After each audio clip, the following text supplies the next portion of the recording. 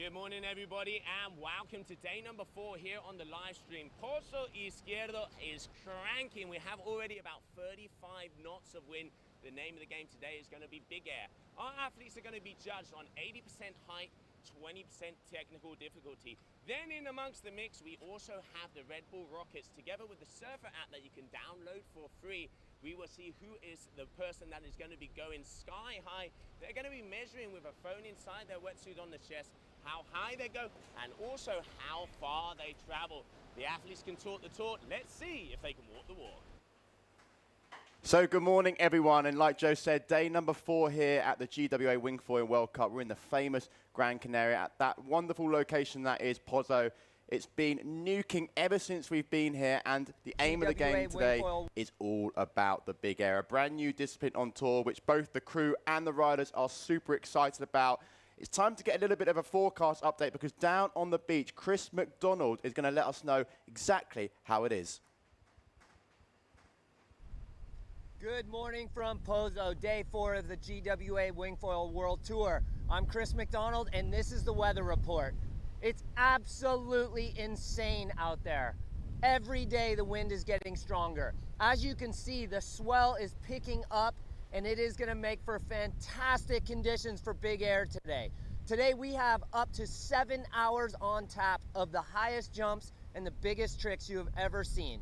This is a brand new discipline for the GWA. 80% is pure height. They also have something called the Red Bull Rockets, which is a cell phone that each athlete will have in their wetsuit, which will give a precise measurement on the Surfer app of height and hang time and duration. The final 20% is kind of up to the judges on the trick side of things. So as you can see out there, it's absolutely nuco. It feels 40 plus to me. So get ready for a full day of action. Back to you, Liam. You can just see the excitement brewing up in the air. I mean, the nuking conditions we have here in Pozo are nothing shy, are quite extraordinary. And for Big Air, the first time ever, what a location to do it. If you are just joining now us on day number 4, I'll just give you a little rundown of how the last few days have played out. On day number 1, we actually did the qualification round for the Big Air. And then days 2 and 3 were all about Free-Fly-Slalom. So Free-Fly-Slalom was a really exciting aspect of this competition. Our riders went out, completed around different courses with different sort of pumping tracks as well. And it was a really good overall feel and able to really test the riders in epic conditions. So why don't we show you exactly what went on yesterday during day 3's highlights.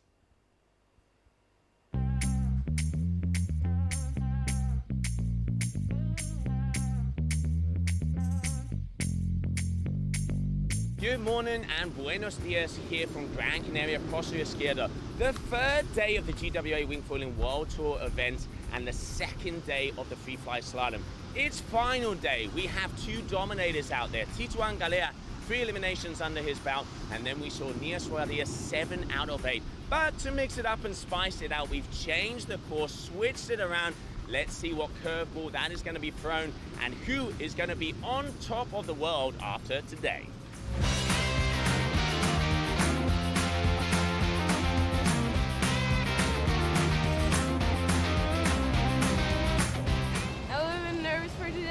The course changed, so now it's advantage for regular, but I'm super excited to get on the water. The wind is really strong, so yeah. Yeah, they changed the course. We had a really goofy course yesterday. Today is more oriented for regular, so we'll see how it goes. It's still like nuking conditions, so we're gonna go fast, and yeah, I like that. Now it's just going to be challenging to go through the short break. Let's see, I hope I'm not going to break my foil, but I'm super happy to race today. We have seen a lot more battles out there on the water today. On the ladies' side, Nia Suarez still dominating out there on the Canarian waters, but Flora Asner applying the pressure, still ending up in 2nd position, and Oran Celis from New Caledonia coming in on 3rd. On the men's side, elimination number 6 was where it all was decided. Tituan Galea getting the win, closing it out before the final elimination of the day. First place in the FreeFly-Slalom for him. Then the real battle began in between Francesco Capuzzo, who was in second position, leading by 0.6 of a point, and Alan Fedit. It all came down to the final elimination number 7.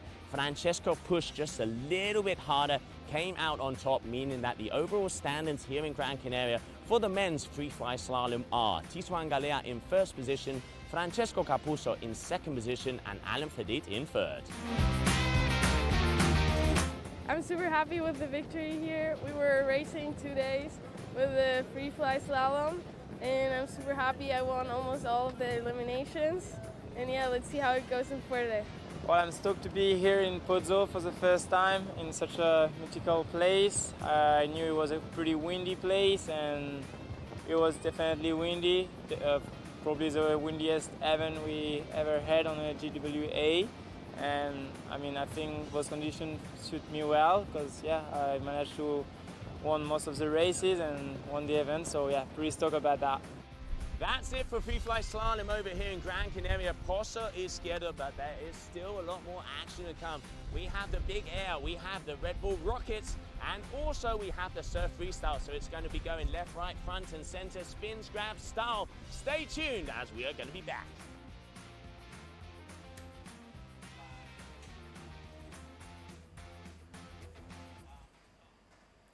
So those were the highlights from day 3 with that Freefly-Slalom action. But like I said, it's all about big air. And joining me, just been down on the beach, feeling a little bit windswept, Chris? Man, it's been 2 weeks of absolutely nuking conditions, Liam. It has not stopped in 14 days here. I mean, it's like you put on your sunscreen all day and you're still burned from the wind. And today, I think they chose a perfect day to do the inaugural big air because it's like there's 2-3 meter kickers, there's 40-knot gusts. I mean, the riders are all nervously pacing right now, trying to figure out what to rig. Yeah, no, it's a tough decision out there. Because it's a new discipline as well for them. It's not like they've had chance to, I wouldn't say necessarily practice, but we haven't had this in competition. It's brand new, and we will be crowning our world champions. But we want to find out a little bit more information, I guess, about this discipline. And we have the best person to explain. The head judge for the Red Bull is Rafa. So let's go and have a little chat with Rafa down on the beach. Hi guys, well, Red Bull Rockets basically is a new format we're going to include inside the wingfoil competition in which we're going to measure the height of the jump. The goal is to try to seek for the highest jump possible, included in 2 categories, in surf freestyle and a big air jump. All the riders are going to have a device, which is a telephone. We will measure the height of the jump. Normally the telephone is located inside the pocket of the wetsuit and it's really easy to use. We use the Kite Surfer app and everybody can use it if you want. So let's see how they do it. So there we go. They're going to have a telephone in their sort of wetsuit, as Rafa explained there, just to give us and you at home some information about exactly how much distance they're covering and how much height they're going. I mean, what do we reckon? I mean, I've been chatting to a few riders and a few of the crew members. We're sort of throwing, I want to see 10 meters and above. Well, I think the number we're all aiming for is very important, and it happened last week, Liam. And it happened with that other sport that involves a sail, wing, whatever you want to call it, a little bit older, and they went 11.7 meters, which for you U.S. viewers, I did the math, 3.5 to the meter. It's 40.25 feet. That's pretty darn high. Yeah, pretty high, and I think we're definitely going to see these riders push the limits. I mean, that's what it's all about here in Gran Canaria. We have conditions that fire from the sunrise all the way through to the sunset. And as you mentioned in your little forecast update on the beach just a short moment ago, good solid 35 knots with amazing kickers as well. And kickers is exactly what these riders want for big air, especially because chatting to the likes of Bowles Muller, Noe, if they time the right kicker and they use it as a ramp, they're going to get a little bit more height. Well, one of the things we have to remember is that the Red Bull Rockets does not start until the 3rd round. Yeah. So the riders do not have the cell phones in their wetsuits yet, so we're not going to have the height data for these first few rounds. It's also very interesting because it's big air, but it's 80% height and 20%, they're calling it technical difficulty, which to a wingfoil on the GWA Tour means trick. Yeah. So for sure, we used the information we got from the seeding round. The #1 seeded rider was the duotone rider Benjamin May, who did an absolute launcher, just full gas giant air and then did a very late, huge rotation forward. So he got the highest score. So that means the judges did reward the trick. So the riders are all trying to figure out what to rig. So round one, heat number one of the male big air. It is going to be Noé Kuyala, Axel Gerard, and Alan Ferdier. A little battle of the Frenchies out there. Yeah, this one's a full red, white, and blue. They got the absolute French crew. It is Bastille Day, so that's cool as well. All these guys rip. I mean, I don't know if I'd want to be in this first heat, Liam, because we don't really know how the judges are scoring yet. I feel like we're going to get some insight. Is it going to be just height? Is it going to be someone going to try a 10-meter 1080? Who knows? Yeah, who knows? I mean, it's all to play for here, something new that we haven't seen. So you can see the lovely location there of Pozo as riders just starting to go out there. And as you mentioned, very famous windsurf spot here. So they're also out there having a little bit of fun.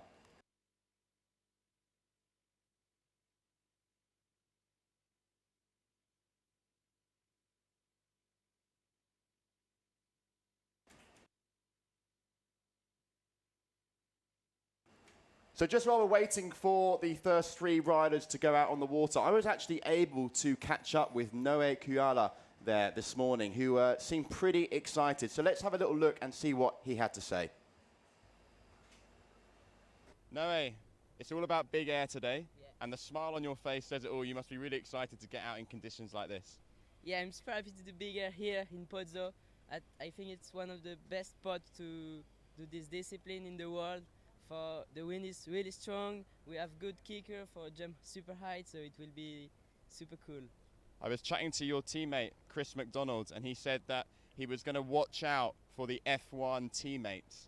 So how do you feel? Is Chris one of the riders to beat? Yeah, I think it's one of the best in big air, for he jumps super height. And so, yeah. It's going to be about, like what you said, you need the kickers, you need the strong wind, you know. How important is it choosing the right wave to help you go that extra bit higher? Yeah, really. The wave help a lot for jump super height. So you have to look at the spot and choose the best one. Last question. What's your equipment going to be? Are you going to go for a small wing and a big sort of foil or tiny foil to try and get a lot of speed? What are you thinking your setup is going to be? So I will take my smallest foil, so the Escape 530 by F1, to go super fast and have a good pop to go height. And I think wind is super strong, so I take 2.5 or 3 meters of wing. One thing's for sure, your arms at the end of the day are going to be so sore. But best of luck. I'll let you get back to the skippers meeting. Some more big air action to follow. So there, Noé just giving us a little bit of his inside feels for the upcoming big air division. I mean, you know Noé quite well as well. He's one of the part of the F1 team because your son, Christopher McDonald, also part of the F1 team. So I remember I spoke to Chris as well, which we'll shortly see when he comes to water, and he was saying the F1 boys are some of the boys to beat. Yeah, the F1 team started, even a few years ago when winging just started. They started up a traditional program they've had called Next Generation, and they used to do it in kiting. And they did the first one in Tarifa, I think it's been 2 or 3 years now. And it was really cool because we had like Maxime Chablot. He actually went to the camp as a kid. So he got to go do this. But it was Noé, it was Leon Rocks, who's, the young rider from England who just rips in the wave, rips in freestyle, did quite well in La Palma. I know he's devastated to not be here. But Noé and his dad are, doing the entire tour. They're heading to Brazil after Fuerta for the pure wave. Noé is, he is a force. The kid can jump, he can do all the freestyle moves, and he also has a very high wave game. If you look at the two AFS riders, white, black, and red, the way to tell them apart is that's Axel the Axe Gerard right in front of us. I don't know his exact age, but I think he's 14 or 15. And 15, I think he is, yeah. Ripping. He is in the dark helmet. Alain Fedit, the senior AFS rider, is in the white helmet. That's the way you can tell those two apart. But they train together, they practice, they have very much the same style. They're very fast racers. Axel's kind of come out of nowhere, not nowhere, but Axel has risen to the top of a lot of the younger riders in the last 6 months. He was on the podium in Le Cat. He was knocking on the door in New Zealand. So I'm looking for big things out of Axel. Yeah, and obviously, we do have some... would say some younger riders around that 14, 15, 16 age. And one thing that's going to be, you know, playing their advantage, I think, in conditions like this is they are a little bit lighter as well. So, you know, if they really do want to go huge and to the moon, that might come into their advantage. But, you know, I think it's all going to be down to, you know, spotting and choosing the right kicker at the right time, catching that gust. As you can see now, we're going to have the drone in the sky as well. So that should be able to give us a bit of a nice feel. But I've just been told that the AP flag is down, and we're going to be really shortly getting underway. 1 minute until the red, as on your screen there. That's Axel Gerard. I do love the nickname you've given him, the Axe. Yeah, it's always fun giving people nicknames. You know, we've got Francesco, the Italian stallion. We got the Axe. We got Don Julio. I don't know. It's all, I like nicknames. So, you know, this is going to be interesting, Liam, because this is a turn-for-turn first round. So what that means is, for the viewers back home, we're doing a flag system. So Noe will be the first one to jump. So he will look back on shore. He will see the blue flag come up, and then it is his turn alone. That way the judges can focus on one rider at a time and give proper scores. Yeah, and it's 80% height. So because this is the first big air, you know, event we've ever done, you know, it's, I guess the judges haven't gone sort of for a relaxed approach when it comes to the scoring, but it is, we do want to see, it's big air. We want to see these riders go to the sky, go to the moon. So 80% height and then 20% technical difficulty. But I'm keen to see if once these riders sort of go up and they get those first big jumps out, you know, in the locker, and they're starting to feel confident with the conditions, get used to those heights, are we then going to start to see more rotations and maybe the odd little front flip or back flip at these crazy heights? Well, that's the thing. It's called big air, but it's only 80% big air, Liam. So I think that's caused a little bit of confusion in the riders and for the judges. But what I think we're doing is we're making it fun. We're saying, like, hey, here is the opportunity to let this develop. Yeah. The first round, we're going to see what happens. I mean, who knows? Maybe Malo goes up and tries a 10-meter 1400. He lands it, and, you know, he's got to be rewarded for that. I think it might get boring if it was only pure height. You would just see the same jump, you know, 10 meters, 11. But this way, they can throw in some style points. They can do a Rayleigh to 360, which is a really neat trick. I'm looking at Noe's wing right there. I can't. That looks like a 3 meter. Yeah, looks like a 3 there.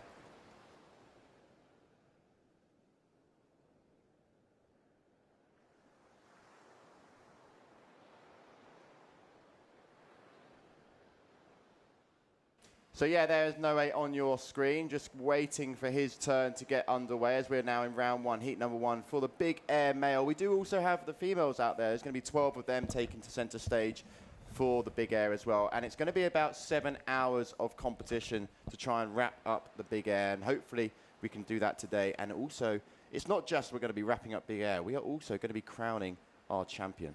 Oh, there's Noe. It looks like he... You know, he's super powered on that 3. It's gusting to 40 knots. They're used to the 2.5. So Noe Kuala looks like he goes down on his first attempt. He just has too much gas. Like, he basically, what he's doing is flooring the race car and trying to find a huge ramp. Sometimes that happens. These riders just get too overpowered. They touch the board. They come off foil. Yeah, and I've just been told as well that heat is on. So we are now on. As on your screen there, that's Axel Gerard. But I believe it is going to be Noe who is going to be jumping first. Look at some of those rollers coming in, Liam. Man, we have not seen these the last few days. So it's been so windy. Like yesterday afternoon, it just started going crazy. Flags were snapping. I mean, so what's happening is we're seeing all this ocean swell from the last 24 hours of 40 knots. So great ramps for these riders. Let's get this thing going. I can't wait. Yeah, it's going to be super, super exciting. I mean, I don't really know what to expect either. I know the riders are going to go high. I know they're going to go big. But for us as well in the booth, and like you mentioned, all the judges and media, I mean, everyone here is a little bit on the edge of their seat because we're really going to now see wingfoiling be pushed to a new dimension. So here goes Axel. He is up. The Frenchman, Axe, looking for a big kicker. That looks like a nice one coming his way there. Is he going to make use of that? Deciding against it, but looking like he's going to load up. Is this going to be the kicker? Big ramp. Nope. Yeah, he's gone for it. Do you have any idea how high that is? Well, soon we'll be able to tell you because, like we mentioned, they do have the phones in their pocket. We're just waiting for that information to be coming on your screen, which will be down on the bottom left. We're just sorting a little technical issue out on that front. But there was the replay there from Axel Gerard as we return back to the action with Mr. Alan Fredit now on your screen. We can see Noé scoring a 4.08 for his big air maneuver. And now it's going to be Alan Fredit's turn to just get a nice score on the board. Man, that was a really clean shot of his foil in the water from the drone. That's amazing seeing how clear it is in that water out there. I was riding the other day and just stopped and opened my eyes underwater, and it's just so blue, like you can see the sand, 60 or 80 meters below you. All right, Alon, let's see what you got. He looks like he's on a big wing as well. Yeah, let's see if we can. That looks like at least a 4, which in 40 knots is insane. Yeah, the arms are certainly going to feel like they're getting ripped out as Alain Fadit there just going up to the sky. That's a nice angle. That's got to be 8 meters? 25 feet, or a little more, 30? I don't know. I mean, again, we are not going to have the real-time data until round number 3 of this. We are on round 1. So the riders do not have the cell phones in their wetsuits yet, but soon enough. Here we go. Noé going for his second move as scores are coming in for Alan Fedit now, which you'll shortly be able to see. But Noé coming in with speed, going up. Looks like he lost it there on the way up, maybe catching a little bit of an edge. Yeah. Oh, he does a nice little combo at the end, just to, he's practicing for tomorrow or whenever we do get around to the surf freestyle. Yeah, you can see there just not getting the height that he wanted. I think he knew that wasn't the great, so just popping up into a frontside 360 here.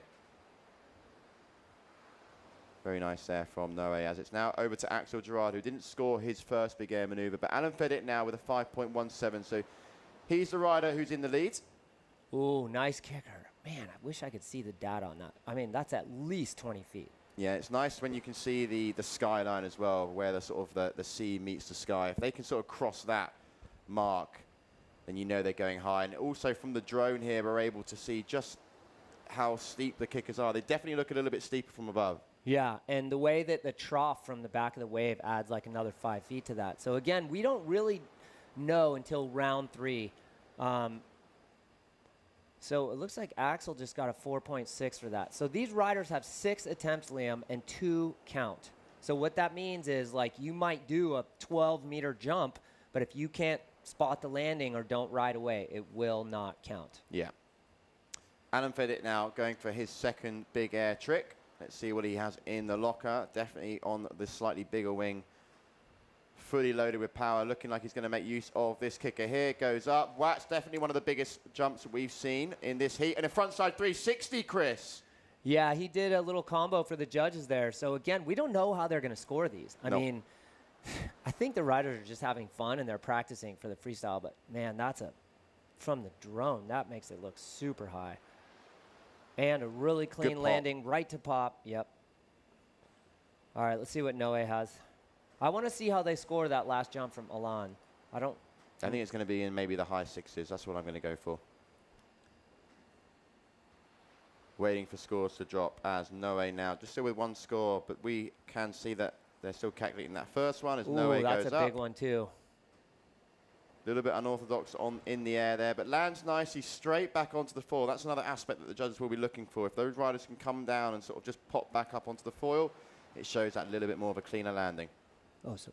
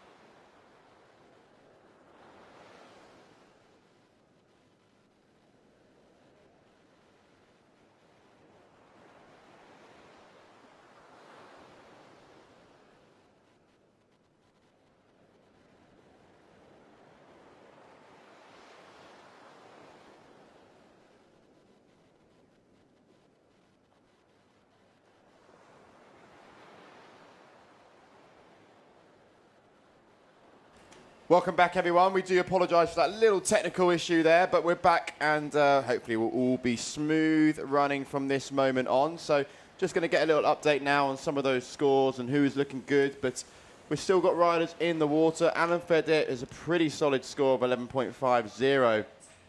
As you can see there, plenty of salt goes on these camera angles. Just giving it a little clean for you all.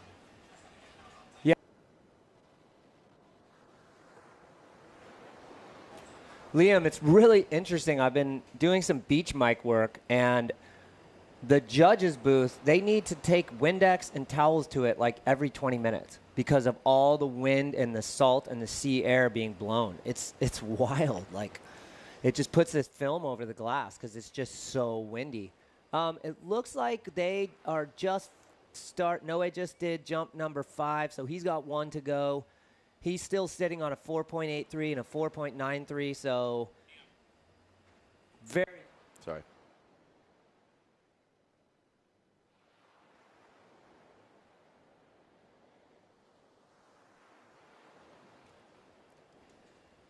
So there we can see Axel just going for his jump there. And we do apologise just briefly a minute ago. We did have some technical issues. The electricity went off down here, which is... not great, we know, but hopefully it's all going to be good going forward from this moment on. As Axel Gerard there on your screen. Chris, how's he looking? Yeah, it's really tight now between Axel and Noe. Noe with a 9.76 combined, and Axel with a 9.77. But Alon with a 12.2. So we did not see Alon's 4th jump. I would love to see, because he got a 7, a 5.8, a 6, a 4.7, and a 5.8. And again,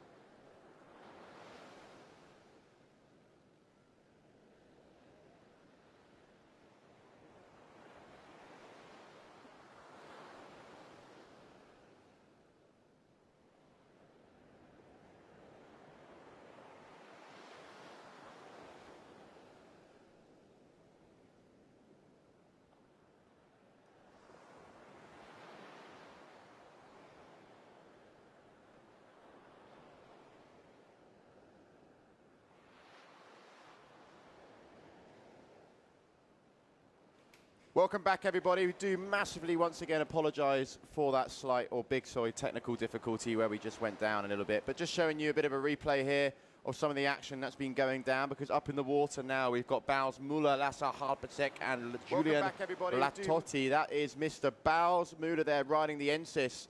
They've all done one trick as Bals going up for a big back loop there. This is going to definitely be one of the riders that's going to really push the limits when it comes to big air. Exciting times ahead for Mr. Bals Müller. I was able to catch up with him earlier, so we'll soon be able to show you that. But nice little replay there for Bals Müller. Huge back loop there. Definitely going to be one of those riders who's going to hopefully be pushing the limits for this big air discipline. As there we have on your screen, Lasse Harback, he rides slingshot, and then Julien Latotti is riding out for gong. So up next, Lasse. All right, here comes the German slingshot rider. He's looking for a kicker. I just went outside and checked the conditions, Liam. It's absolutely nuking out there. As always. It's interesting, from this angle on the beach, it doesn't look that windy with the camera. Nice jump by Lasse. Good, clean landing. He's filling his scorecard right now. Yeah, and you can just see how loaded the wing is there. Fully powered up to the max. Try and get some information with exactly what sort of kit they're riding. But if you have any questions when you're watching at home, now we're back up and running, please do let us know. Let us know what you want to find out. If you want to find out, you know, want to try and get us to interview any certain riders, we can definitely do that for you. So any questions, fire them to me and Chris. Yeah, Liam, you viewers at home, like, let's say, who do you think the best is so far? Or which, do you want to see him tricks? Do you want to see pure air? You know, this is a brand new discipline, basically the start of it. So right now I was on the beach and watching other riders on the corner of the contest area practicing. Everybody's on big wings and everybody's lit. There's Julien Latotti absolutely sending it. He's on the new Gong super team, Liam. Gong has like 5 to 7 new riders. So yeah, those guys. They put some, they've got some new riders on their repertoire now, the likes of Bastien Escofet and Bals Müller here. Looked like he was going for a frontside 3 on the way down. Yeah, Balls has been practicing the last few days his freestyle stuff. You know, Balls has that signature style, like he'll throw a huge jump like this, and basically it's a crash for any other rider. But Balls from his windsurfing days knows how to water start out of his forwards and back loops and stuff. So basically he water starts that right there. He must know this spot pretty well as well from competing here in windsurfing. And but I don't actually know if he's come here before. I mean, we'll have to find that out. But here we have Lasse on your screen. It's now trick attempt number 3. They have 6 trick attempts, 2 of which are counting, as Lasse there just going up big. And yeah, can't wait to have that surf wrap data from round 3 onwards. Yeah, that's going to be pretty cool.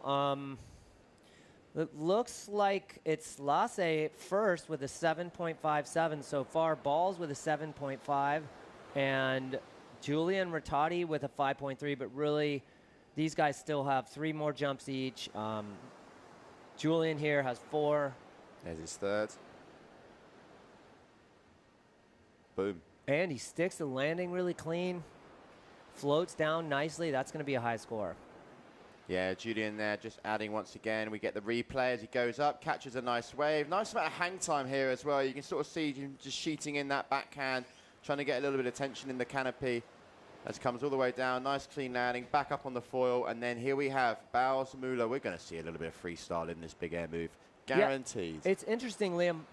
These riders on the water right now, they have no idea what the scores are. No. So they don't know what's being rewarded or what's not. And Balls is going with the decision that he's going to try tricks instead of just pure height. But we'll see. Goes up. That's his classic windsurfer landing. It's just he's got so much time windsurfing, and he's so good that it's like, you know, we were here last week and watched the PWA tour, which was amazing. Those guys absolutely were ripping. That's a big boost by Balls. Great angle there with the drone. Yeah, but they do like these giant double forwards, Liam, and then they kind of just sit down and land and water start away. It's pretty cool. It's a totally different style, but you can see it in Balls' riding for sure. Yeah, when you think about big air, just across, you know, kiting, wingfoiling, and windsurfing. Windsurfing and wingfoiling, you definitely have that heavier landing. You know, kiting, you're able to down loop the kite just when it's above you, and you have a sort of soft landing. But yeah, wingfoiling, windsurfing, definitely a little bit more heavy.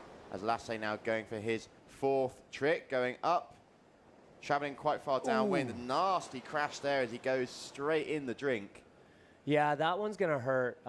That's the thing. Like yesterday, I was watching some of the riders practice, and you know, they're on bigger wings, so they're always kind of on the edge of control there. They're like a bit like a race car driver that's going too fast in the corner, and they're just trying to keep it together. And I saw Benjamin May, the duotone rider who goes big. I'm convinced he was trying to knock himself out. He took a huge crash, ejected, and both Xavi Core and a few other riders all immediately rode over, you know, made sure he was all right, made sure he didn't need assistance, because it was one of the bigger crashes I've seen this week. I think we're going to see some big crashes here. Maybe some equipment is going to get ripped and damaged. As Julian here, that's one of his less, that one wasn't very high there. Won't be happy too much with that. He's definitely gone bigger before. Yeah, he's not going to be happy with that one. Everybody still has one more jump, and right now it's Julien Rattati, or his teammates call him Ratatouille, from France. He has an 11.9 to Balls Mueller's 11.4. So it's, like I said, it's challenging for these riders right now because they don't know their scores. Balsmuller now 5th trick attempt. They all have 2 left. Chasing Julien in that 2nd place. You can see the scores now. 2 tricks count from the 6 that they're able to complete. So we're looking now at, that's Don Julio on the Ensis right there. He is in the next heat. So we're just getting a little preview. Oh, is that? Yeah. Let's have a little look here. Is that Balsmuller there? Oh, that is Balls. Oh, excuse me. I thought that was... You are right, Liam. That is Balls. Unfortunately, again, that's his water start out of that. Yep. Like, that's a crash for every other rider on the tour, but he knows how to do it. I just saw Christopher McDonald streaking by in the back. He's in the next heat training, so I know he's excited. Let's see. That was trick 5 for Balls. Yep. So here goes Lasse. Lasse was very fast in the slalom racing yesterday. He was flying. Oh, that's a nice kicker. Yeah, great kicker there for Lasse, but heavy, heavy landing. That's 2 in a row now. Yeah, looks like he's all right. That's always good to see. You know, we've got our jet ski safety out there. We've got, you know, this is very important for these riders. You know, from the comfort of the couch or our booth, this, you know, like, oh, he had a little crash. That's a heavy hit right there. He's coming down hot. I mean, and that water is not soft when you've been 10 meters in the air. Up next, Julien Rattati, the current heat leader, is really taking it to the other 2, Lasse and Bowles. What's he got for us, as this is now his 5th trick attempt, loading up, finding a nice kicker, but again, definitely has gone bigger before. So you see the top scores up on the left there. What they're doing is some of them they're counting as 3, so that's not right. The current scores, it's only 2 scores count. So right now, Balls is in 2nd with an 11.4 to Julien Rattati an 11.9. Yeah. Again, top 2 out of 6. Yeah, very good point there to make, actually. As you can see at the moment, it looks like Bowles on that 16.4, but he is still in 2nd position now on your screen, going for his last trick. So he's going to know this is his last trick attempt. Probably doesn't know that he's in 2nd place, but let's see what he has for us. So the question is do you, I mean, yeah, that's not going to score high enough for Balls to move on. No. Now, again, this is, if you win out of the 3, you skip round 2. If you lose, you go on to round 2.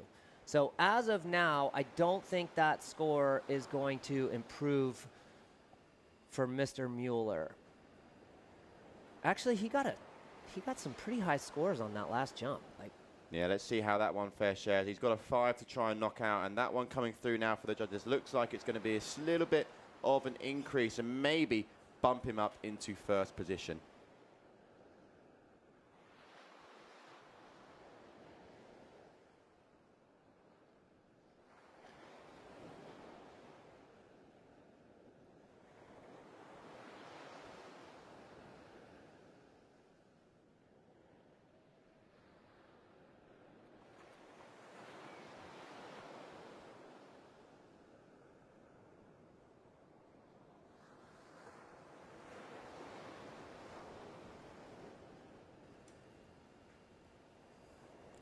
all right, Balls Mueller has pulled ahead with that last jump. The judges like that little tweak. So Rattati right now He's just going for big air. So again, these riders don't know these scores. So they're all going to come in, study how they were scored, and they're going to change things. So what I'm seeing, Liam, from the numbers is the judges really like that little tweak. Yep. So if Julian were to throw like a giant forward at the end, he's going to win. But he didn't.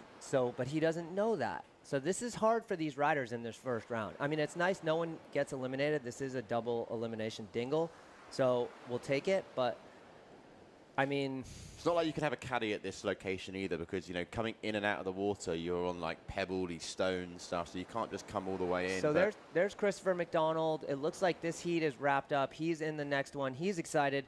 But if I could tell him something right now, I would tell him to start doing some tricks, because the judges are definitely scoring Balls' last move pretty high because of that tweaked little, it's almost like it was a attempted back loop. Perfect. So just while we wait for the next heat to take the water, because that is then wrapped up, we're just going to go and throw it to those heat highlights.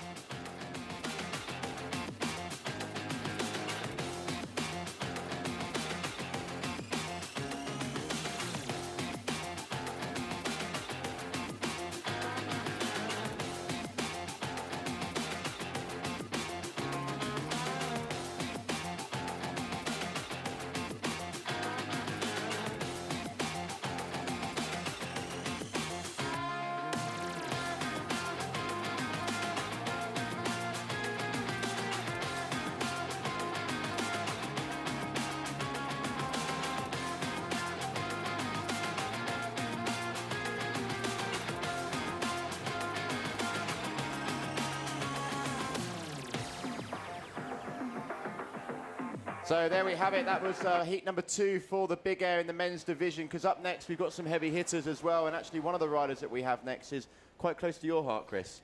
Yeah, I get nervous in the booth when Christopher's up, and I feel like I should be down on the beach pacing like the other parents that are here. But, you know, it's fun to sit with you, and I know he's excited. He's like, I don't know what wing to ride. Do I ride a 3.5, a 3, or a 2.5? And, you know, it just comes down to, like, whatever you're the most comfortable with, yeah. and, you know. Well, it'll be good no matter what. I was able to actually catch up with him earlier, which you may or may or not know. So let's go and have a little look at what Chris had to say. Chris McDonald joining me down on the beach. Chris, big air is probably going to be the name of the game today. You must be excited to compete in this new discipline. Yep, I'm super excited. Big air is kind of my thing. I love to jump, and the conditions are absolutely fine today. I think it's going to get upwards of 40 knots, so it's going to be epic. And we see it, you know, personally I've seen your lot of Instagrams, your socials, you're always going pretty big. I think there was one time you went pretty huge in Silver Planner.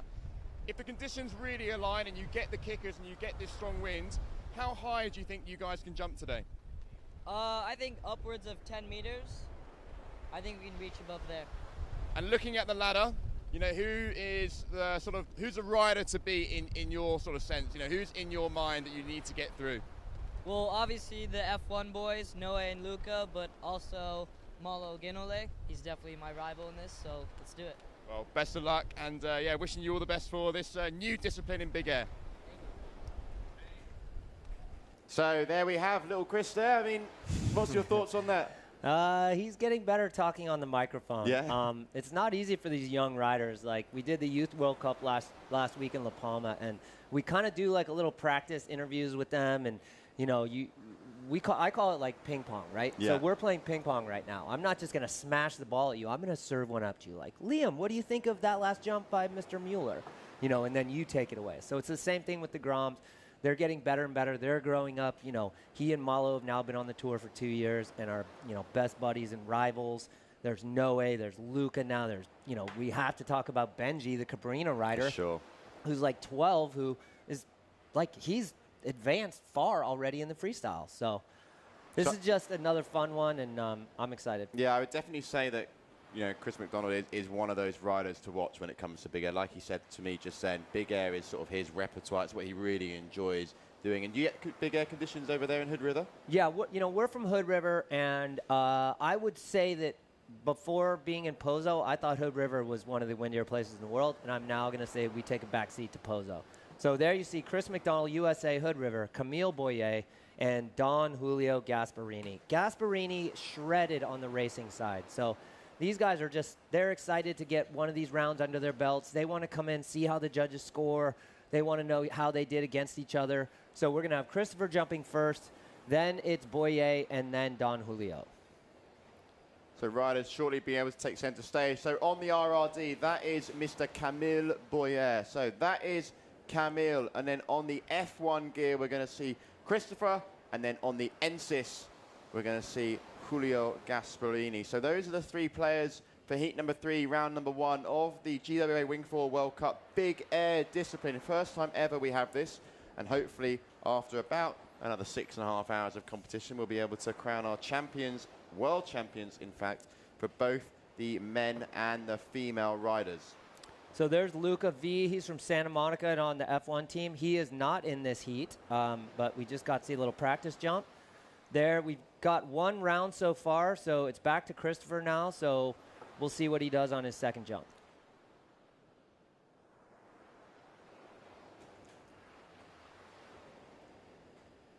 So Christopher was going for a little Rayleigh to a late 360 on that. Unfortunately, that is going to score as a crash, but I do like going for it. Yeah, Camille Boyer now on your screen. He is the next rider to go. So we did just miss those 3 first tricks, but we're going to stick with them for the remainder of it. You have 5 left, 6 trick attempts, 2 of which are going to be counting Camille. They're riding the Alula RRD wing, so a slightly stronger material. We're seeing a lot of the brands now start to introduce that into their range. What's he got for us? Camille also on the tour with his brother Julian, who actually isn't competing here in the big air because some of them had to qualify for this. We only have 18 male riders as Camille goes up and down. Nicely done there. Not going to be a crazy score, but I think it's going to be similar to his first 5.03. Yeah, I think, Camille is one of the more wily veterans on the tour. Like you said, he and his brother travel the world winging, and both Julian and Camille have an amazing YouTube channel called Juju Cams, and they just, they do it all. They kite. They're amazing surfers, and they rip. So Camille is one of those guys that they always have smiles on their face, and they're just excited to be doing what they love. Julio Gasparini there catching an edge, just going down. I mean, his wing looks huge. What size wing is he on? It looks like a 4.5 maybe. Oh my gosh, that is a big wing. He looks, looks massive. So he just paid the price for that. So back to Christopher. We'll see what he can do. Don Julio, he was going for it. Like you said, he probably, I don't know if that's a 5, that probably a 4 to a 4.5, but he just was going crazy. I think Christopher's on his 3. It looks like a 3 on the wingtip. Yeah. Who knows? They might change it. So right now he's waiting to wait for his flag to come up. And then he knows he can accelerate and hit a kicker, and hopefully he gets a nice jump in. Yeah, so 30 seconds is what the riders have to perform their tricks. So 6 trick attempts, 2 count, 30 seconds for each rider. And like you said there, Chris, they are waiting for their flag to be raised on the beach so they know that it's their turn. Otherwise, if we didn't have that flag system, they'd all be jumping at pretty much the same time whenever they want. And it's really hard for our judges then to keep track of who's jumping at what time. And this is the fairest sort of rhythm that we have in order for our judges to completely focus on one rider at a time. Huge there. Oh, go on, make it. Oh, yeah. Unfortunate there. He wanted to pull a combo on that one. That's all right, it happens. Still the first round, big jump.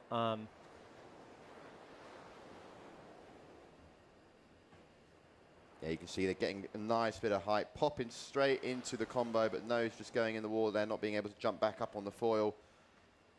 Yeah, he's been riding a 2.5 for the last 10 days here. So being on that 3, all of a sudden it changes things. So you drag the wingtip like that, and it'll happen. He's still got 3 jumps to go. The flag system, Liam, is one of those things that we had a debate over lunch yesterday with a couple of the riders, and they were, most of them were saying they really liked it because what it allows for is the judges don't have to rush. I've been observing the judges. I've been doing the beach mic right next to them, and they are working so hard, especially on some of these innovation tricks. And allowing them to stall on putting the next flag up is actually really nice because it allows them to do the proper score. Whereas if it's just two riders jumping away, you know what I mean? They've got to pay attention to the next jump, and then there's another jump. So all of a sudden they're behind. Yeah, it's definitely the best system that we've found works well for both crew and riders, and also the media aspect as well. We're able to follow one rider at a time on the stream. As on your screen right now, it is Christopher McDonald, but I do believe maybe Julio Gasparini is going to be next to jump, but I haven't actually seen him since he went down in the water. The other thing, what the riders were saying about this flag system is that they didn't love it because, like Malo said, well, I'm always looking for the biggest kicker, and when I see that kicker, I want to go, you know? So the problem is on the turn, sometimes that doesn't work. Oh, that was a huge error by Don Julio. Yeah, I do want to try and find out what wing he's on. So up next, Christopher McDonald.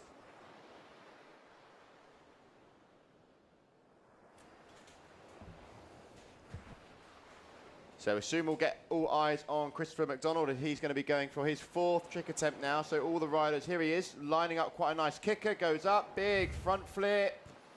Oh, yeah. That's a good second score for him. Planes out of it. You know, right? So now he's got 2 more jumps to do something, see what he really wants to do, you know? So now he's got his 2 scores, does it off a huge wave. Man, I wish we had the rockets on there right now because I've never been able to tell how high those are. It's really fun when you're riding right there. Like, so what we do at home is I'll ride with the GoPro behind him. And when they do hear Malo or any of the rippers jump right in front of you, it's just, it's like you get surprised because you're like, oh my gosh, like they're sending it so hard.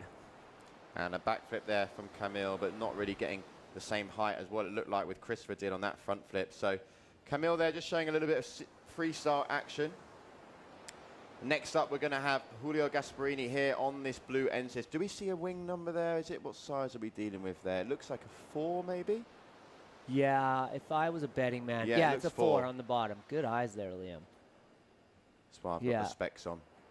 Let's see what he's got here. Don Julio. He looks a little bit like he's struggling to just keep that wing in. Well, what he wants to do is he wants to go all the way to the inside. I was watching Malo and Liam and Don Julio yesterday, right there where that kicker is. See how steep that was? Yeah, Camille Boyer has been one of those riders that's the last 2 kickers I've seen him get, but this one's like looking nice. Goes up, down. Didn't look committed going into that. Yeah, I mean. Oh, 2.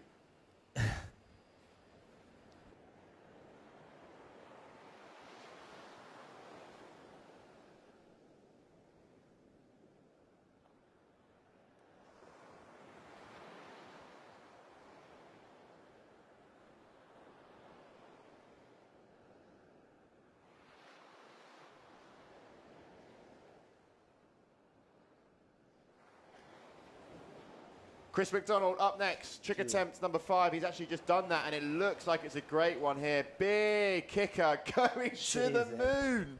Oh, my God, that's one of the higher jumps. That is the highest jump.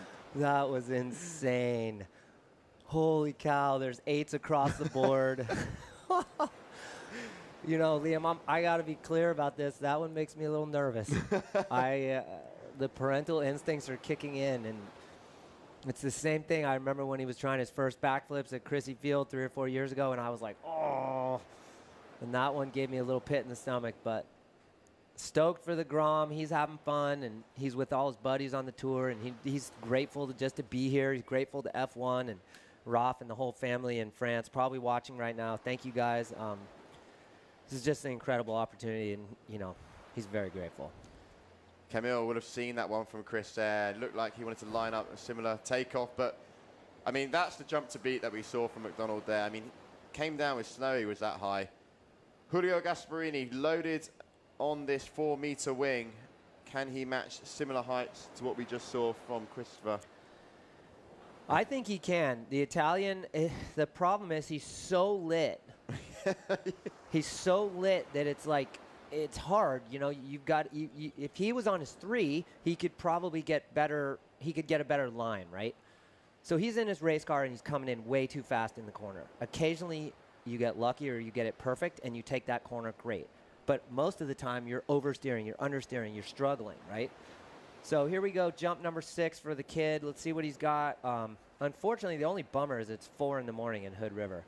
So I don't know if any of his friends from high school or his mom is watching, but maybe they'll catch it on the replay. Does he prefer to go left foot forward or right foot forward? He is a regular rider, so he is definitely left foot forward. So here we go, last trick attempt for Christopher McDonald. Is he going to get the same heights as what we saw before? I really do hope so. Goes up. Nice floaty sort of hang time there. Yeah, that's kind of one of his specialties, and it's one of the reasons why he's able to push on these trick attempts or new tricks, because he lands gently. So when he's practicing his tricks or he's trying to learn a 1080 or a 1400, he's not crashing as hard as everyone else, because he's very good at getting the wing underneath him and using it like in kiting when you do, that late little loop to make you come down smoother.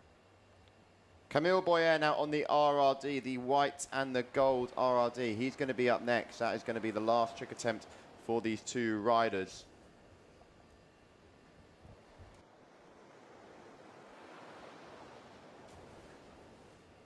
There we go, Camille Boyer, white helmet, going out for his last trick attempt. Currently in the second place as Chris McDonald is on 14.67. Camille going high there. You can see the drone following nicely. Good landing as well. I think that's his best jump of the heat. He'll be happy with that one. Goes up. The angle that we had definitely made it look a little bit nicer, but nonetheless, that was still a great, great jump.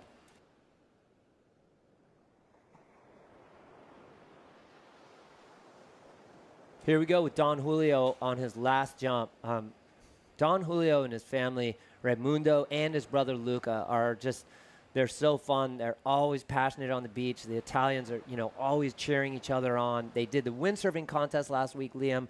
So, I mean, I can't even imagine how many board bags that family has. But and Raimundo, the dad, is my good friend, and he just rips on the wing and the windsurfer. He was Red Bull sponsored back in the day and a very good freestyler. So his sons, Luca and Don Julio here, have not fallen far from the tree.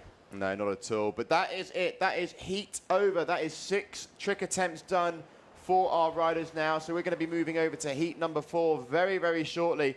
But why don't we throw it back and just have a little look at the highlights from that heat.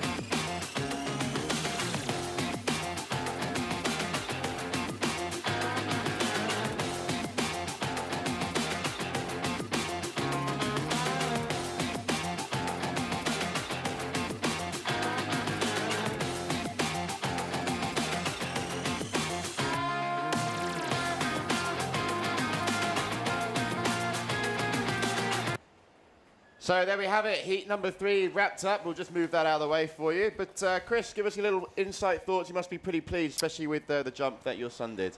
Actually, Liam, I'm glad it's over. Like I said, I get nervous. I have to wear 2 hats on these. Traveling and helping Christopher, I'm his caddy.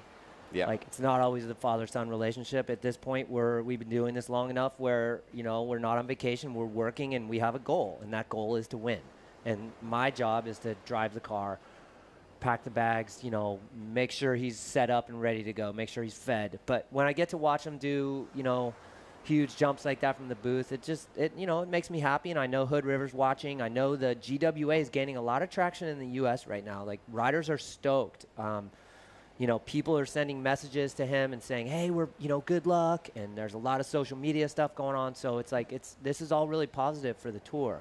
So I think this Red Bull Rockets, Red Bull, Big Air is amazing. Yeah, it's great to see a new discipline, and hopefully maybe in the future somewhere where we'll be able to go. But just while we wait for heat number 4, we were able to catch up with one of the judges, Hug, who's going to explain a little bit more in depth about what they're exactly looking for when it comes to scoring. So Hug is joining me, one of the judges for the GWA sports team. Hug, firstly, welcome. It's your first time in front of the camera, but just talk to everyone watching at home a little bit about the big air. What is it that the judges are looking for, which is going to help these riders get through to the next round?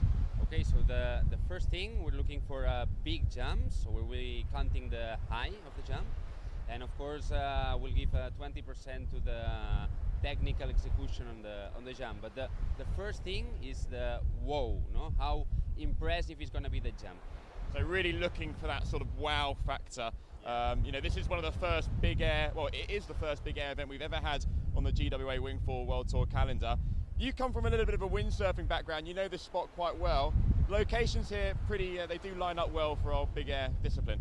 Well, so first thing I have to say, it's an honor that we wingfoilers can be here in this mythical, iconic windsurfing spot. And you know, this is 20 to 40 knots, so this is the perfect spot for this big air. I think we'll see great jumps and we'll see a great show. Do you think we're just going to see riders just try and boost as high as they can? Or do you think maybe once they get used to the conditions, they might put in a little rotation? Yeah, so we saw in the beginning, no, on the first days, most of them, they were doing relays and airs and like super high. But as soon as they have been training a bit, we have seen forwards, even frontside rotation. So for sure in the finals, we'll have a great show. And last thing, let's make a little bet between me and you. How high are they going to go? I'm going to go around 13 meters. That's what I think. And for you? Okay, so at least we have this, we know, no, from the windsurfs. Last week they were, I think it was like 11.2 meters. Yeah, I would see they will probably bet the windsurf. Let's see. And how important are the kickers going to be in able to get that more height? Yeah, I mean, if you jump in the shoulder, no, if you get the good kicker, if you've got the good guys there, I mean, man, they are gonna fly. Well, thanks very much for joining us. Best of luck. I'll leave you to do the judge stuff. I'll do the media, and back to the studio. So flags blowing out there in the wind. You can see round number 1, heat number 4 of the male big air, Malo Ganole, Benjamin May and Ancor Sosa.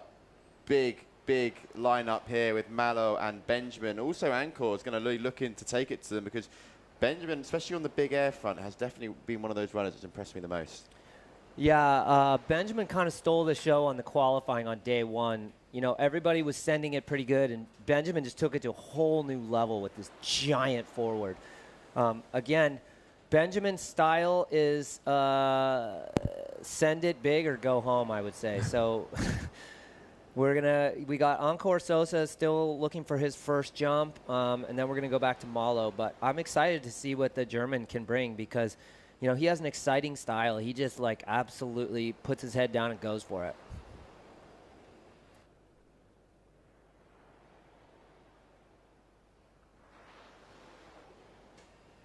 So we're going to stay with Malo, who I believe is going to be one of the riders that is going to be up next. I know Ancor has got a score to come in. He's just landed that one. So now we stay with Malo. 6.77 was Malo's first score. So a nice opening maneuver there for the Frenchman, who is also, we have to remember, he is the current surf freestyle champion. So yeah, current world champion in regards to surf freestyle. And like you mentioned as well, one of those riders to definitely watch out for. I don't know what size wing he's on. Looks to be similar around that 3 meter mark. Yeah, Malo's a very powerful young 18-year-old. I mean, he rides extremely aggressive. He's on a 4. He's on that new droid from Gong. And it's like sometimes what he does is he comes in really close and he gets the kicker. So see how close he is to shore? So he's going to get a steep ramp in any second. Yeah, Malo there they are. Lining up. Here he goes. He's looking for that kicker. Coming in with speed. Not quite shaping up for him. He's really trying to pick and choose the right one. Goes for it, goes up. Nicely done there from Malo. Straight back onto the foil. That's going to score probably, I think, around the high 5s. Yeah, that's not the kicker he was looking for. He and Liam Dunkerbeck were 2 riders yesterday or the day, day 1 that I was watching that they were jumping very close to shore because they actually break. So at that point, right before the Whitewater Farms, it's like just a huge ramp. Benjamin May now on your screen. He's going to be the next rider to jump for his second trick attempt. Mallow's score's coming in. It's actually going to be quite a nice one, I think, just below the 7. So must have looked a lot bigger. It's quite hard for us to, you know, get a real good sense and idea of exactly how high these riders are going. So shortly, maybe we'll pop out the booth, have a little look, and get a bit of an idea for it. Yeah, I can't wait for that Red Bull Rockets for all that data. That's really going to, like, I mean, it's going to be crazy because some jumps look bigger than others, and now we'll actually be able to have the pure data. So Benjamin not seeing the kicker. Oh, there he goes. Look at how he just sheets in. Ooh, that was a big jump. Yeah, covering a lot of distance Not the there best as well. landing, and that's a crash. Yeah, Benjamin's on a giant wing. He's on that duotone. Just, it's probably a 5. Benjamin's a big guy, so. But look at that. Oh my gosh, that's definitely on the highlight reel. So that's pretty close to the drone. We've actually hit a few drones, or I shouldn't use the word we. I should say Christopher has. So here's the thing with Encore and a few of the other riders like Bastion, Encore, Xavier. They are what we call goofy, right foot forward, Liam. So they definitely have a disadvantage because Encore cannot use the kickers on the way out like the regular footed guys can. So you see Encore's in the actual surf. Francesco Capuzzo's also goofy footed. So sometimes it can be better because they can use the backside of the wave and then jump into it, which looks spectacular. But in this case, Encore, his area to choose a kicker is dramatically smaller than, say, Malo or Benjamin's. And speaking to Hug there, just explaining how important those kickers are. Mallow here shaping up, going left foot forward. This is where you want to sort of jump and going out to see them rather than coming in. You definitely get a smoother takeoff now as this swell looks to be developing quite nicely for him, but doesn't like the look of it. Is he going to line up and go for this one here? Yes, he is. Huge front flip. And that is going to be a crash.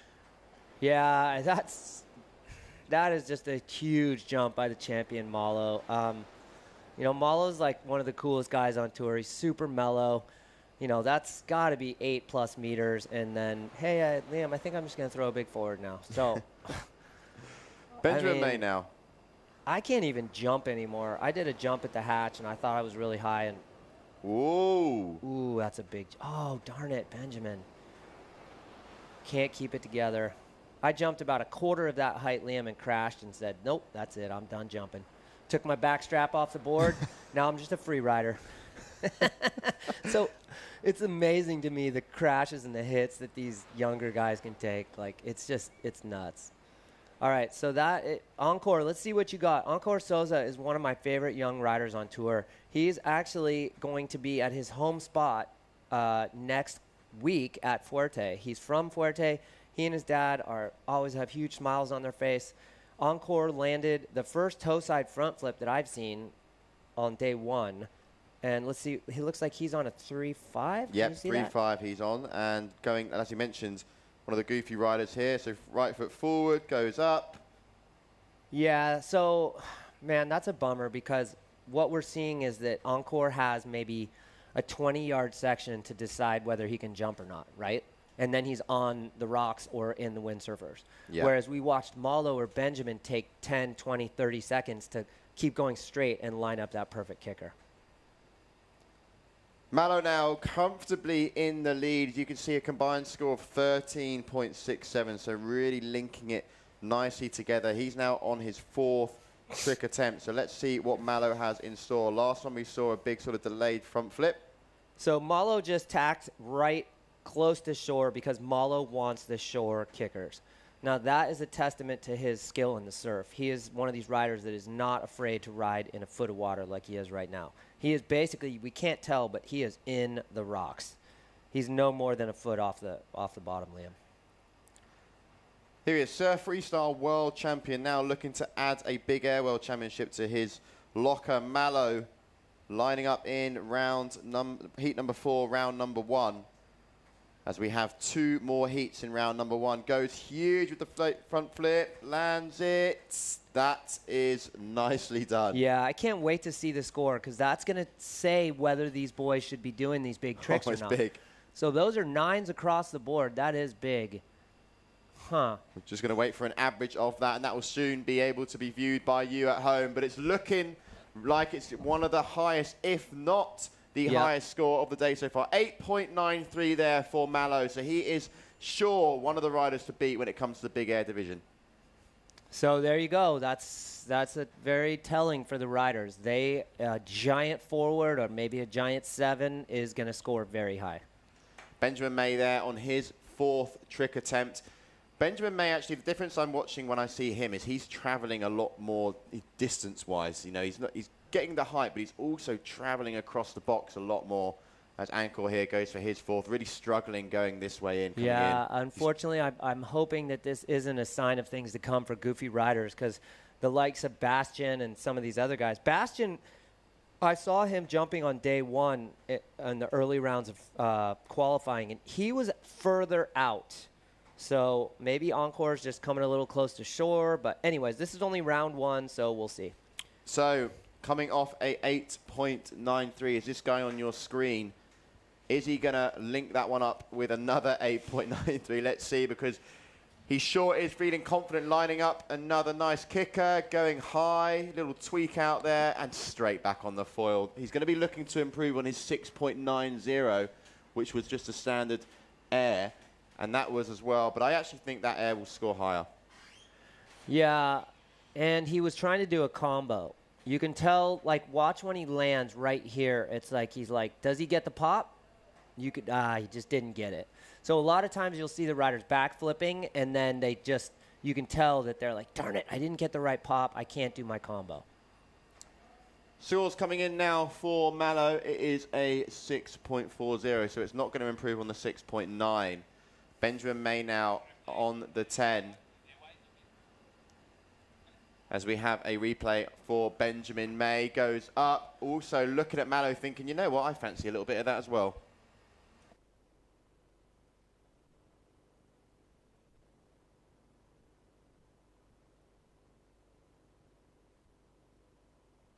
Ankor Sosa once again not getting the height that he wants. He is still in 3rd place.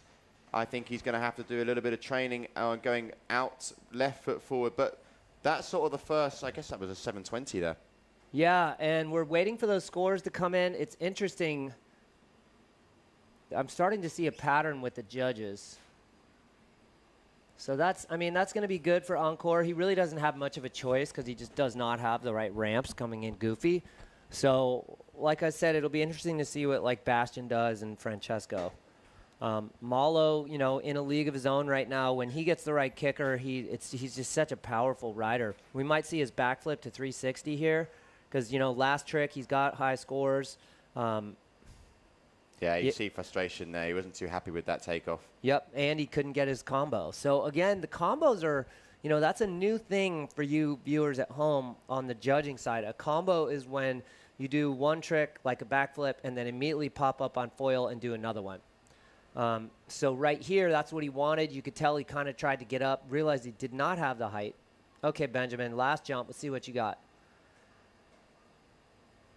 Looks like quite a nice kicker. Has he got enough? Goes up. That's big there from Benjamin May. Oof. But coming down extremely hard. That's a little bit of a knee breaker there. Well, I can tell you one thing. I know Benjamin May from Germany is tough. This kid can take a hit. And I'm not sure if it's the way he's holding his wing when he's landing. He's not getting the float down that you see like Malo get, where he's landing much more gently. But that's also just his style of riding. Last trick attempt now for Ankor as he goes for that front flip. Just going over the front of his board there. So yet another crash there for Ankor Sosa, as that is now going to be heat number 4 of round 1 in the men's big air for the GWA Wingfoil World Cup. We just have a little look at that last replay there as he goes over the front of his board, comes out the foot straps and goes in the drink. So that's going to be a win there for Malo with a 15.83. Big hats off to that guy on your screen. But let's go and have a little look at the heat highlights from round number 1, heat number 4.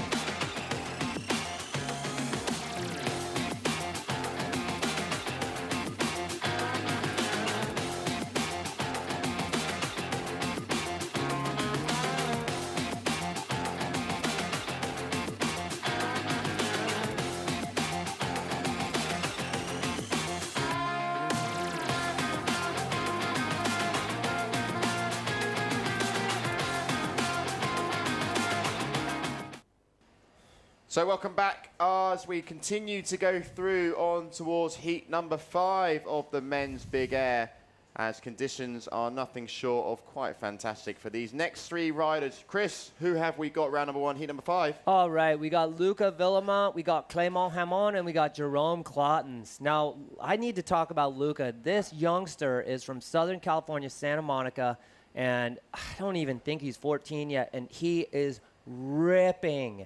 This kid has improved so much. He was in Le Cat. He did some really good coaching with Nico Delmas, the French coach, 7 Seas coaching.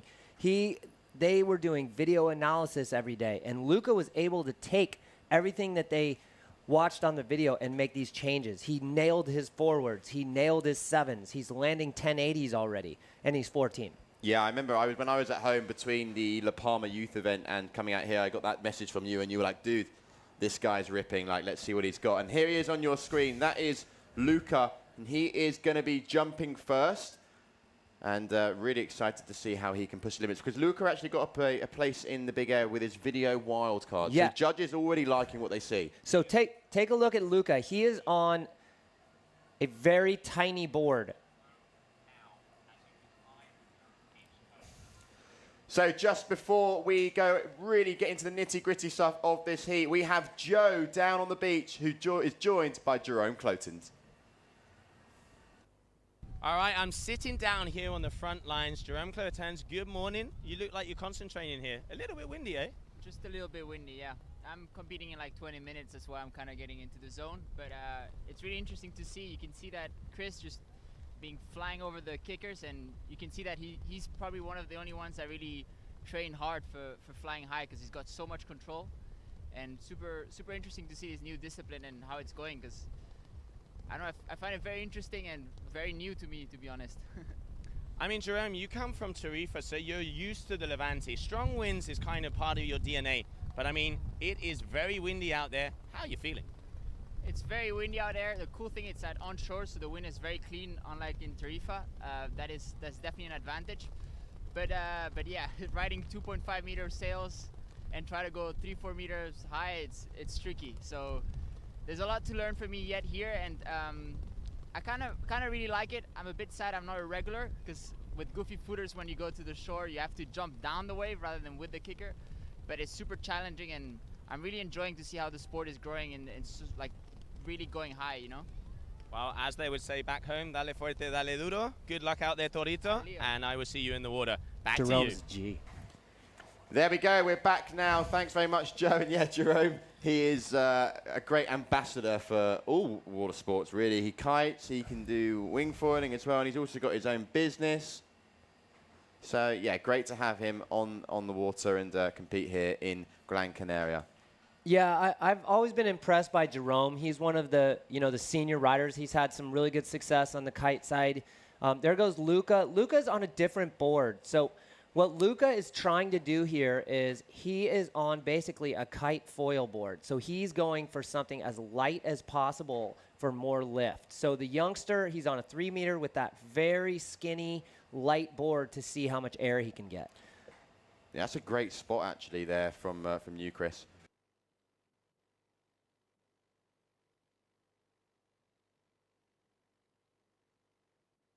Clément Hamon there going big, riding the gong wing with the boom as well, the full boom rather than the handles. So Clément is one of the new gong riders on what they're calling the super team. We've nicknamed the Power Rangers. Those guys, they're awesome. Max, Clément is one of the younger riders who had some amazing success last week in La Palma and won the super hotly contested 16 age group. He beat out Luca, the F1 rider. The issue we have right here for Jerome and Clément is that it's like we just heard from Jerome. He is goofy, so he's right foot forward, so he has to jump coming towards the beach. Much more challenging. As there he is, Jerome coming in, also riding the duotone slick, so similar to what Clément riding with that full boom along. We see a lot of the brands now introducing that, get a bit more of like a windsurfy feel.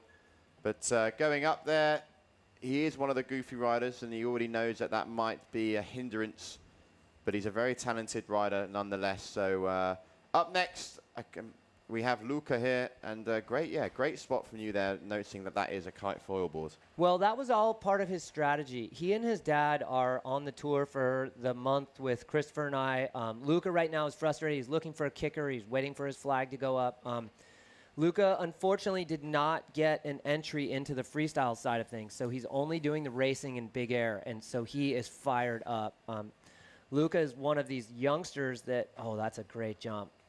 That is, you know, he's pushing the boundaries of winging right now. He and Christopher and Noe and Malo and Clément, and then every kid that was at La Palma last week are just, every day there's more innovation. You've got the Tarifa crew, which those guys are a powerhouse. I mean, there's Leo, Nia's little brother, who, I mean, he's just hanging around these events.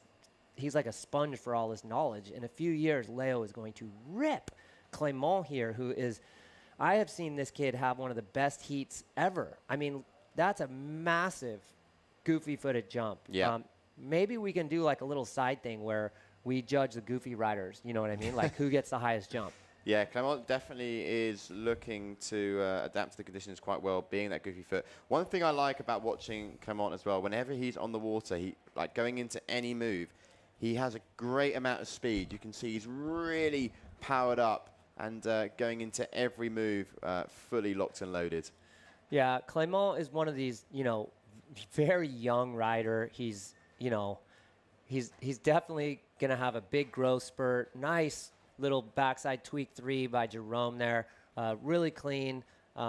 Jerome is one of these riders that I really like what he did in Tarifa last year after the event. He had a meeting with all the riders, and he had a discussion about his company, which is, you know, finding environmentally safe foods and packaging, et cetera, around the world. And then he has an app which rates it. Now, I might be a little bit off on some of my details here, but my point was that he's such a good example for the riders like Luca and Clément that, you know, these kids, all they think is that it's simply performance. I have to win, or I have to do this trick. But that's not it.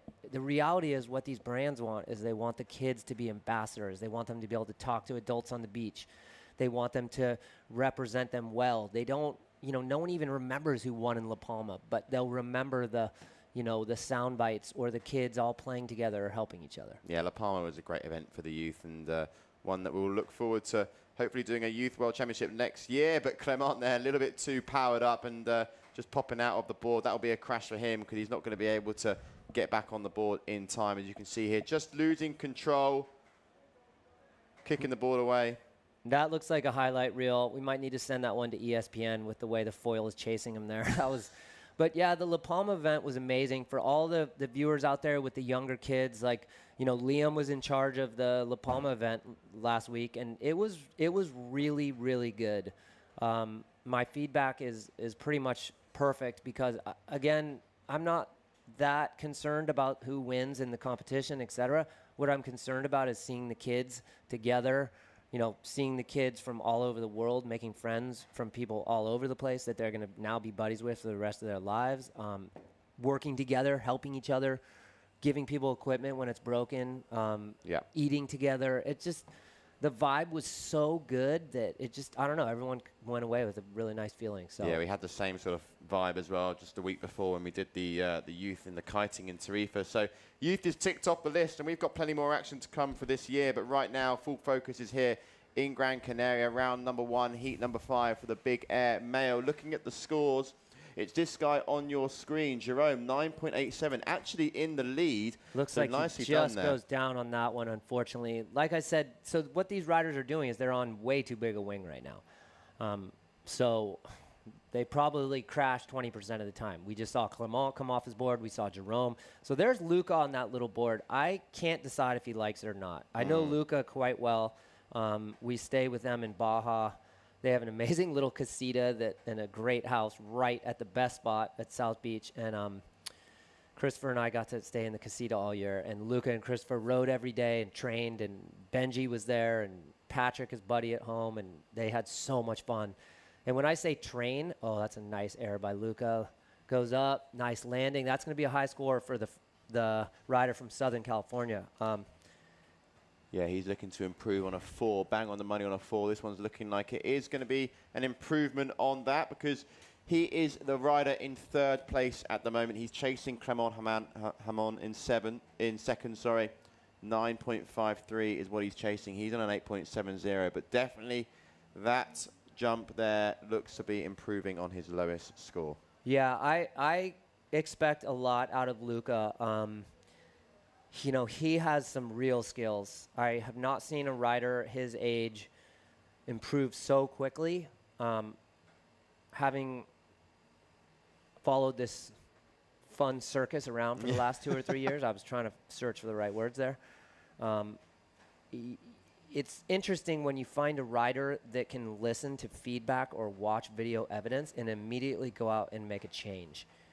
Like, I'm an athlete that has a very low glass ceiling, so what I'll do is I'll just go out, close my eyes, and just pray that I make a back loop or something, right? Whereas Luca is able to watch some video with his coach, Nico Delmas, 7 Cs, and go, oh, I need to rotate a little bit faster here. And he'll go out and do it, and he'll learn how to do a new trick. Christopher has that ability. He learned it from Wyatt Miller in Hood River, who's a legendary windsurfer there. But that is an incredibly important skill.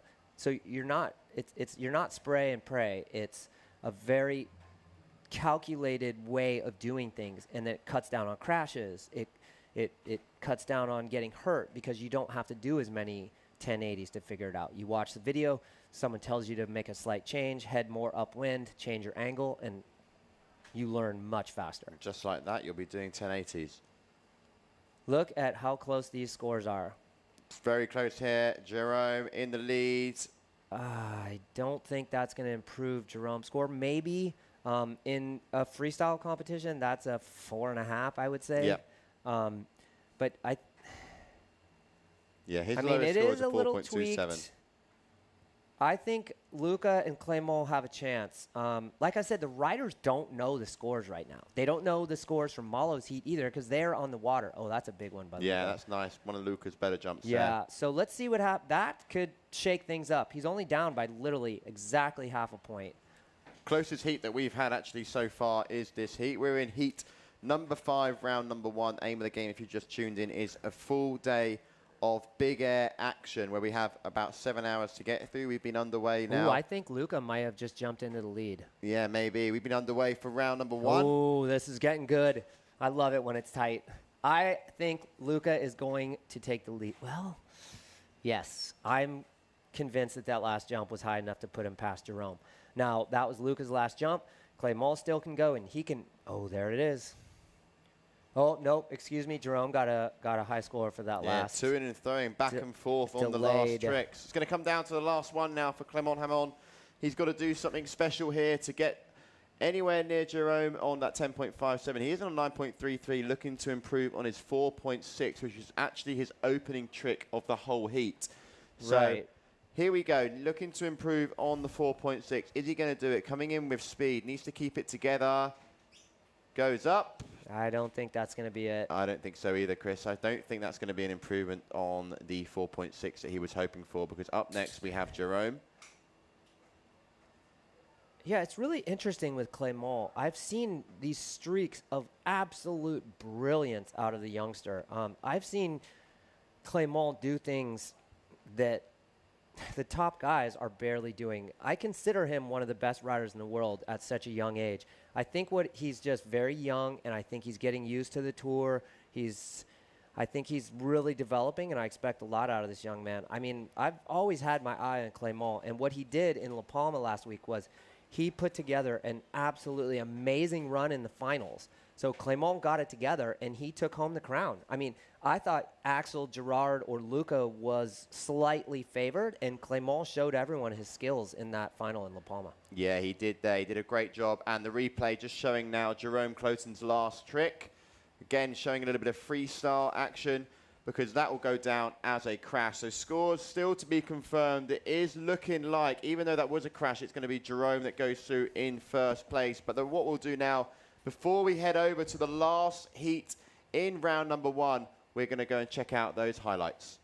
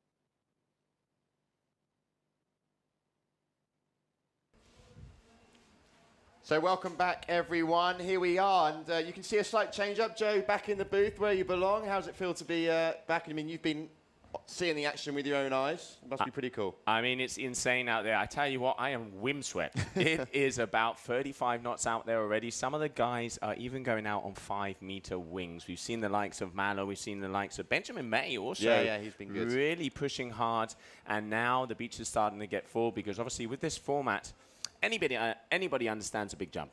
It's pretty easy. You know, it is a public shower. It is a showcase maker, which basically you can just see the guys lining up and boost into the sky and coming down. Rumors have it we've already gone past the 10-meter mark, because let's not forget, when we get to those quarterfinals, when we get to that heat number 10 on both the men and the women, we start to do the recording with the Surfer app where they have that phone in their chest with the Red Bull rockets, and we will know exactly how high they're going. So there's a bet out there. Around 12 to 13 meters is where some cold ones start to get involved. So let's see how the guys and girls are going to be doing. But now let's go back to the water, as it looks like we're going to be continuing on with the big air competition, day 4 down here in Pozo Izquierdo. Oh, day 4. Can't get enough of it. And here we have round number 1, heat number 6, Mr. Tituan Galea winning the FreeFly-Slalom yesterday. So he's sure got a bee in the bonnet, feeling good. Chucho Nonot, the Netherlands rider, also very good on the FreeFly-Slalom. But Liam Dunkerbeck is the local here, coming out from Spain. So local knowledge, is that going to prevail, or are the likes of Chucho and Tituan going to pull out the guns and pull the triggers? There on your screen, that is Liam Dunkerbeck, and that is Chucho Nonot.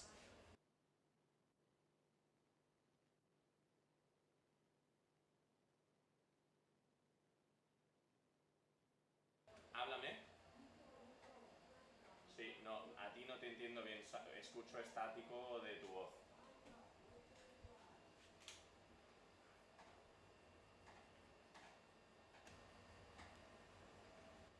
So, Chucho Nonot now on your screen. Liam Dunkerbeck coming in on the left-hand side, as Tituan has done his first jump with a 4.87 scored. So up next, Chucho Nonot has had a good competition. If we can go back.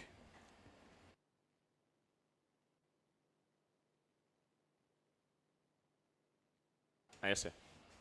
All right, so it looks like Chucho Nonot out there on, is that a 3.5? It is. Oh, he's going up, getting a little bit of hang time. Not the biggest one we've seen, though. No, I mean, the biggest jump that we've seen today comes from Christopher McDonald. That is by far the biggest jump, scoring just below a 9. So all these riders would have been looking at that thinking, okay, it's possible to go that big. The rumor of that little 10-meter mark, it's got to be that one there. But, as you mentioned, the Surf Rat will be joining us later on. But Liam Dunkerbeck now here, going for his first trick attempt, lining up one of the nice kickers here. You can see local knowledge up and away. Liam. Let's not forget, obviously, he has a big windsurfing background as well. This guy knows how and where to get that height. Here we can see from the drone. Up and over. What do you reckon? 4 or 5 meters, maybe? Yeah, nothing more, nothing less than that. As up next, here we have Tituan Galea. So this rider, definitely one to watch out for. I've seen him go big in the likes of Mauritius at One Eye, but here we have him in Pozo. Lovely bit of hang time there and distance covered. Super controlled, keeping it together, straight back on the foil. That's why he's Tituan. Yeah, I mean, my all-time favorite jump that I have ever seen on a wing was the double back loop from him out there in Hawaii, where it just commits, and you can see him kind of Travis Pastrana style, kind of just like throwing that head backwards. I mean, incredible. Tituan Galea, I mean, he's been a world champion himself, and looks like he is definitely on full form. 6.07 for that last one. And now let's see. Chucho Nonot, who has an impressive FreeFly-Slalom result yesterday, did very well. Yeah, it did do very well in the FreeFly-Slalom, but just there on that big air, that won't be too much to shout and scream about. Not really getting a great takeoff there. These riders, this is their first time on the water for the big air discipline, so you know, we've mentioned before, they've had a little bit of time to train, not at this exact location before the competition. They could only ride this exact spot during the competition days. But Liam Dunkerbeck here is a guy that knows it very well, looks nicely powered up, going up, tweaking out that foil, coming down, straight back on the board, couple of pumps and away you go. Looking to add to the 4.6 that he currently has. I don't think it's going to push him into first place where Tituan is currently sitting. But it's going to be Liam in second because Chucho's first two tricks aren't anywhere near as big as those jumps. But we go back now to the third trick attempt of this New Caledonian, Tituan Galea. Definitely getting some nice hang time. One of the riders that's really showing a bit more of a floaty jump. Chucho Nonot is the next rider to come onto your screen. White North Wing riding the mode. Let's see if he is in the mode for a little bit of big air action as we have a little recap now of Tituan's last third trick.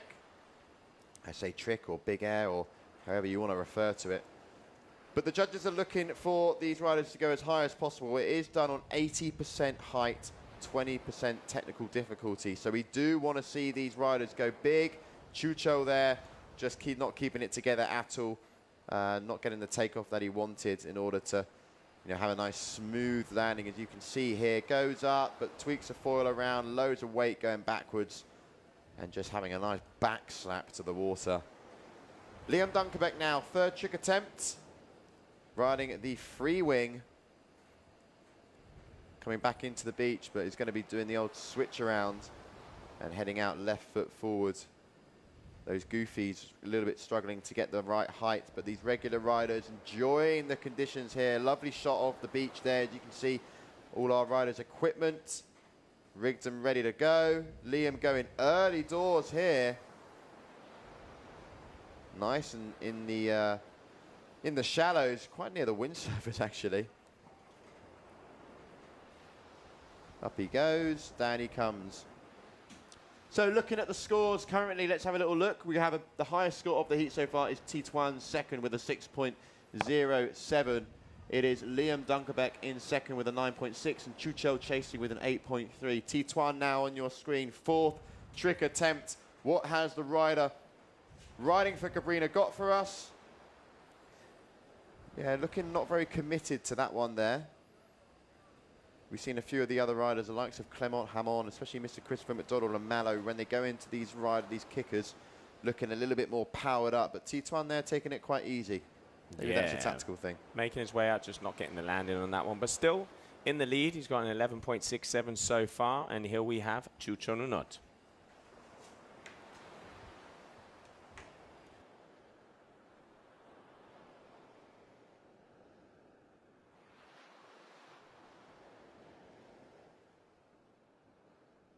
Chucho there with another medium jump. He is currently in second position. He's got a 4 and a 4.30, 5.60 and a 7 and a 6.07 for Tituan Galea.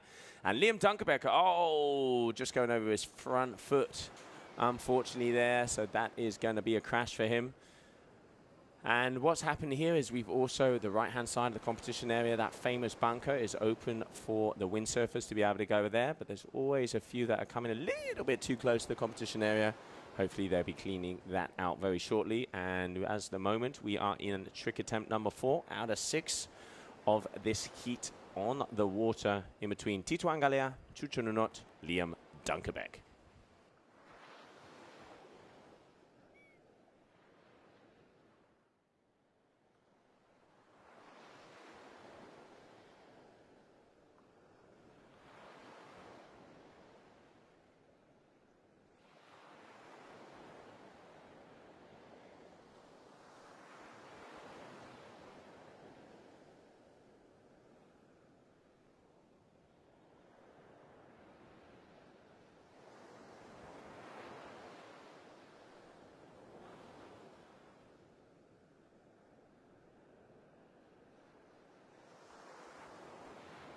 All right, Tituan also there, just unfortunately not landing that one. I mean, coming down from that height, it seems like it's being very challenging to get the landage. Just before I came into the stream here, I was talking to Malo Genole, and he said he wants to go sky high.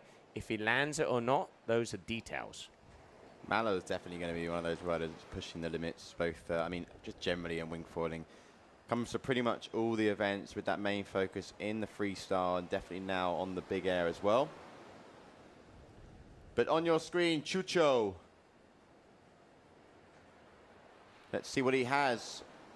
Keeping it together on the way down, not going crazy high. I think Chucho there just getting used to how it feels out there just to go super duper high. I mean, a lot of these riders, when they have conditions like this, we sort of have the surf freestyle, so they're used to doing the twists and the flips and, you know, the 360, the 720s, all that sort of stuff, where we're just basically saying to them, look guys, you got 35 knots, you got some nice rolling swell, just go in, sheet in the backhand and go to the moon. That's what we want them to do. Yeah, I mean, go big or go home is kind of the way to say it out there. Liam Darkenbeck at the moment almost 9.93, so very close to this heat. Let's see if he can make it straight into round number 3. Let's not forget the winner will be going straight to round number 3. The other two will be battling it out in that next round. And it is going to be trick attempt number 5. Oh, good kicker. Liam going up. Can he get this one on? Oh, just unfortunately coming down nose first. That was a good jump. Yeah, nice jump there. He's gone a little bit higher before, but it was nice and controlled until the end where that nose went into the water, as you can see.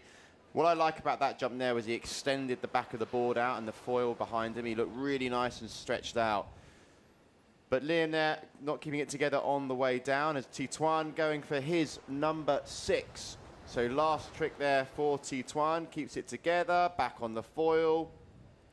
Nothing shy of quite excellent there from the slalom winner yesterday. As he goes up, keeping a nice bit of hang time. You can see there just playing with the backhand, sheeting in with the power, trying to get a little bit more hang time. Currently in 3rd position is Chucho. Last trick attempt here for this rider. Rocking the leopard helmet once again. You know he's on the water when you see that thing. Eye of the leopard, mate. Eye of the leopard. So Chucho there, I don't think he's going to be pushing up into 2nd place with the 8.3, chasing a 9.93 with Liam, where Tituan out in 1st with the 11.67. So Liam now needs to improve on his 4.93, which is his lowest score. Tituan's lowest score is a 5.6, so Liam needs a good jump here. He doesn't need an okay jump. He needs a good jump if he wants to advance straight to round 3, because that's the other thing to remember, everyone watching at home. Once you win, you go from round 1 to round 3. That's nice there from Liam. But goes over and you can see the frustration, slapping the water, slapping the wing, not happy with his performance there on trick attempt number 6. As you watch the replay of that one, had a great kicker, great height there, extended with that foil, coming down quite hot and heavy though, and not being able to keep it together. So it's looking like Tituan is going to be the man that advances through to round 3, but it's now time to check out the highlights from heat number 6 in round number 1.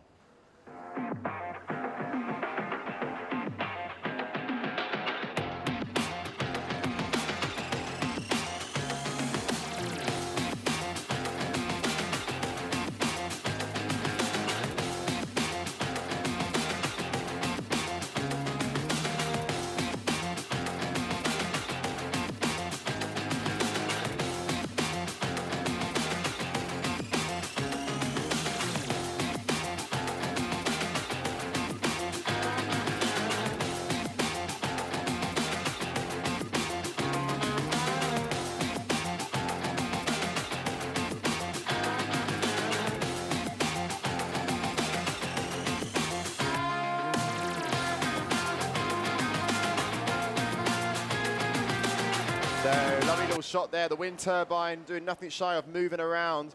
But just a moment ago, or right now, sorry, Joe has just popped out the booth and is down on the beach with none other than Mr. Bausmuller.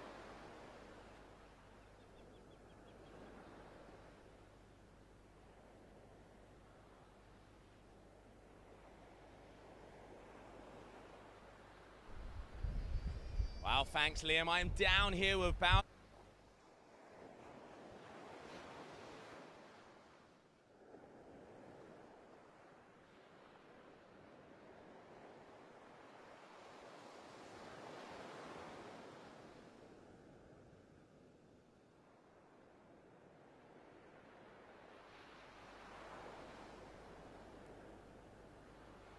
Says it all, you are going sky high. Yeah, we're sending rockets to the moon here. It's fun. So I saw you in a couple of those waves. You went out there for your first heat. There's some nice kickers start to roll in. Wind is strong, to say the least. I mean, what's the feeling getting up at those heights? Is it the highest you've ever jumped? Well, it's definitely scary, and we're definitely reaching the highest heights we ever done. But you know, I would say it's almost out of the comfort zone, but that's what it's all about, competing here in Pozo. It's getting to the limits, over the limits, and sending it to the moon. Yeah! There it is, send it to the moons, get those wings on and get out there, Bowles. Congratulations, through to the next round. Let's see how high they go. Brilliant there. Thank you very much, Joe. And good to get some words from Bowles Muller there, a guy that just loves competing. He's a very, very talented windsurfer. And now, you know, the last few years has been on the GWA Wingfoil World Tour. Had some wins as well in the likes of places. Lucati took a win as well. So he's happy to be here, stoked to be here. I mean, he doesn't have a day where he's not smiling.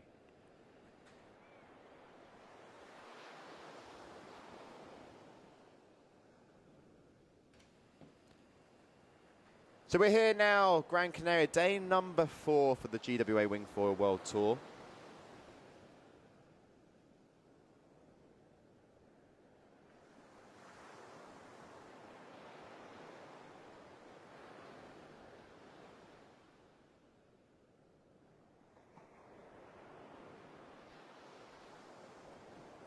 And up next, we now move on to the women big air round number 1, heat number 1.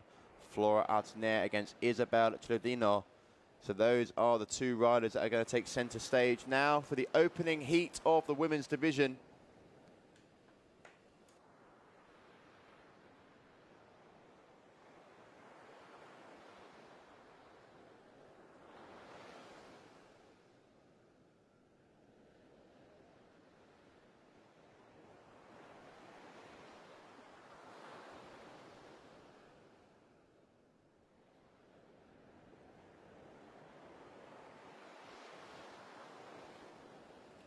So Flora there on your screen, she is riding with the green slingshot, and then the F1 there, that is going to be Isabel.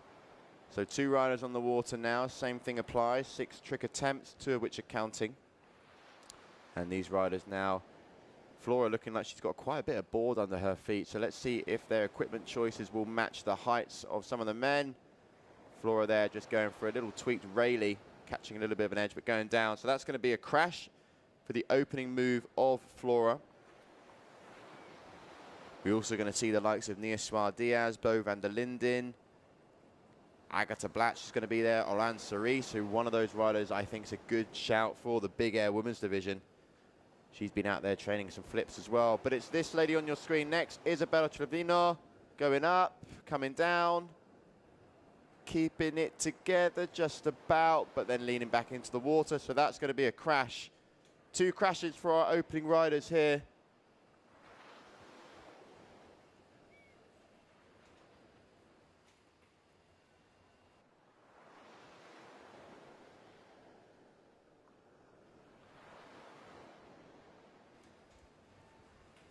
Back in the booth, Joe. I mean, Bowles Muller sure does love it, doesn't he? He does. You've always got the stoke with that man. Yeah, just ran out there as we saw him go past the booth. So, yeah, all of the athletes, you can see there's a general stoke out on the water because it is windy. They got the kickers. It's the first time we're doing this big air discipline. So, yeah, looking to touch the mood, looking to go to the sky. And as I said, Malo said he wants to get past that 11 or 12 meter mark. Still waiting for the men to finish off towards that quarterfinals where we will have the Red Bull Rocket involved. At the moment, we are now currently in heat number 1 of the women. We're going to go all the way through to heat number 6 of the women, and it is Flora Artner in the lead as she has a 388 and a 3.33, just about to come up on her scores. Isabel Trevino now is coming up next, riding for F1. What has she got for us?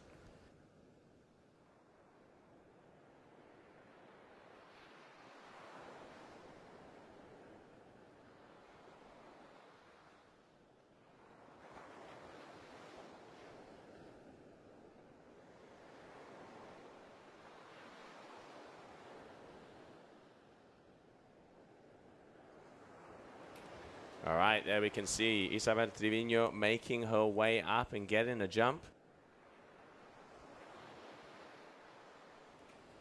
Not too bad there. Let's get a replay. Not too high. What are you calling? A couple meters, Liam? Yeah, 2 or 3 there. Nothing more than 3 meters. Flora next is up with 2 scores on the board, 7.21 collective score. So in a nice position here. Round number 1, heat number 1 for the big air females. Up next, we're going to be seeing Bo come to the water, Bo van der Linden. Very good on the freestyle front as well. I wonder if we'll start seeing some freestyle maneuvers come in as well. I don't know if that was one of Flora's moves or not, or she was just having some fun with a little bit of a pop there. Yeah, that's going to be an interesting one, because obviously the judges, we have all of our panel of judges there, and then also we have Rafael, the head judge of the Red Bull Rockets, that as soon as we start getting it, he will be the man that will be validating the jump, because let's not forget, it's all good about going to the sky, but you have to be able to land it as well for it to count. And there is a nice nifty prize of €1,000 for both the men and the women to see who goes the highest. But that is an additional section to the big air competition, because also the Red Bull Rocket won't be crowned until we finish the surf freestyle, because if someone goes even higher in the surf freestyle, it also counts for that, let's say, sub competition. Yeah, that's a very good point as well. It's going to go all the way through the next couple of days, because once and if we wrap up big air today, we're still going to be around for a couple of days of surf freestyle action. We only managed to get up towards the end of round number 3 for the men's surf freestyle on day number 1. So we still have plenty to do. Plenty of action to come your way. As here we see a replay for Isabel's move there. Goes up, gets nice couple of meters, score on the board, and then throws it back into Flora's court, as you can see, riding the slingshot gear. Can't miss that wing from a mile off, can you? Lime green, turquoise green. Yeah, you're not going to go unnoticed on that one, mate. That's for sure. All right, up. That's a better high jump. Can she keep it together? Yes, she does. So Flora Asnau at the moment looks like she is almost in command, but Isabel Trevino is winning by 0.06 of a point. And she has a 3.67 and a 3.60. So the young Spaniard currently in the driver's seat. And there she is in the driving seat as she comes around, tacks around. Flora actually a goofy foot rider, so a little bit harder when you're a goofy here, because you are not using that chop, that swell to its, I guess, its maximum advantage. Whereas if you go left foot forward, you're able to get engaged on the wave a little bit more. Use it, I guess, as a more of a ramp. And if you time it well with the right one, that can definitely help you get a few more meters. As the replay for trick attempt number 4, Isabel goes up, comes down. Lowest score she has is a 3.60, so she's going to want to improve on that one.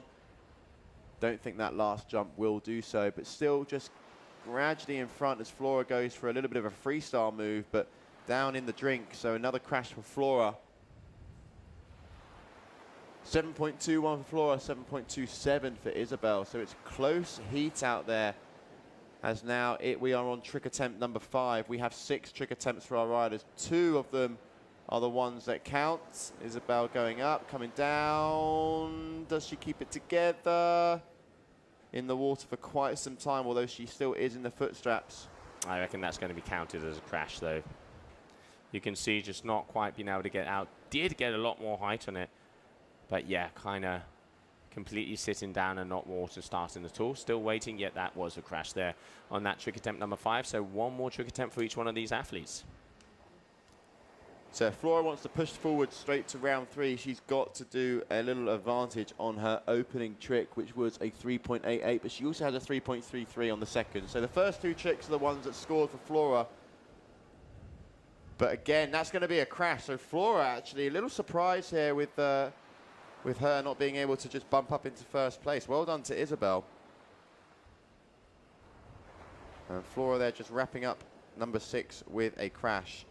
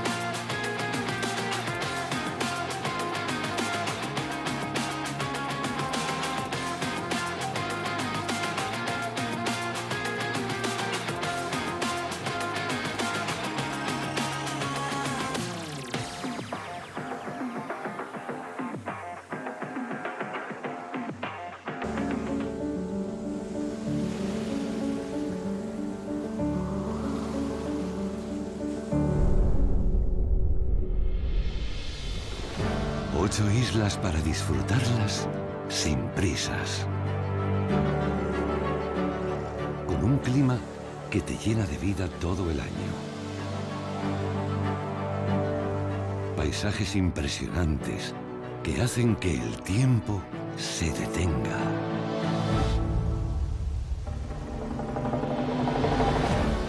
Una gastronomía deliciosa y vinos que no existen en ningún otro lugar del mundo. Para brindar por la vida. Pasear a tu ritmo entre pueblos llenos de encanto. Descubrir un patrimonio cultural único. Tradiciones locales que despiertan la curiosidad. Y alojamientos donde te sentirás como en casa o incluso mejor. Y todo con la tranquilidad de estar en la Unión Europea, con una cobertura sanitaria de calidad y buenas conexiones desde los principales aeropuertos de Europa. ¿Te imaginas disfrutar de un mes, o 2, o 3 en estas islas? Un paréntesis vital en el mejor clima del mundo.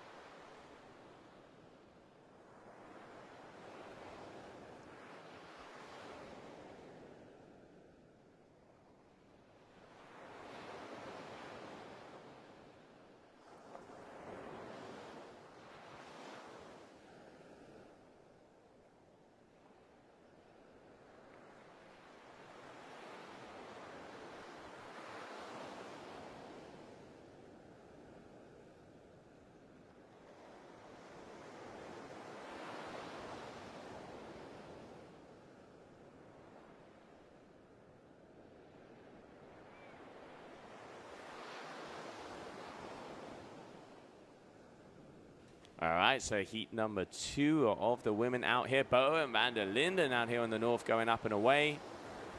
As she is currently in the lead with a 3.00. Let's see what is going to be coming down here. Big air discipline, GWA Wingfoil World Tour event. Pozo Izquierdo, Gran Canaria. The home of wind, La Casa del Viento, as they say down here. And no wonder it's said it's called the House of Wind, because there is nothing but 35 knots from the early hours in the morning to the late hours at night.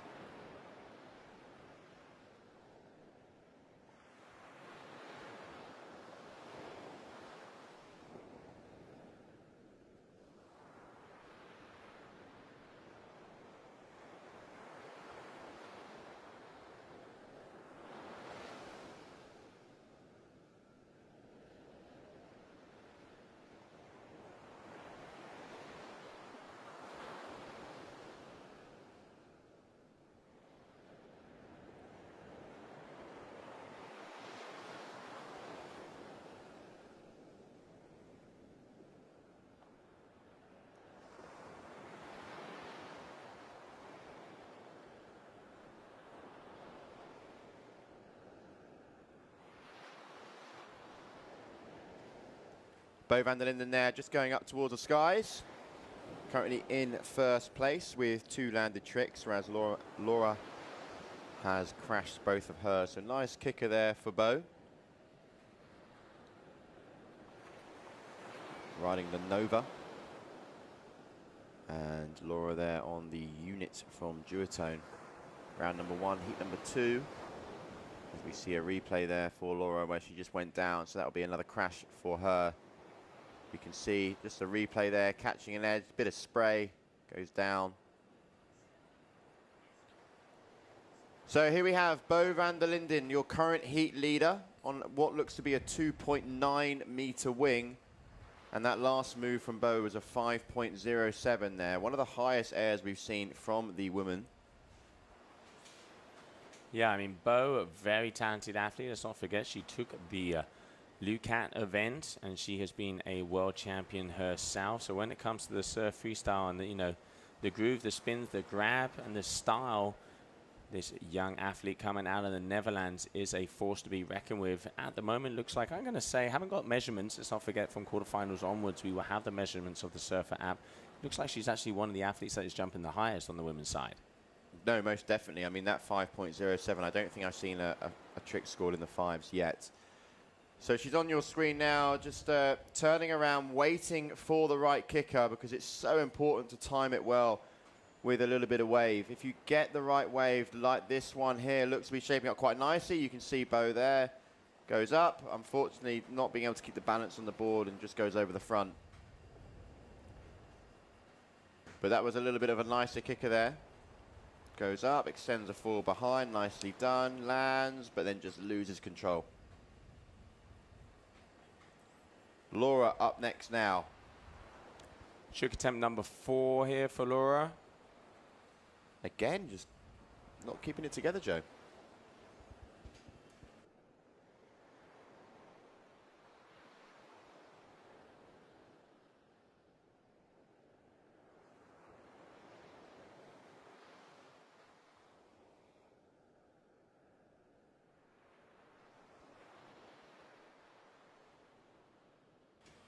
All right, so Bo van der Linden here, cruising their way through this heat so far. 8.57 versus a 0.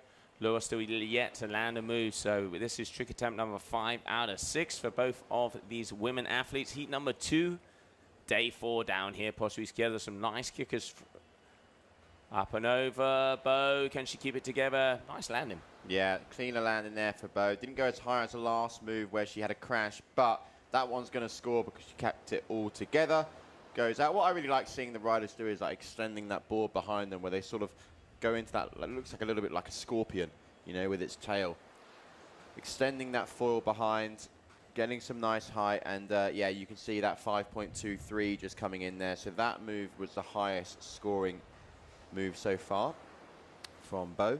So nicely done. And then up next we have Laura. Last 2 times she's not kept it together, had a little crash before even attempting her jump. So are we going to see it a jump? Yes, we are. But, you know, again, struggling with the conditions out there at the moment. So here we go. Laura just getting the wing back to her hands.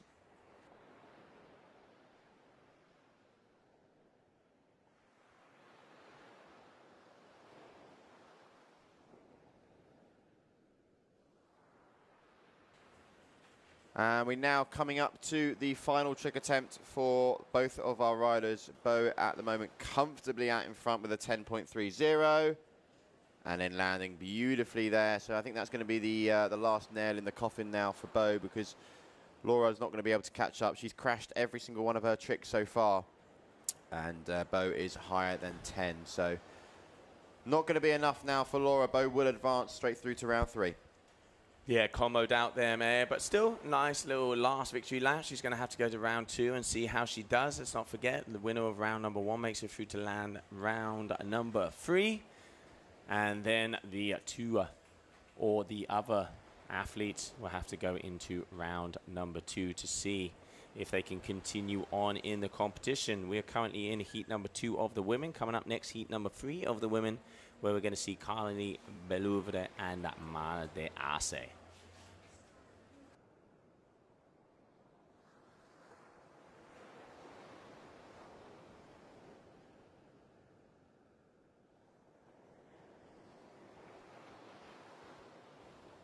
So that's it wrapped up now for this heat number 2.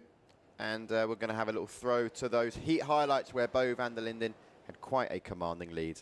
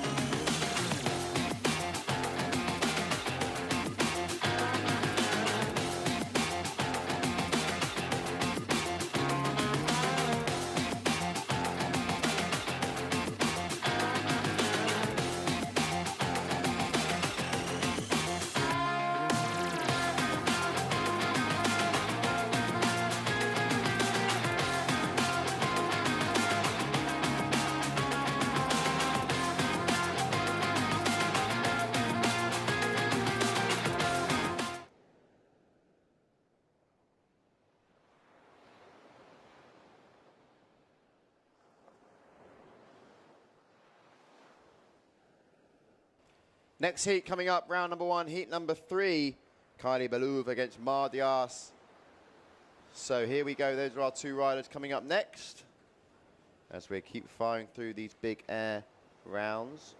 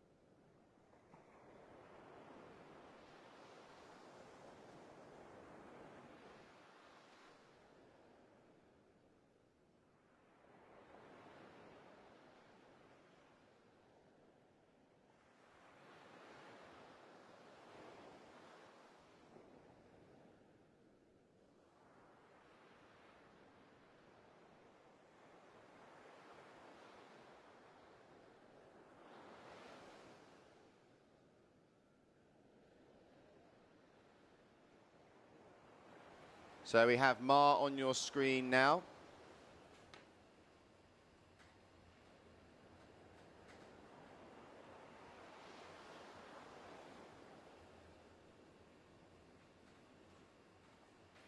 As Kylie's score has just dropped, trying to find Kylie at the moment.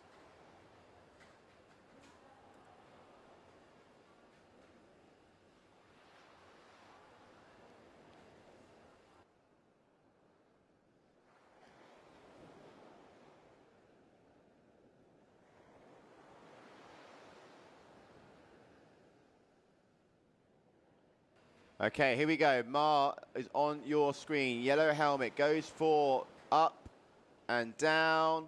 Straight back on the foil. Nice opening little move there. Not a crazy amount of height, but still a nice scored move.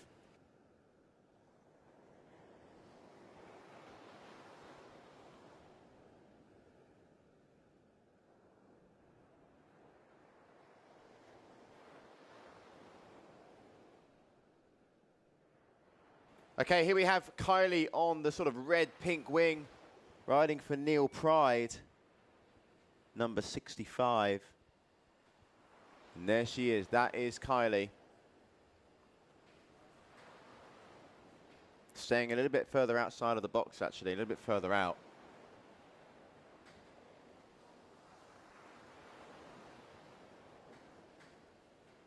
Goes up, comes down, straight back onto the board. Nicely done there for her second move.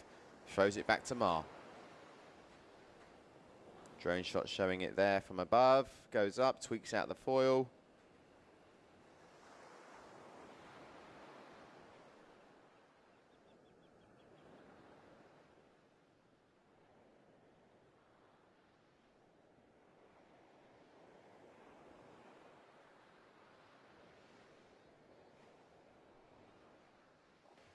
These girls starting to link it nicely together now as we are in heat number 3, round number 1. Great extension there from Ma. So not many crashes actually here either. Both riders linking everything nicely together with 2 scored tricks.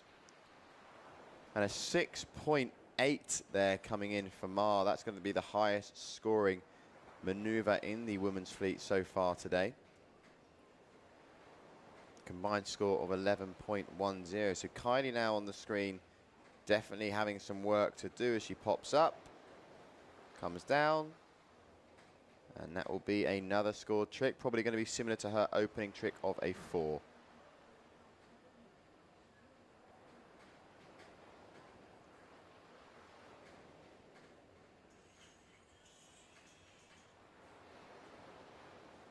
So Ma, how is she feeling after that 6.8? She's going to be looking to improve on the 4.3. As you can see, the 4.4 coming in there for Kylie. Ma lining up this kicker, goes up, a little bit of hang time, comes down, straight back onto the foil. That's what the judges are going to like to see. The fact that Ma can just come down from a little bit of height and then bounce back straight onto the foil. Looking to improve on the 4.3. Is it going to be enough? Let's wait and see, find out. It's looking like it is going to be enough. Yep, 5.10. So now 11.90 is the combined score for Ma. She sure is the lady to beat at the moment when it comes to this big air discipline. Kylie up next. What has she got for us? Doesn't quite choose the right kicker to take off. Lands it, but I still don't think that's going to be an improvement on her current score.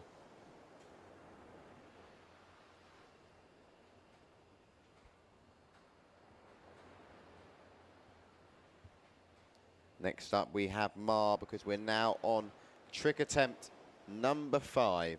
So 2 more trick attempts now for our riders.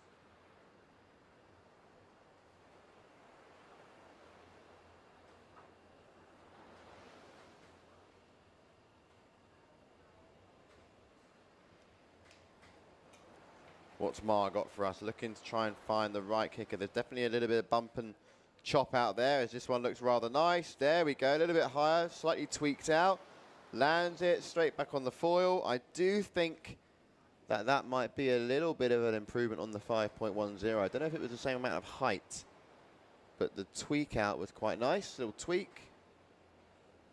Don't know if it was intended or not. Maybe it was just a little bit of a lack of control up there, but let's see what's going to come through now, because it would be a 5.10 that needs advancing. Kylie going up there and slamming the deck hard. So there's a crash for Kylie's 5th trick. Ma scoring a 4.83 there on that one. So no improvement on the 5.1, but we're now into the last trick attempts for these riders, because up next we're going to be seeing the likes of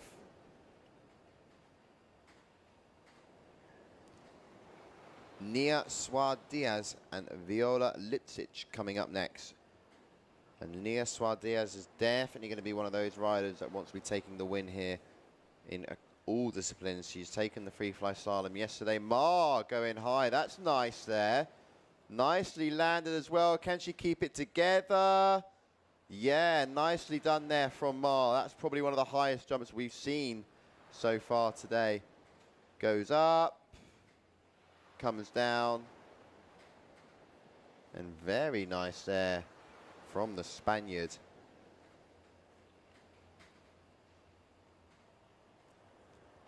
Waiting for the official score to drop, as it's looking like it might be one of the highest scores we've seen. I don't think it's going to beat her 6.8, but I do think that it will beat the 5.10 that's currently on. Yes, it does. It's a 6.13. So there we are. That is the end of heat number 3, round number 1 with the women. Oh no, sorry, we have one more trick attempt remaining, and that was Kylie's last trick attempt. And Ma still has one left. So there's the replay on number 6 for Kylie, who is on an 8.80, but Ma now on a 12.93. Last trick attempt now for Ma. Had a pretty good solid heat from start to finish here, actually, with the highest jumps we've seen. We've seen 2 scores now in the 6s, which is, again, very impressive. What's she got for us? Does she want to take it easy on this last trick, or does she want to go for it? You can see there, just looking over the corner of her shoulder. I wonder if she's trying to see someone on the beach. Let her know where she's positioned, or is she just waiting for her flag to be raised? Because these riders done on a flagging system. So on the beach, we have our team that raises the right colour flag. Ma goes up, nicely done, comes down, straight back on the foil. Calm, cool, collective there. Don't think it will be an improvement on the 6.13 because that was a lot higher and a little bit cleaner. But nevertheless, still showing some good big air action and is by far at the moment the woman to beat.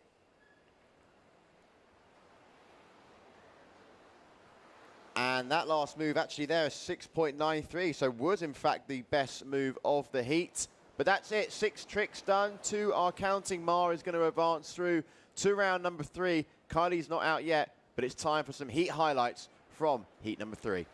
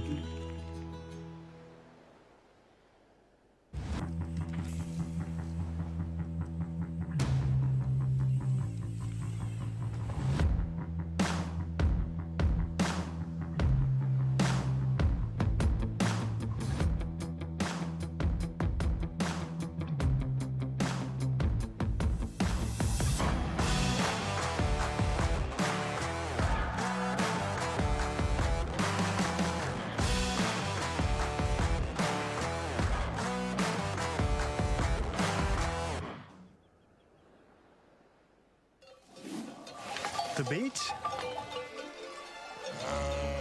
When was the last time you tried something new? Could I do this every day? Yep. Could I cross the island hiking? Yep. Or riding, if you want. Hello, how can I help you, sir?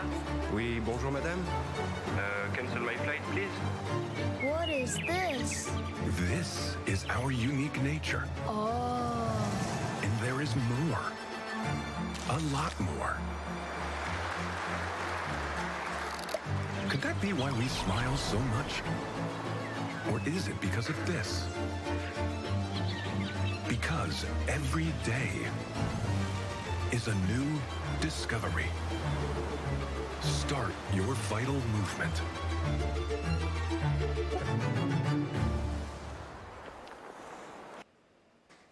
All right, so welcome back. We are now here in heat number 3. Nia Suarez and Viola Lipsticks are both out on the water. So we're just waiting for Viola to take her second jump as she gets ready. And let's have a look at the replay of that first jump from Nia Suarez.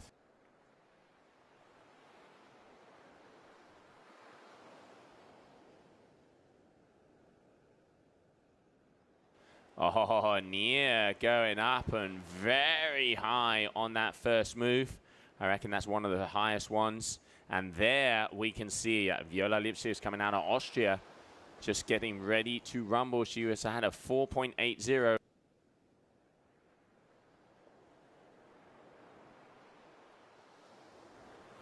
All right, so Nia making her way towards us as she is going to be jumping, coming towards the shore. So she's going starboard tack.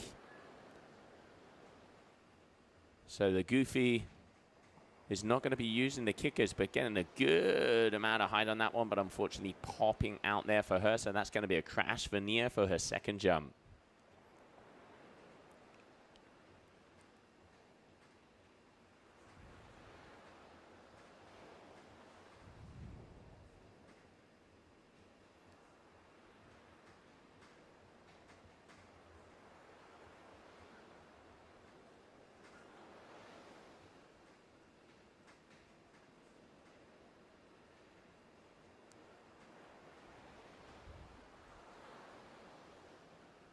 All right, so Viola, second jump attempt.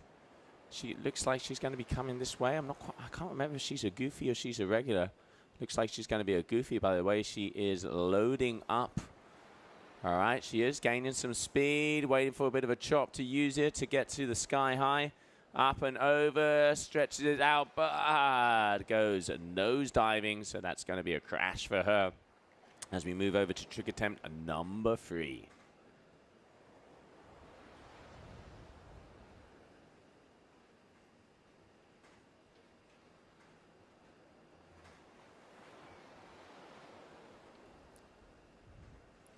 All right, Nia.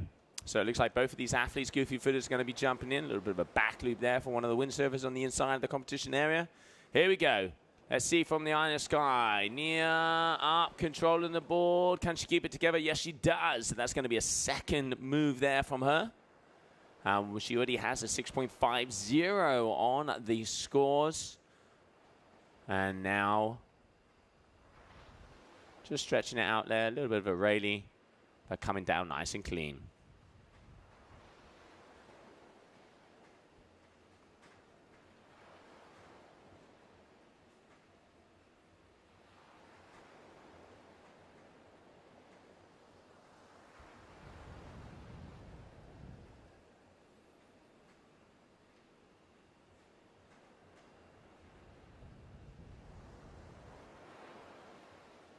All right, clean jump there from Viola as well. Let's have a look at the replay because it did look like she got a decent amount of height. Came down nice and clean. Still both of these athletes just going for simple single maneuvers.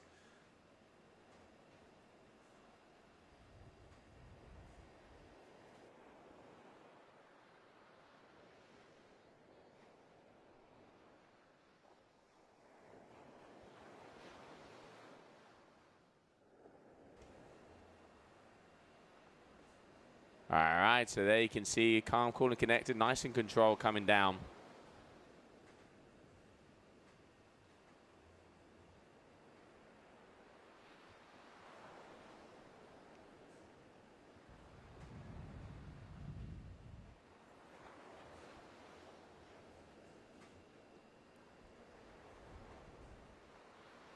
Nia gaining up some speed here. Oh, she's got a bit of a white water, gets some height, and comes down nice and smooth.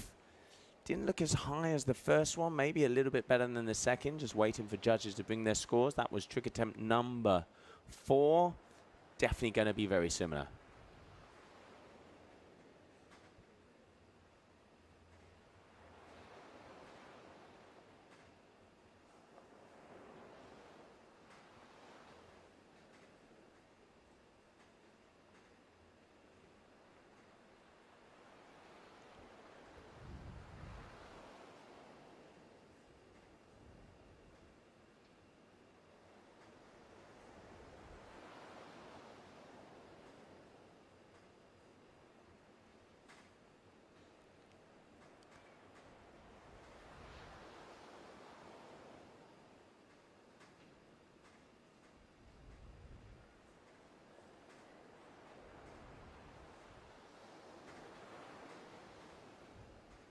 Nia getting a good amount of height on that one. I reckon that was bigger than we saw in that first jump. Similar scores are coming up, but I'm actually seeing some big numbers. Look at the height. Nice whip off of the kicker, and to be able to get that coming towards the shore without using those waves, and a 7.33 just about to be dropped for her.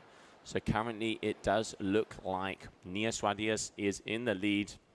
There it is, 13.83. And Viola there also with another jump, but it is the Spaniard that is going up.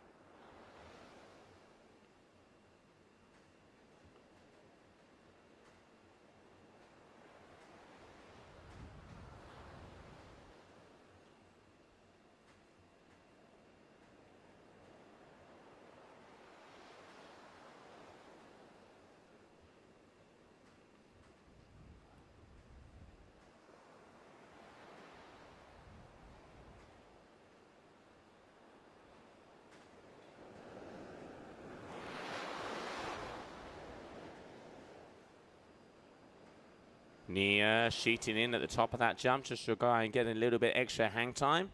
And definitely the highest jumper we've had out there today, as that is trick attempt number 6. Let's not forget, that is going to be the final move there. 6 trick attempts, top 2 moves are the ones that count. So now going for the final move.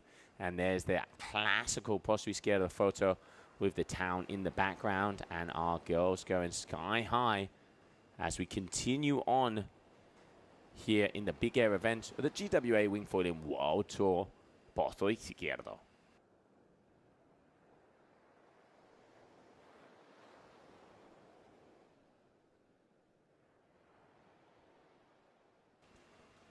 Better jump there from Viola, but does kind of gets a bit of a wobble and a wiggle. Not able to get the points that she needs, so that is going to mean that Nia Suarez is going to be going through in first position in this round. And up next, we are going to have heat number 5 of the women, where we have Blanche against Moreno Romero.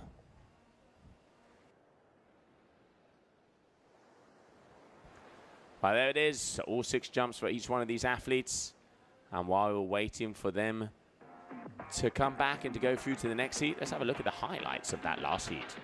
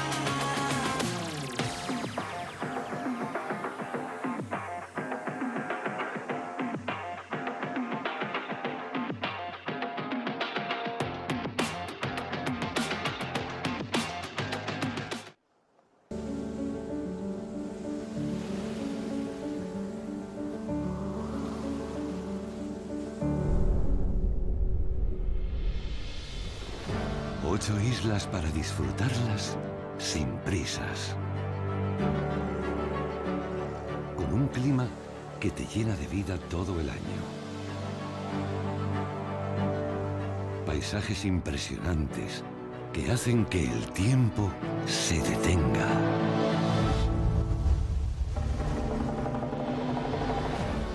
Una gastronomía deliciosa y vinos que no existen en ningún otro lugar del mundo. Para brindar por la vida.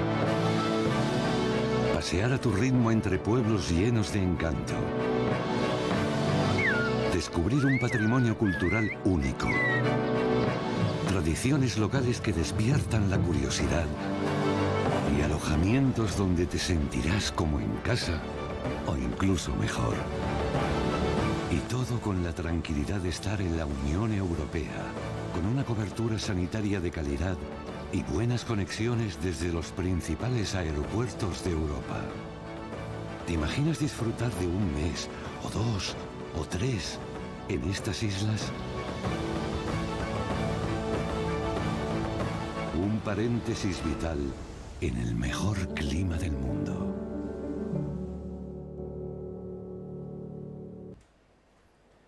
And welcome back, everybody, as we continue on. Agatha Blanche is going up against Elena Moreno Romero, coming out of Spain. And there are the two athletes getting ready to rumble as we are in the big air event down here, Pozo Izquierdo, Gran Canaria. And let's see who is going to be making those high jumps.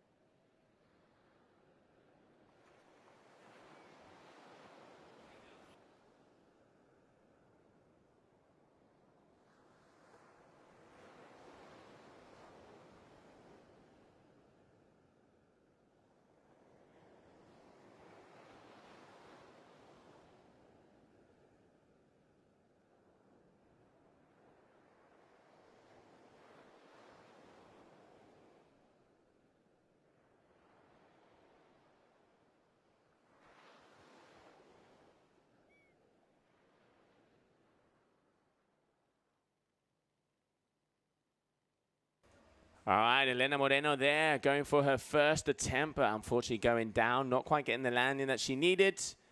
And she is one of the athletes that is going to be using the kickers on the way out. Let's not forget, let's have a little look at the tides. Where are we at? So at the moment, we are at high tide, just going over that high tide. 1.7 coefficient today, so that's why we can see some of the rollers making their way through. And I think as we get to that mid-tide, the waves are going to be their biggest. We have gusts of up to 30 knots out there today. We can see some of the athletes for the big air on the men's side. They were on 4.5, 5 meters. And then when it comes to the girls, you can see they're on 2 5s to 3 5s, depending on the athlete. Currently on the water, we have Agatha Blanche and Elena Moreno Romero. And just waiting for them to get it going and get a couple of moves here for this big air discipline, Gran Canaria, Pozo Izquierdo.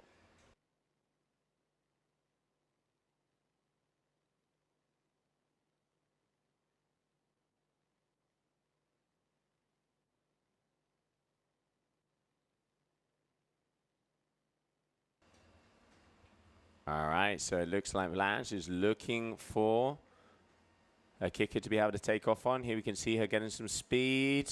Oh, there's a good one we can see from above. She's going to take off on this. Yes, she does. Going up and away. Does she get the landing? Looking from right on top of her. Our drone pilot getting nice and close. So that's going to be a crash there for attempt number 2.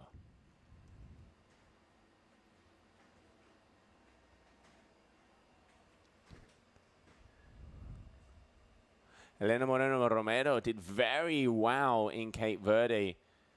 And she really proved herself there out in the waves, impressed a lot of the judges. She was one of the athletes that everybody was talking about. And now let's have a little look, see how she's doing with this big air. Going out, looks like she's got a nice roller. Oh, there's a nice kicker coming towards her. Let's see if she's going to use it. There's a few, looks like a little bit of a set coming her way. Up and over, keeping that head very close to the middle of the wing. Landing it, not going to let her height, but at least getting some scores on the cards.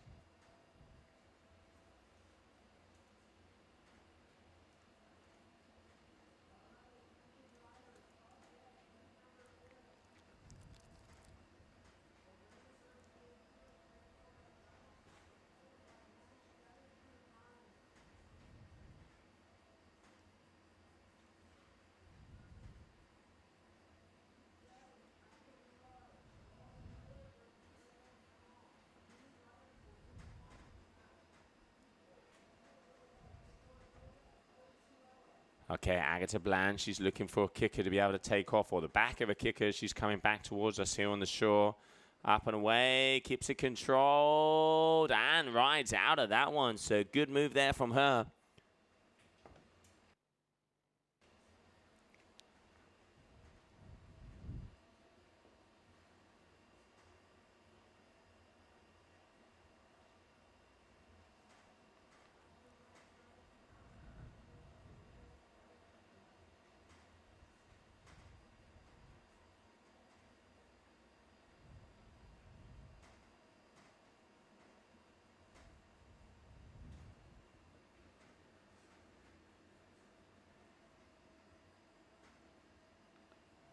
Oh, there it is, there it is. Up and over.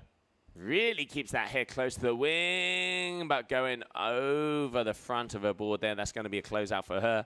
So we can see so far at a 5.50 for that last move, and a crash, unfortunately, here from Elena. You can see doesn't quite get the power in the wing. I reckon she needs to take out a bigger size if she wants to be able to get the float. But still working her way through it as we continue on here.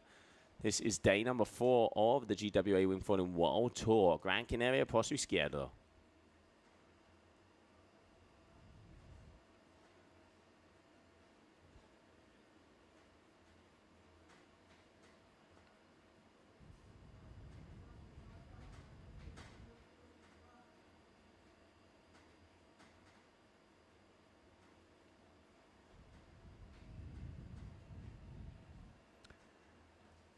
Elena Moreno making her way back, but she is switched stance there. This would be her 4th trick attempt. I'm not sure if she's going to try waiting for a set to come her way.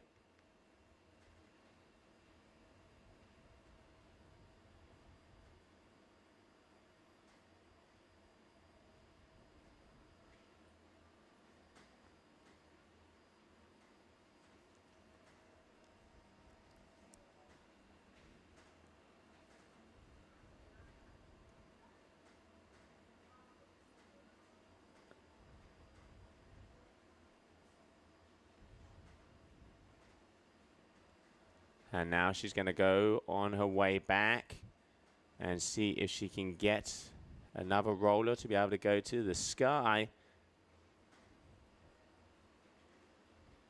Trying to find the sweet spot. But so far, looks like she's got a little bit of time, just taking it easy and seeing if she can make it through. There it is. There's a good kick on the back. Let's see if she uses this one. Or the one of that. There you go, up and away. Definitely needs to have a bigger wing if she wants to get some air time. Landing that one at 3.93. And she's going to be, I reckon, a similar score coming her way. But yeah, you can see that wing just does not give her any loft. I think she's on a 2 meter, if I'm not mistaken. And you can definitely see that Agatha's wing is a bit bigger. And that is why she's getting the higher scores.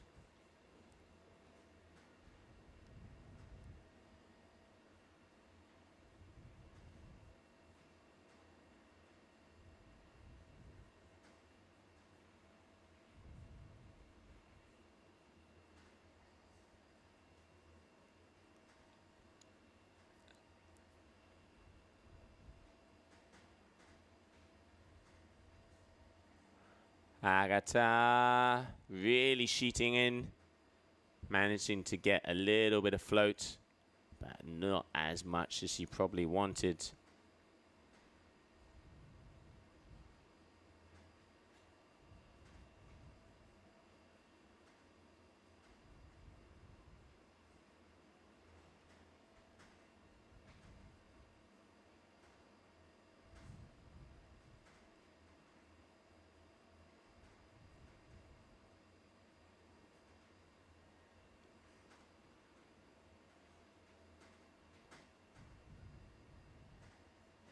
All right, Elena here, trick attempt number 5.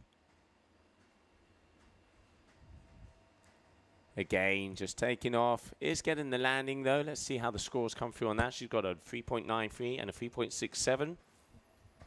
And then Agatha has a 5.50 and a 4.77. Just slightly getting bigger scores, but she is getting the extra height.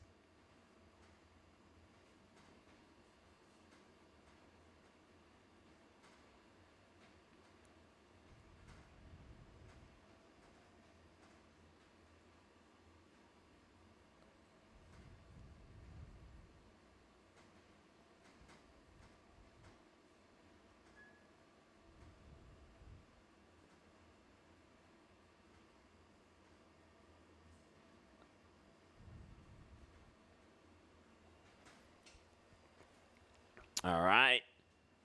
Final move here for Agata. Gets the white water. Just going for those single jumps, but she knows that 80% height, 20% technical difficulty.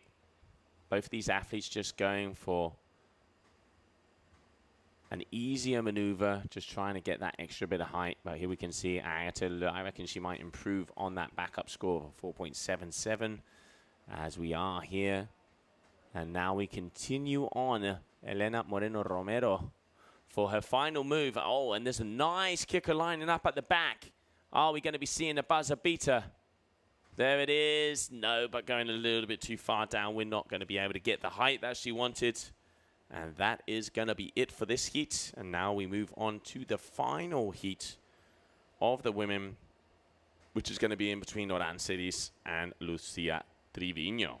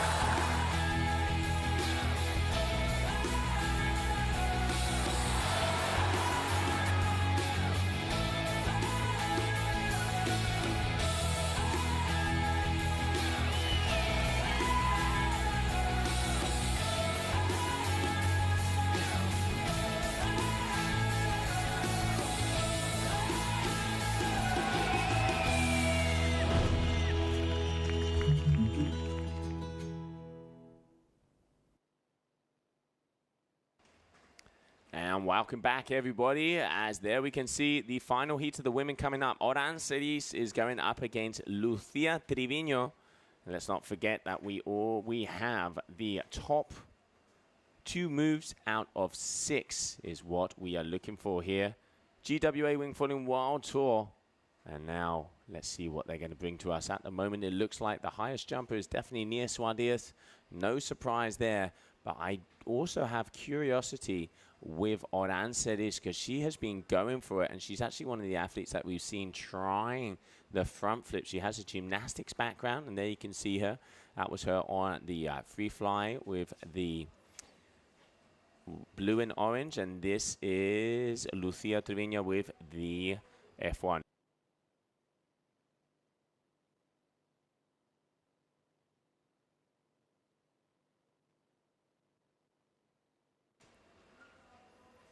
All right, so Oranceris starting it off. Up and away, getting a good amount of hang time there, and making the move.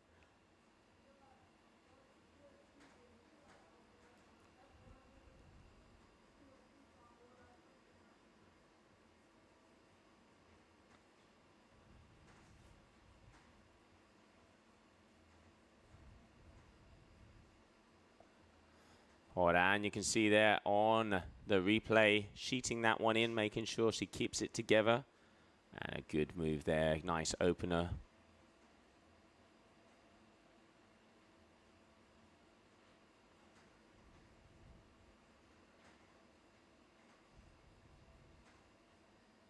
All right, let's see what Lucia Trevino has.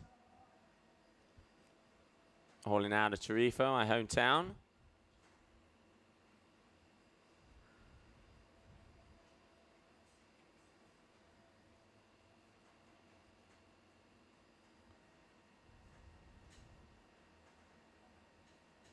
All right, here we go. Lucia and keeps it together. Nicely done there by her. Let's see if she can get a little bit of a better jump the next time.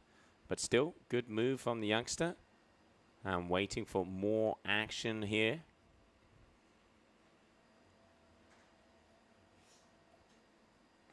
All right, Oran Ceris.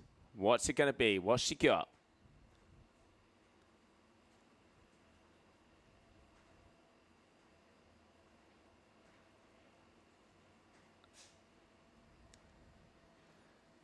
So obviously a goofy footer jumping towards the shore.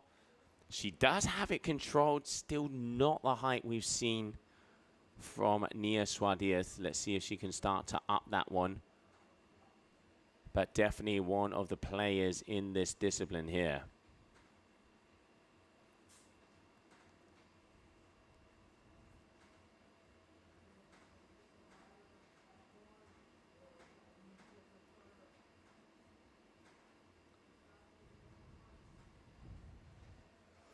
All right, Lucia Trevino.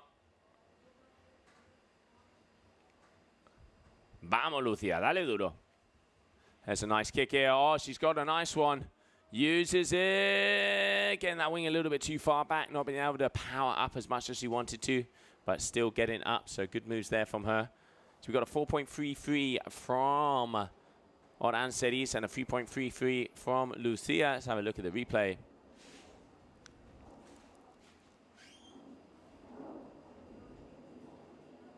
All right, Oran, a trick attempt number 3. And then after this, we will be going back to the men. I can hear some aeroplanes going over the top of us. So either that or our athletes going sky high. We will soon find out.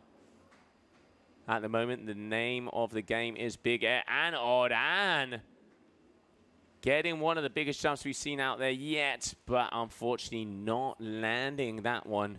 But she is still in the lead with a total of 8.46.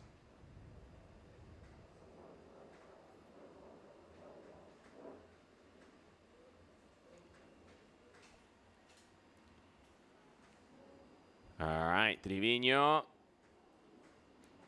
just keeps getting that wing a little bit too far back and kind of goes off balance, unfortunately.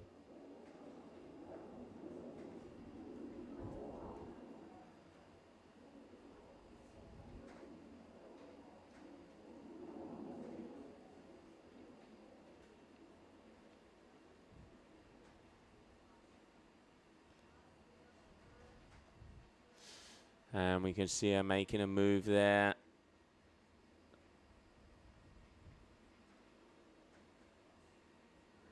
Oran still trying to lock up.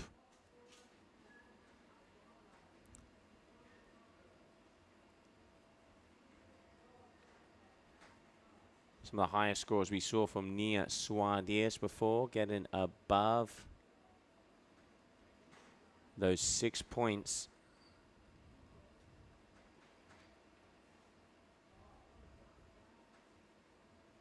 And looking for similar scores to be coming through. Oran, definitely one of the ladies to beat out there. And let's see if she can get a little bit closer to Nia Suarez. Unfortunately there, Lucia going down on that last one. All right, now we're talking. That was a better jump there from her. Good move there from the young Spaniard. Looks like we are starting to have a little bit more action out on the water as we obviously we're advancing through this competition. Coming up, we are going to be having the quarterfinals, meaning that we are going to start to get the Red Bull Rockets involved with the Surfer app. What is the Surfer app? It's a free app that you can download. Oh, backflip from Oran. That would have been the move of the day if she had landed that, and you can see the smile on that second to last trick. Look at that, up and over, wha-bang, perfectly executed, just came down.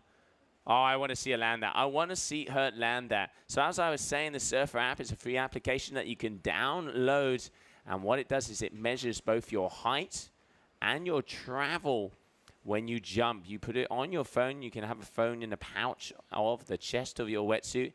And I mean, the good thing about this is you can just, go out, have a session, record everything that's going down, record what you've been, how you've been jumping, all different spot locations, all different spot information. And also, of course, come with go out with the lads or go out with the girls, and a little bit of a wager who's going to pay the cold ones or who's going to be paying dinner at the end of the day to see who gets the highest jump or the biggest travel.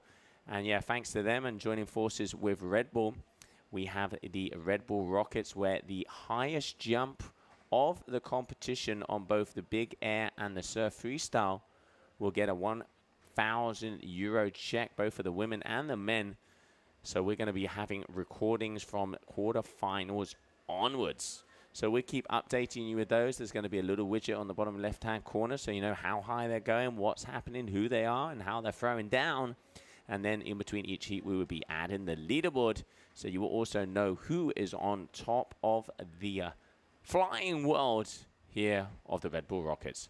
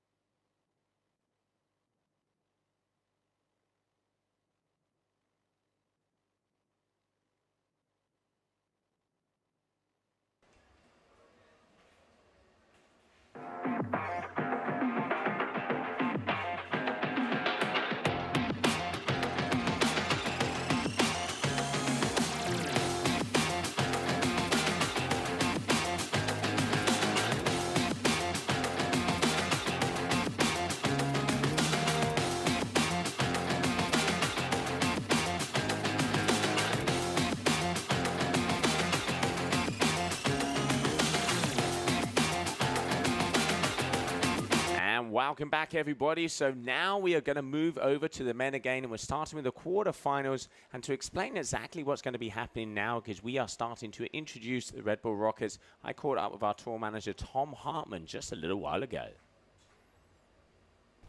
Well, I'm standing down here with tour manager Tom Hartman. Tom, tell me what's happening, because we're getting to this magic moment where we're really going to start to know how high our athletes are going. Yeah, exactly. We are coming now into the top 12 men and women in our big air competition. So the first few riders got eliminated. And that's now the cut where we're going to equip the riders with their devices. And we're going to track their jump height and air time and travel time. So you're going to see that on the live streaming and also on the page. Obviously, there will be a leaderboard that shows who is in the position for the highest jump of the Red Bull Rockets Award at the moment. And from the round 3 onwards, until the final, all the jumps going to be tracked, so you can follow what's going on and really feel how high all our athletes are jumping here.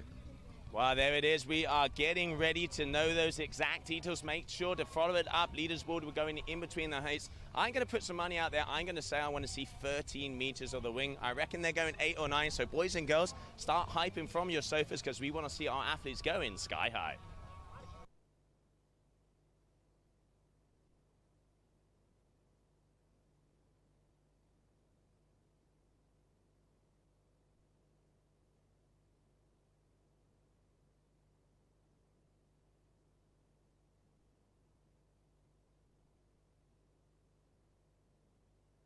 All right, so now starting off, we got Axel Gerard, Chuchonunot, Bausmuller, and Clement Hamon. Those are the boys that are going to be going up next.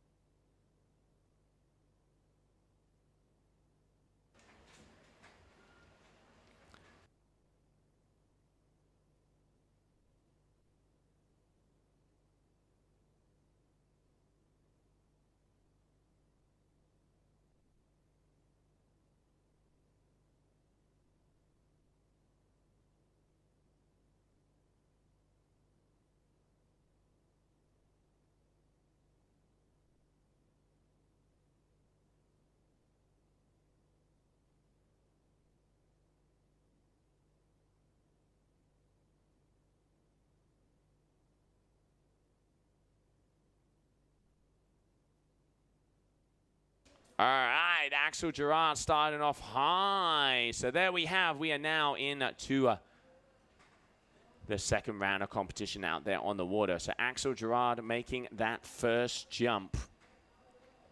As we start to bring in, there's the replay. Good amount of height, good amount of fly, good amount of style. And let's see how high that last one was going to be as we're just waiting for that information to come in. And also, of course, we will be updating you on the scores of those moves as well, because the Rebel Rockets is an addition to this competition. It is the highest jump, both be it in the big air and the surf freestyle. Next up, Chucho Nunot.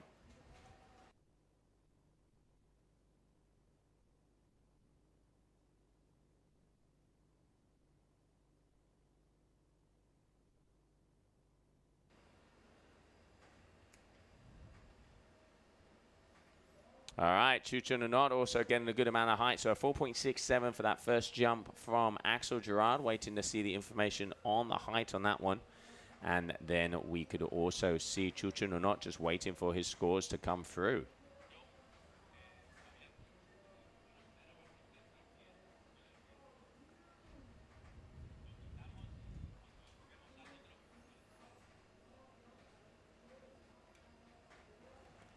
So back now onto the screen, Bowes Muller, as we are now in round number 2, heat number 1. Axel Gerard, Chucho Nunot, Bowes Muller, Clement Hamon.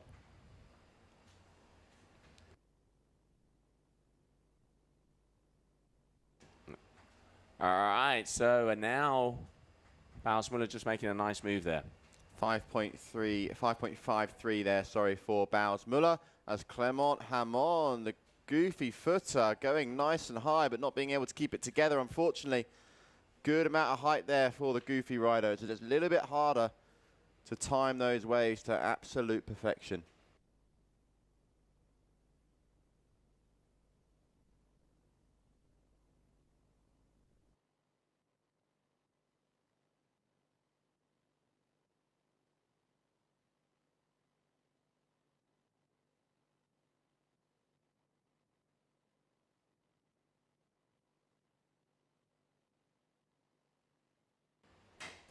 So replay now of Mr. Axel Gerard, as you can see there, lining up, going up, and coming back down.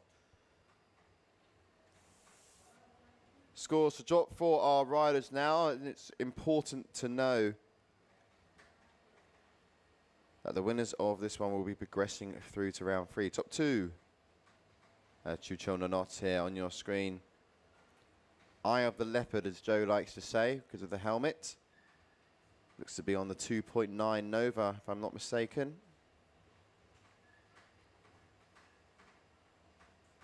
Lining up, trying to find the right kicker. Goes up. No, it looks like a 3.5 actually.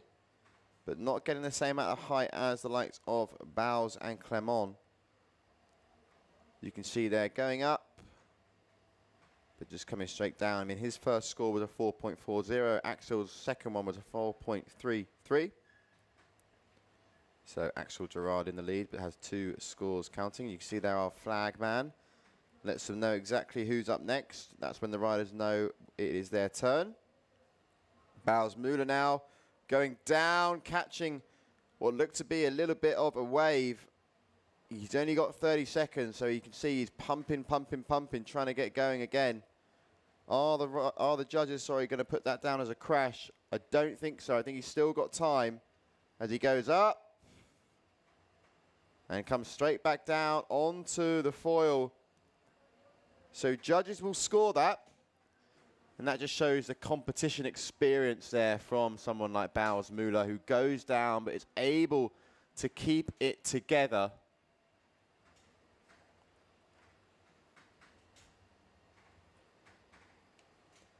Clement Hamon now, the goofy footer, coming in towards the box, right foot forward. A little bit more of a challenge coming in right foot forward, but here he is, coming in with plenty of speed as he lines himself up onto this wave. What's it going to be from Clement? Nice amount of height. And beautifully done there. Yep, that's going to be a lovely score there from Clement. A nice little shifty afterwards as well. So the highest score of the heat so far is a Bowles Müller 4.93. I reckon that's going to be quite close to that, if not more. The way he just popped back up onto the foil there, as you can see, very nicely done from the Frenchman. Took the under-16 Surf Freestyle Championship just a week ago in Surf Freestyle. He was up in the final against this man here, Axel Gerard. And what's Axel got for us? Covering some nice distance downwind. And judges will like that. I mean, when I was at the booth there, on a quick little lunch break, I was speaking to some of the judges and Tom Hartman, and just getting a bit of an idea about what the judges, exactly feeling so far after we've done a few heats. And the likes of Benjamin May, who's riding a 4.5 meter wing. The duotone D-Lab, he's taking out a big wingspan in, pretty much 35 knots, and he's covering a lot of downwind distance. And if he can manage to land one of those, it's not just all about the height. The factors are, it's 80% height, 20% technical difficulty. Chucho not there. Going up and coming down. So the last score for Clement Hamon was a 6.63, highest score of the heat so far. Chucho there just dialing down a 4, and Axel's 5.63 is also there. So Bowles Müller now currently sitting in second place. This one looks nice. He's gone up. It's big. He's come back down. You can see there. Good amount of height there. One of the higher jumps we've seen in this heat. Really tweaking out that foil in front of him before coming down. Okay, up next, Clement Hamon only has one score on the board, which is at 6.63 at the moment, because the first move that he did was a crash. So if he can get another one dialed down, he should bump his way up from 4th into the top section of the rider list. Goofy foot rider, here he goes, coming in. Right foot forward, plenty of speed. 3, 2, 1, lift off. Nice amount of height. Probably went up on that wave a little bit early there. I reckon he could have got up on the steep part a little bit later. That would have helped get a little bit more height, as you can see here from the replay. Yeah, probably could have gone a little bit later there. Nonetheless, though, I still think that's going to be about 5.5 to a 6, which should push him maybe into first position, depending on how this is scored. A 5.93. So, yeah, that's pushed him into first position there. Nice bounce back after a dodgy start from Clement. So up next we have Axel Gerard. Axel Gerard is going to be the next rider to jump.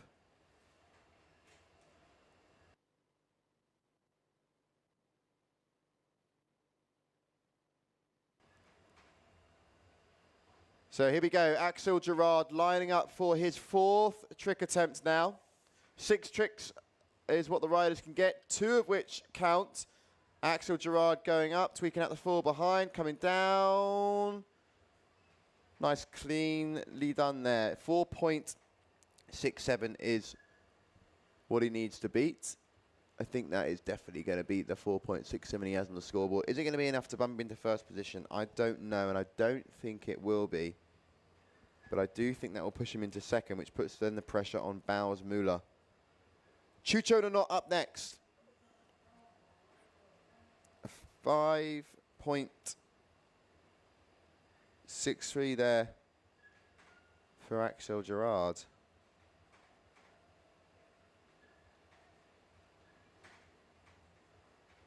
Chucho not, here he is. Goes up. Cleanly done, but it's not enough height, in my opinion, to be scoring against the likes of Clement, Bowles and Axel. He's really started to get involved a little bit more and get a little bit more height. Otherwise, he's going to be out of the competition.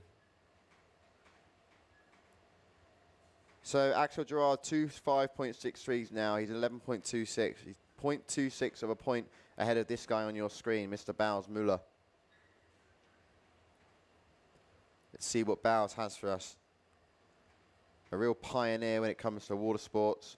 Goes up for the back loop, snaps around quickly, His windsurfing experience helping him get back to his feet nice and quickly, but I don't know if the judges will score that as a crash. I think they'll definitely deduct points, if not half points, because of the big butt check here. You can see back slapped against the water.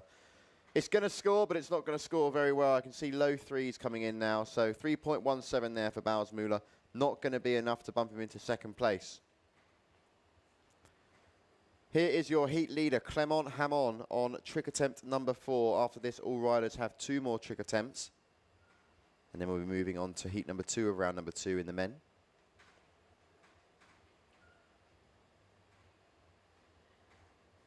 Clement there, yeah, you could just see the amount of spray coming off the boards behind him. It wasn't enough to help him there, but he's gone up quickly. Just look there, yeah, he knows the board, just catching the water, so lost all his momentum going into that kicker. So he can forget about that one. A 1.73 scored there, so no increase for Clement, who's on 12.56. 2 trick attempts remaining. Axel Gerard up next.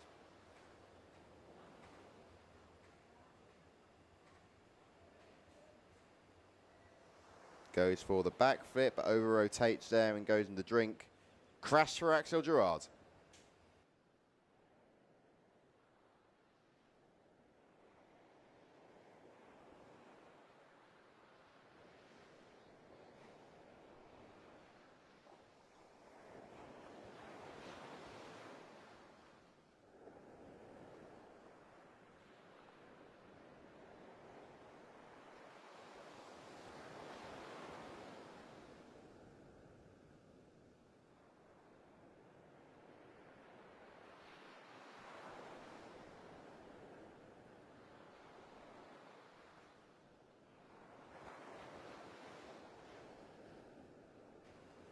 So Bausmüller, next rider. You can see red flag goes down. Next flag to go up is the white flag, which symbolises it is Baus' turn. So 2 tricks remaining for Mr. Müller. He's not going to be wanting to remain in 3rd place. That's one thing for sure. Axel Gerard with a crash. Chuchon not with a 3.97. So no changes on any scores so far as Bausmüller finds the kicker, goes up, big back loop, comes around, stays on the feet. It's nicely done there.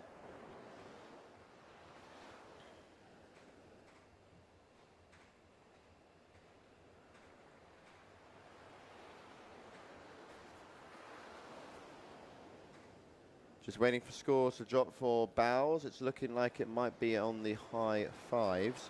His lowest score is a 5.47, so there might increase on that one. His 5.33 will stay. And we've had a back loop there, score of 5.90. So he got into 2nd place now. Bausmüller, nicely done.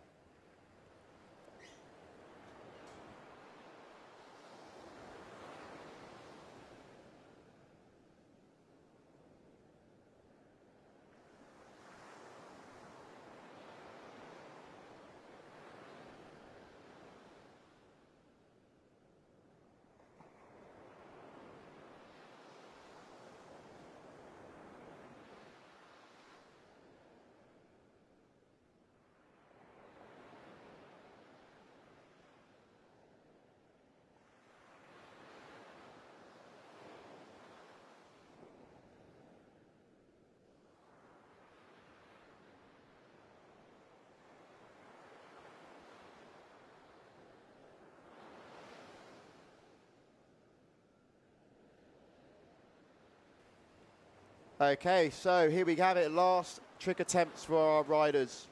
At the moment, it is going to be Mr. Clement Hamon and Bausmüller that are going to be advancing. It's tight at the top, though, with 12.63 for Clement, Bausmüller on 11.87, Axel Gerard on 11.26. But Axel has crashed his last trick, so he has no chance now on catching Bausmüller. Chuchodonot is quite far behind on 8.67, so he needs a big score, which I don't think he got there on that last trick. So it is going to be this guy on your screen, Bausmüller, who's going to be advancing. Big back loop there, bigger than the one before. Sort of landing into a wave. You can see there he's pretty pumped with that trick as he goes up. Slow on the rotation, snaps around. Nearly gets eaten up by that next wave to follow, but judges will sure like what they see there. I do think that will see an increase on his 5.53, which he opened up with. Is it going to push him into first? We'll wait and see, because this guy, Clement Hamon, still has one more trick remaining.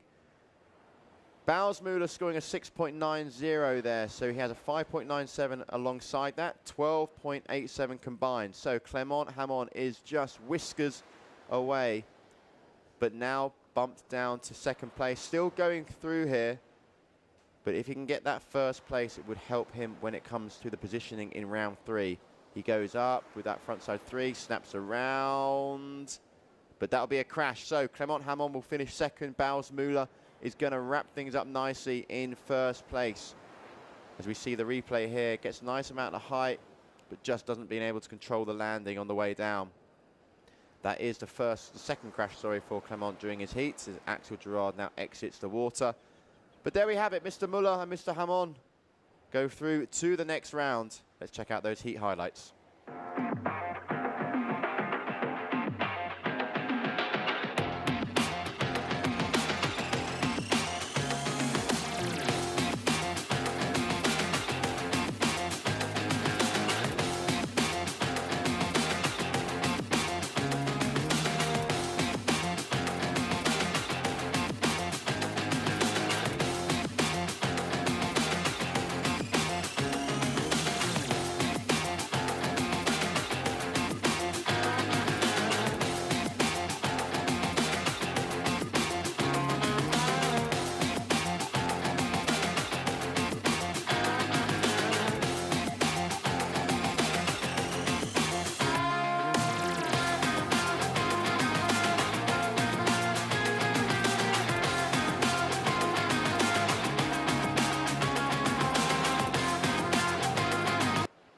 And welcome back, everyone. And before we get into the mix with round number 2, a rider that's in round number 3 is Mr. Alan Ferdet, and Joe is joining him now down on the beach. All right, standing here with Alan Ferdet. Alan, you went out there in one of the first heats through to round 3. Not too bad, mate. Yeah, not too bad. I was out with a 4.0, so it was quite strong, but for bigger, you need some power in the wing to get high, so I'm qualified for round 3. So let's keep seeing what we will go again. So you and Chris are the two guys that are going the highest so far. We've also seen Bausmuller in there getting some very big back loops. Obviously, we're looking for 80% height, 20% technical difficulty. But then with the rockets, there's that Surfer app to be able to get that maximum height. What are you going to go for? Big or go home, or set some flair in that? Because we know you can. I think all is about the landing. So you need to land before the trick and the height. So I think everyone will try to get the most highest jump. So trying to get so high as possible with a rally or something like that. And then to score the best trick also. So that will be a mix between both. We have six tricks, 2 are counting. So we can try to get as high as possible. Well, there it is.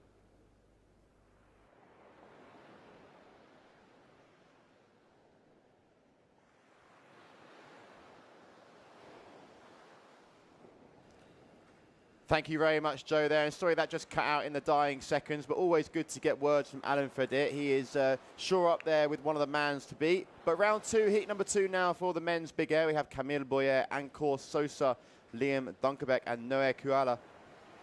They are the riders that will be taking to centre stage.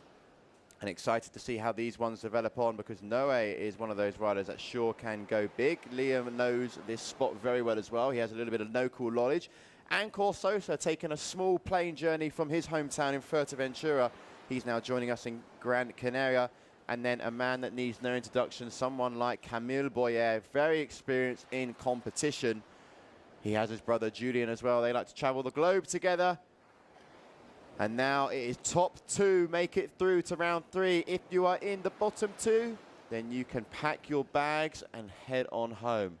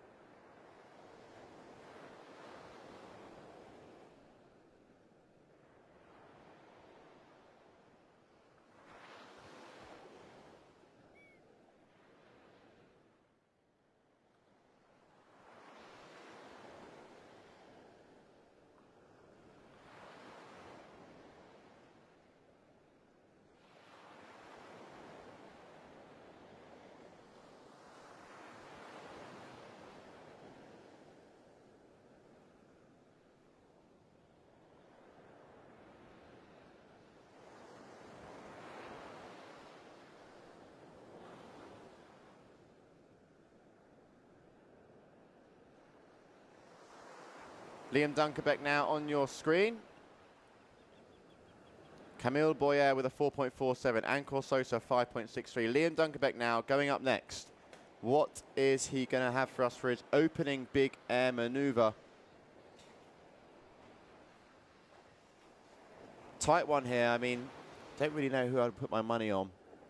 I do know that the likes of Camille is a good shot. I mean, they're all great shouts. Ancor Sosa opening up nicely with a 5.63. But Liam now going to have to get things a little bit more of a move on because he's going to run out of time otherwise. As you can see, finding a nice kicker, goes up. That's more like it from Liam. But goes over the front of his boards. He's going to be pretty annoyed with that one. Sponsored by Red Bull. So he's hoping to get those wings today. Noe Kuyala now coming up. Mr. Kuyala is riding for F1. And looks like he's on about a 3-meter wing as well. Trying to find the right kicker to line up. You can see here engaging nicely, goes up. That's nice there from Noe. Lands it straight back on the foil. Beautiful there from Noe. Scores starting to come in. They're going to be around the 7s. It should bump him into first place after the first tricks from these riders. Round number 2 here for the GWA Wingfoil World Cup, Gran Canaria, the famous location of Pozo. And I must say, it has surprised me with just how windy it is day through the night. I haven't seen this place under 30 knots at all in the last 5 days. Big backflip there from Camille Boyer, straight back onto the foil. Don't know if he got the height, but it was clean. As now we move to Ancor Sosa. He is going to be up next. Ancor Sosa, the rider to come up next.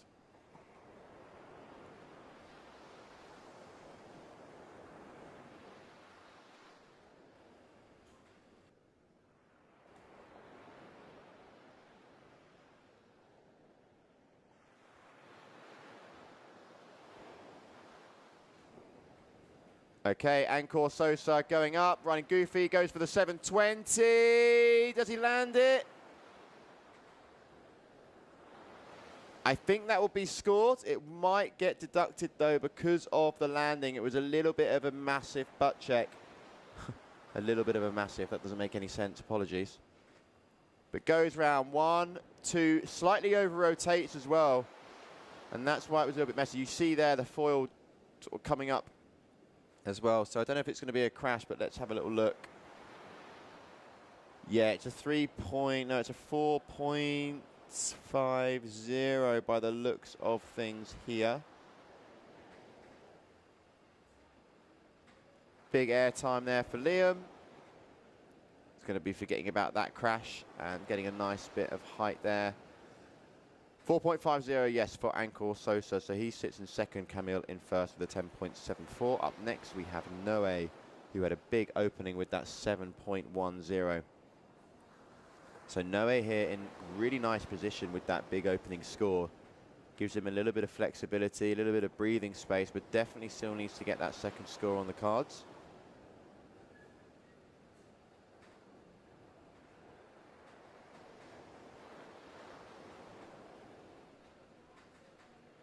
Got a few questions here in the comments. Is that the new North Mode 3.5 2024 from Hijin?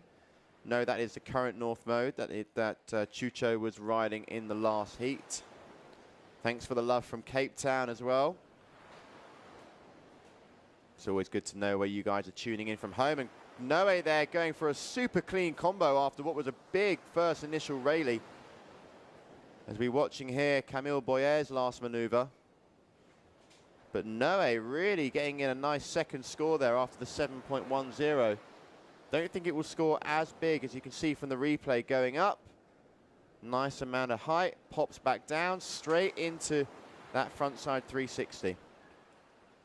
Liam Dunkerbeck here up next. Trick attempt number 3.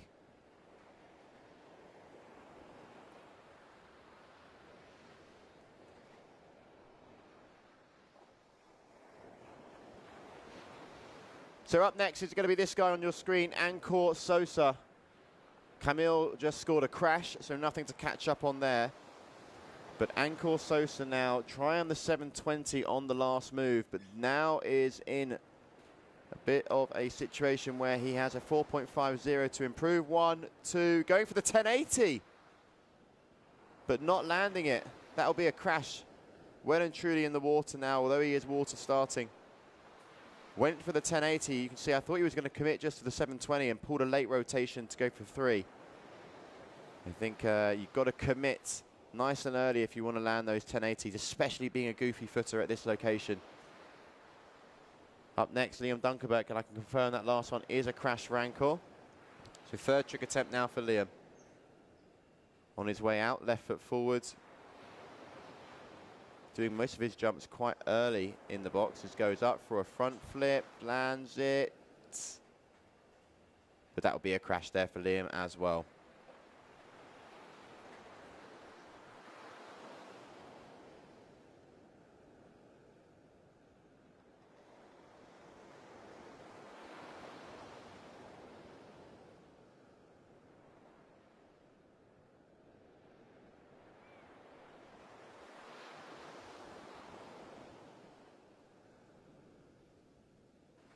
So Noe is really having a heat here. He has got 2 big scores, 7.17 and 6.17, and in that move there, it's really good to get a real replay on that one.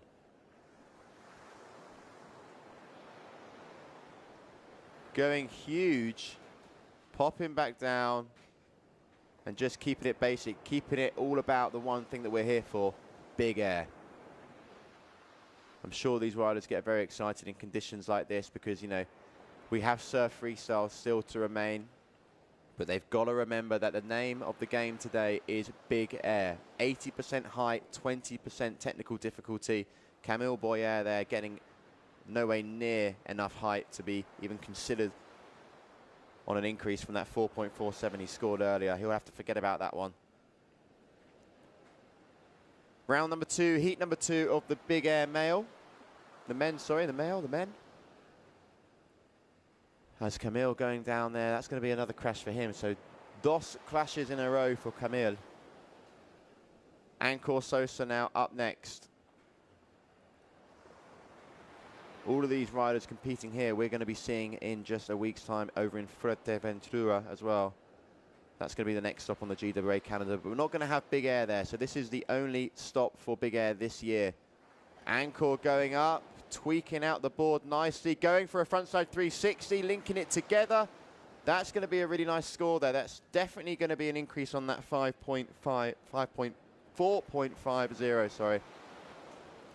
As you can see, I thought he actually wanted to go for maybe a 720 after that first initial tweak, but landed comfortably, got back on the foil, excellent pop, and that was why he put in that frontside 3 as well after. It's looking like a good score coming through around the high 5s. So currently first position Noe, second Camille, third is Ancor, and in last position is this guy on your screen, Liam Dunkerbeck. He's got a little bit of work to do now because we're on trick attempt number 4. Is he going to land this one? Yes, he is, and it's straight back on the foil as well. That's always a good sign. He's looking to improve on a 2.17, which I can put all my money on. That will beat that. So some score updates because these tricks have been a little bit cleaner from our riders. It's looking like Ancor's last trick was a 5.67, so he's on 11.30, sneaking himself into second position now, as Noe is going to be up next.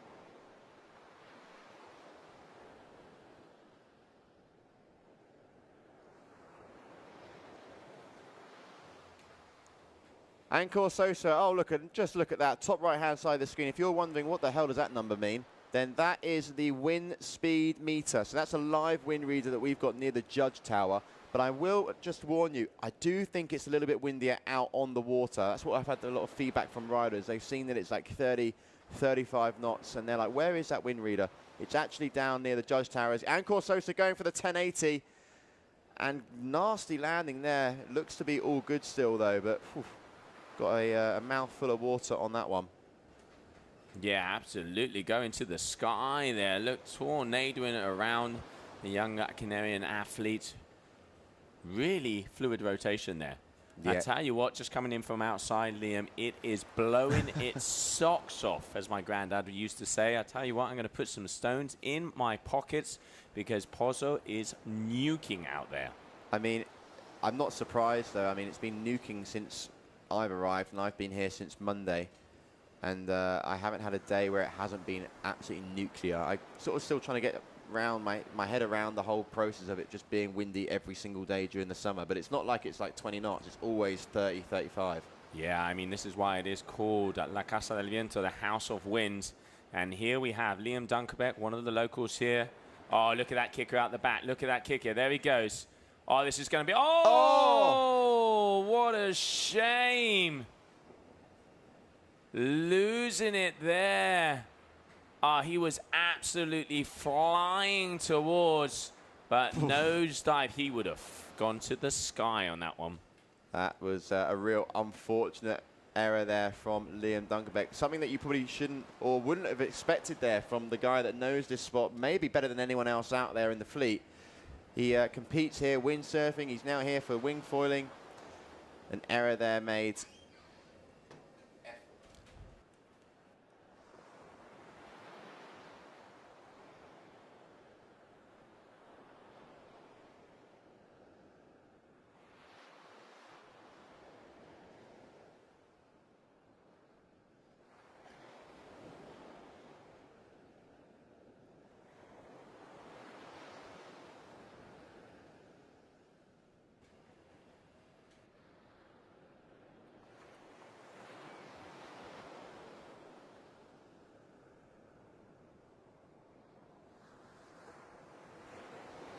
Camille Boyer now going for his 6th trick attempt. So last tricks now.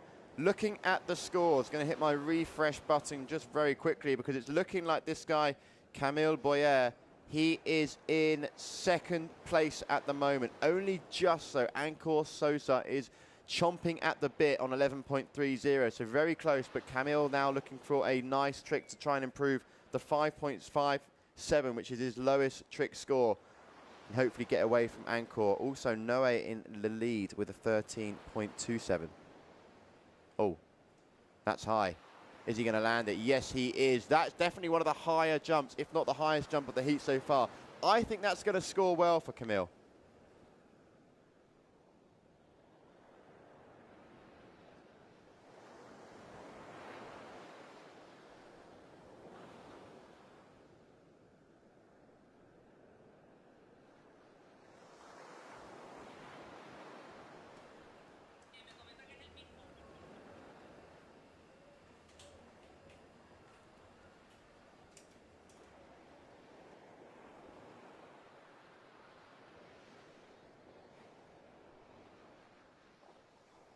Ancor Sosa here getting a nice takeoff, coming down straight back onto the foil.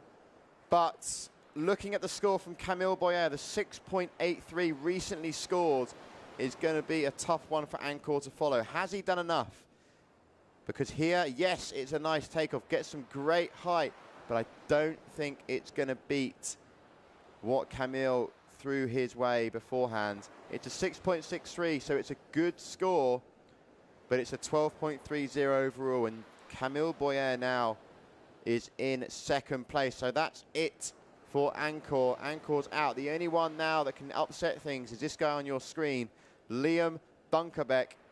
We just saw him have a nasty heavy crash on the last maneuver, but here he has. He's gone up, covering distance, and a crash for him.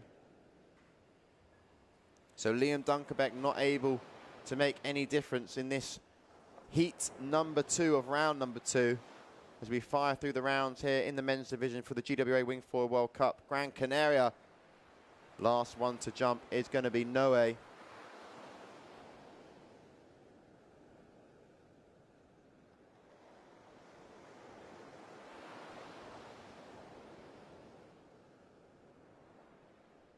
Noe there just going up, as you saw on the corner of your screen. 41 knots we've got out there now. Nuking winds here. And that's what we want to see. We love it when it's this windy. This is why we chose to do big air today, as all riders now have done their final tricks. And it's looking like it's going to be Noe Kuala who's going to be making it through into round number 3 alongside Camille Boyer. Unfortunately, that's the end of the road for Angkor and Liam. So while we wait for the next heat to come our way, let's go and check out those highlights.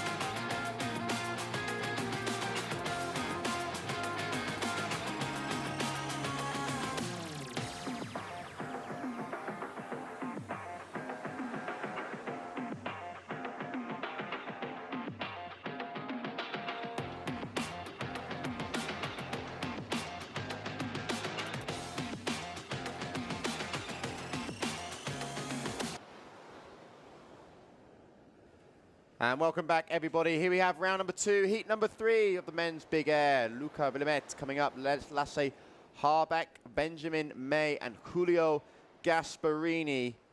Those are going to be the 4 riders. Watch out for Benjamin May. He is a force to be reckoned with. He's taken out a 4.5 meter wing in 40 knots. So he's going to be looking like Mr. Tickle after this with the extension of the arms. So we can see there 40 knots. We'll just change the scores up on the top left as well for you very shortly. Those are the scores from the previous heat.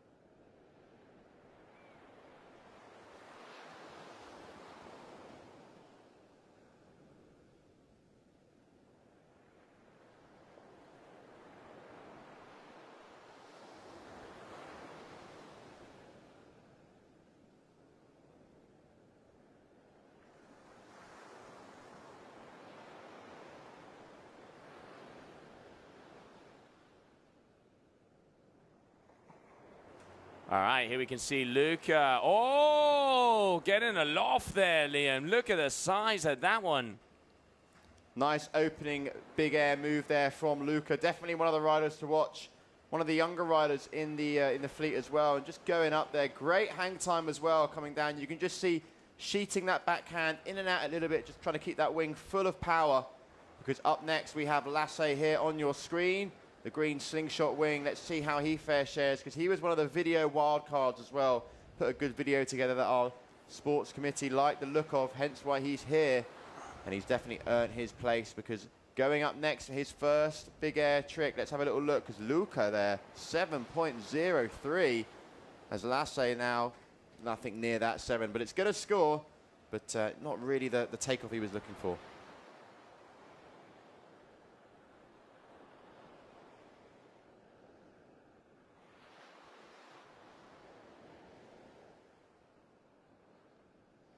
All right, so Benjamin May, he was doing very well in those first rounds. Let's see how he is pushing forward here on this one. He was going very high.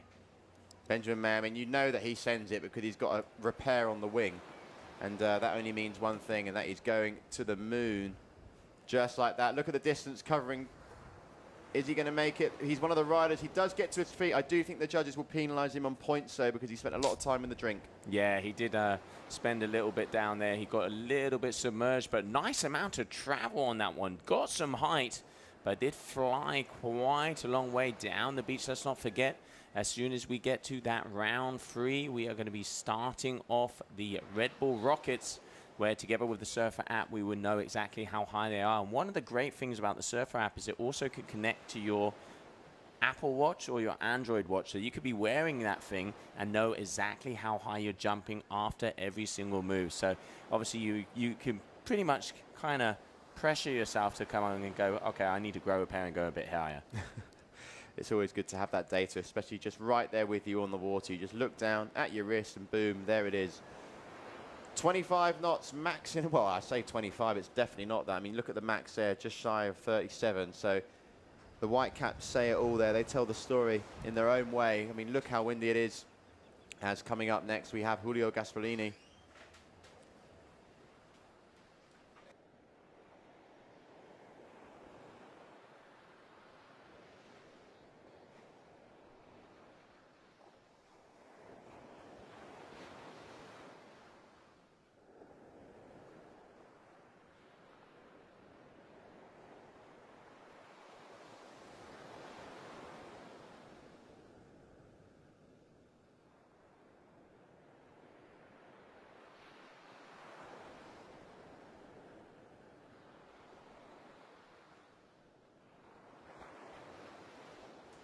All right, Giulio Gasparini.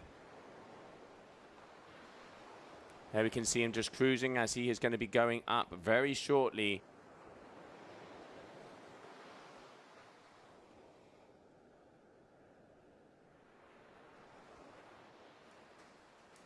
So here he is. We just missed a couple of tricks there, but not to worry because they'll be jumping up again shortly. But it's this guy on your screen, Lasse, up next, opening up with a 1.83. But that's a little bit nicer for him there. Is he keeping it together? No, he's not. That's a crash there. So no increase of score for him. Up next, Benjamin May.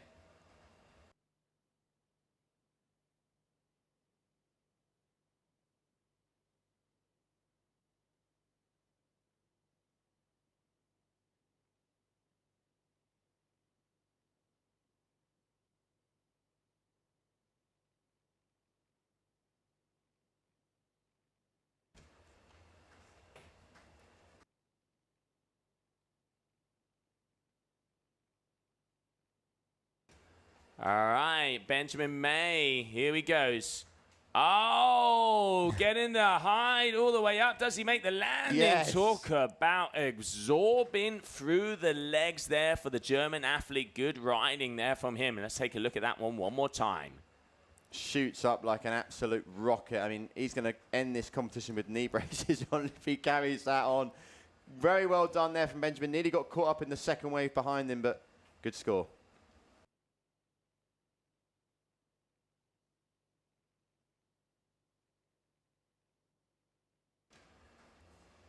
Giulio Gasparini getting cut on the inside. He's going all the way to the left, so a little hard to find him there. I don't know if he hit a rock or if he's just got caught up. Oh, yeah, there you can see the windsurfer. Thank you very much. Great to see both sides of the sport helping each other out. So there we have Giulio Gasparini getting ready one more time, as it is going to be his turn, if I'm not mistaken. He isn't zeroed out. And then after that, we will be going for the orange F1 of Luca Viamet.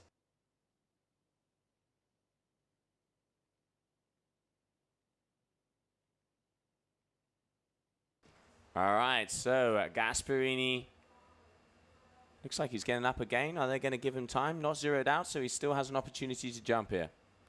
Yeah, it's in a bit of a pickle, though, at the moment. I mean, he's really in the shallows here. He's got the windsurfer next to him. The windsurfer's now, looks like he might have lost his kit, but Julio, nonetheless, is back up onto the foil. Is he going to have enough time? It looks like the judges are being kind to him as he goes up, but it's in the shallows. I mean, it's a ballsy move there. It definitely was. But good up and away there from Giulio that we can see right underneath the drone. So next up, we have Luca, and there he is there on the F1.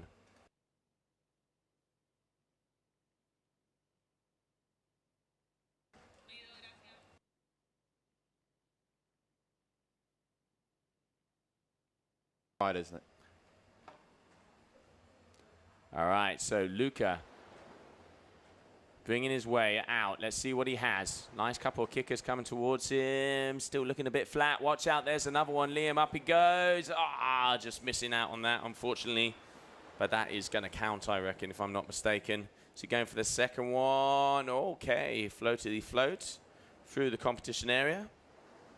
Yeah, couldn't quite line up that first kick. A shame, because he had the speed and it lined up nicely for him. As you see here, that's the second one he managed to get.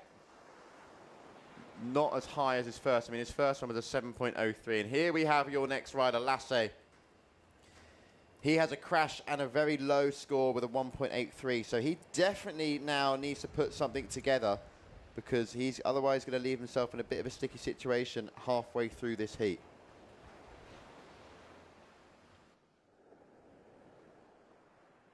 All right, sheeting in all the way out. Oh! That was a little bit too close. It was a little bit too close for comfort there. I wonder if a little bit of squeaky bum time there, but up he goes. And nearly going through the wing of Julio Gasparini. I mean, it looks like there's a little bit more distance between the two there, but nonetheless, it was still a little bit of a, little bit too tight for comfort.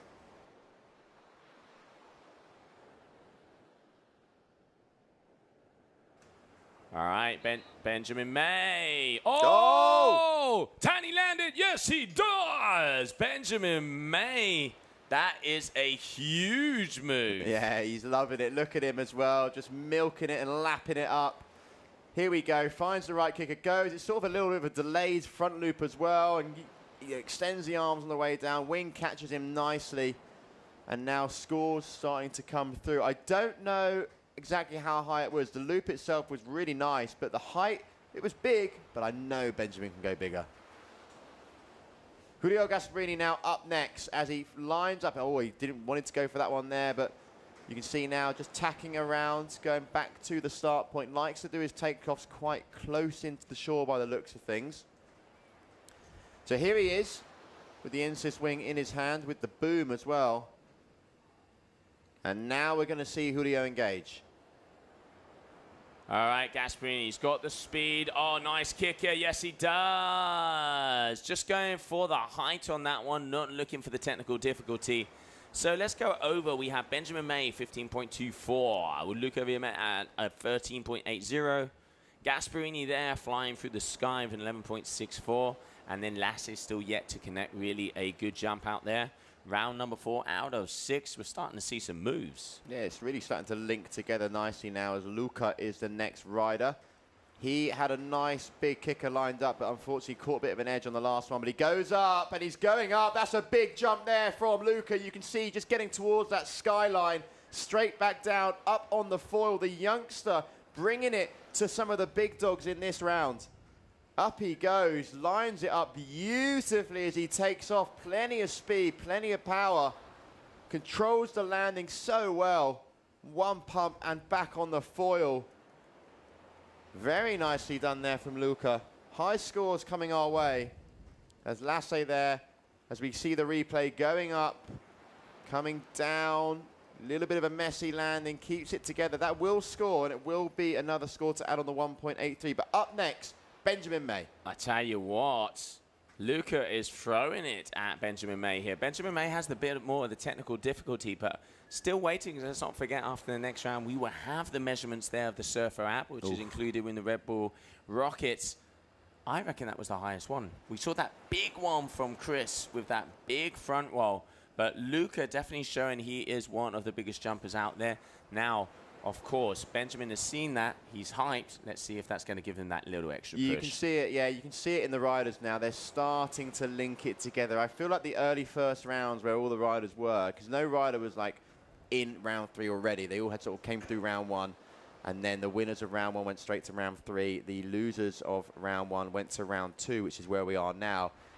They're starting to understand the conditions here in Pozo, and they're starting to get used to it. The likes of Luca and Benjamin, especially in this heat, really fine-tuning these things together. And that's why they're quite comfortably out in front at the moment. I mean, Julio Gasparini is on 11.64. Luca now is on a 14.34 as Lasse there goes up.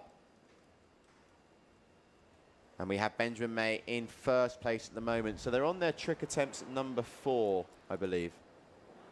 Yeah, so Benjamin May will be coming up next.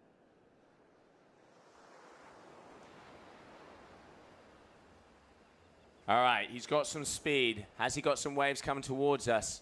It does look like he has. There's the kicker. There it is. Oh, speeding across that one, so he's going to go downwind. Wait. There's another one. There's another one. Up he goes. Big forward. Oh, stalls it out, but crashing. He is going for that big move. He's just going massive, Benjamin May. I mean, look at the height on this forward. Just delays it. Unfortunately, not able to keep it together. I really enjoy watching this rider. I mean, talk about going big. Benjamin May taking it to another level here. I mean, riders in round 3 should be looking at Mr. May and thinking, cool, I don't want it to be up against him next, because I feel like maybe Benjamin May was a bit unlucky in his round 1, not able to just automatically get into round 3. But he is scoring a 4.5 there for that last front loop, which in round 1 would have probably been quite a nice score. But now in round 2, it just shows you the jump that we've had. And now Julio Gasparini, 11.64 he's sitting on. Seems to get caught up when he starts grabbing speed, Julia. Wondering what is up with that. He's now going very far down on the bottom and maybe going a little bit further towards the bunker. Up and away, stalling it out. He's going for the height, but you know, in this heat, only the top 2 are going to go through, and he has 2 very big hitters with Luca and Benjamin, who are making also those technical difficulties. There we can see Luca on the left-hand side now, working his way through. Here he goes.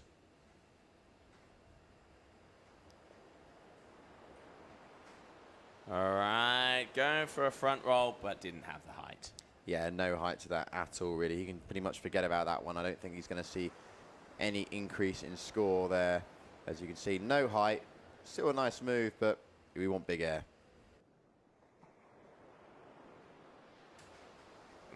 All right, so here we have Lasse Harbasek making his way out. What's it going to be? He needs to start to up his game if he wants to have a chance of continuing on in this big air division. Good kicker. Now we're talking. Starting to get the height. Does he come down and keeps it together? That's a good effort. Yeah, that's much better there from Lasse. He's going to definitely increase that 1.83 that he opened up with, because that's been sort of the on his shoulder since the very, very start. And you can see the drone nearly going through the wing. Benjamin May coming up next. I mean, he has put together a great heat. 2 heat scores in the 7s. And he is fully locked and loaded here. Going up and coming down. Big slap.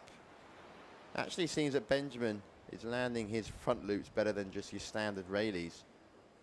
Because you can see here, he covers so much distance downwind. He travels so far, more than probably one of the other riders. Wow, he's got a rocket stuck up somewhere, and he is using it. And I tell you what, the German athlete is, like you say, traveling all the way across. Now, Giulio Gasparini, he's been having trouble keeping the speed before the kicker. Let's see. Okay, going. It's nothing. I mean, he's not getting the speed. He seems to kind of, I don't know if the foil's coming out. I don't know if he's touched something. Something doesn't seem like it's synced in because, yes, that's a good move. It's a nice front roll. Didn't quite get the landing. But, you know, this is big air. And hence on the big air, 80%, you want to be going high and then kind of, you know, adding a style. When we talked to Alan Fedit back there on the beach, what did he say? He's pretty much everybody's strategy on the beach was one big, high, lofty jump to tick the high part, and then try and do the highest technical difficulty move as well to assure having those two big scores. But at the moment, we're now coming to the final move. And there you can see Luca just rallying it out. Not such a big move there.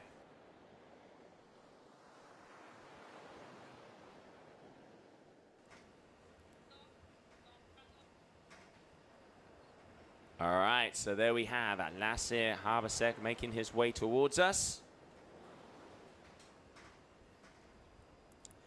Yeah, we're on our last trick attempts now by the looks of things according to the scoreboard. And, I mean, he's got a lot to do here, Lasse. He is currently in last position on a 9.78, chasing the pack here. He's just got to fully and well and truly commit. I mean, if there's a time to commit in a move, if ever in competition, it is now. So keep it together and just send it. Just sheet the backhand in.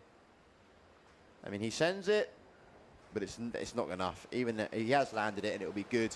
Might be an increase on the 4.38, but it's not going to be enough to get into that second position, which is what he needs to be advancing through to round number 3. Final trick now for the one, the only Mr. Benjamin May. Someone that brings a smile to my face when I see him on the water, just because I know that he goes big. And look at the wind as well, 44 knots. If there's ever a time for Benjamin to go big, make use of this gust. Huge out there with 44 knots.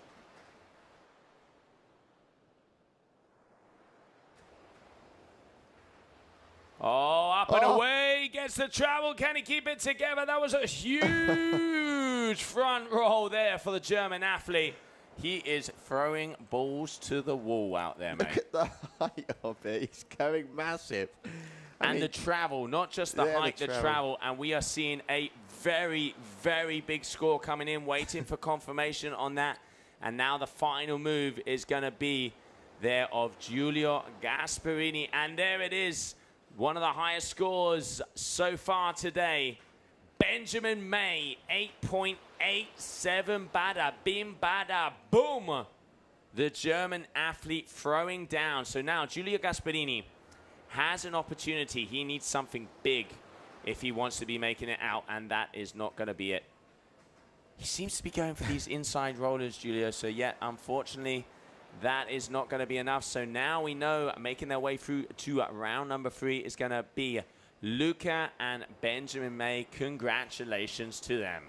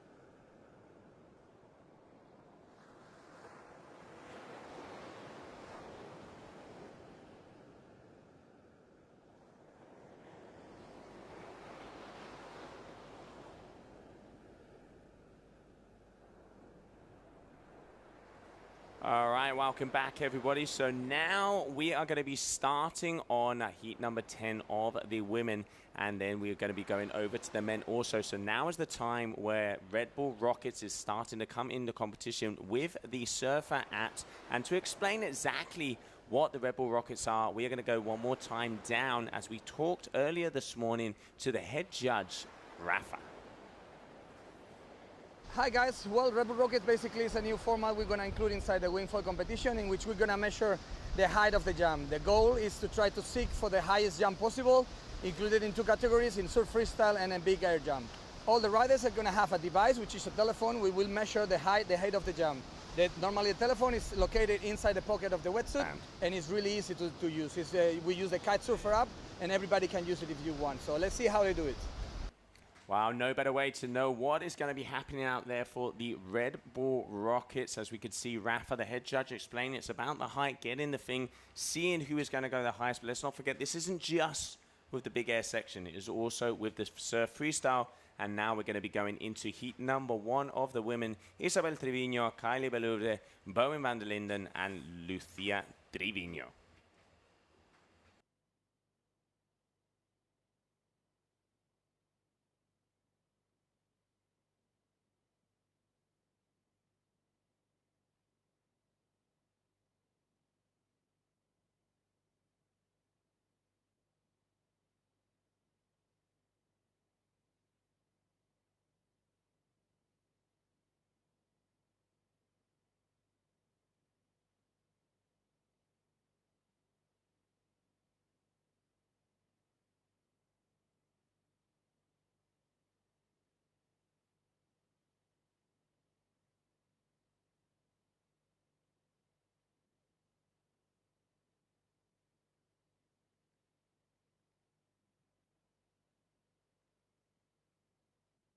All right, well, there we can see already some of the measurements coming in. Kylie Belouve there, she got a 3.5-meter jump, traveled 14 meters across, 26 kilometers per hour, and you can see 3.3 air time there. So as we can see, Red Bull Rockets is launching, and now that was Bowen van der Linden. Let's see how high that jump was, Liam.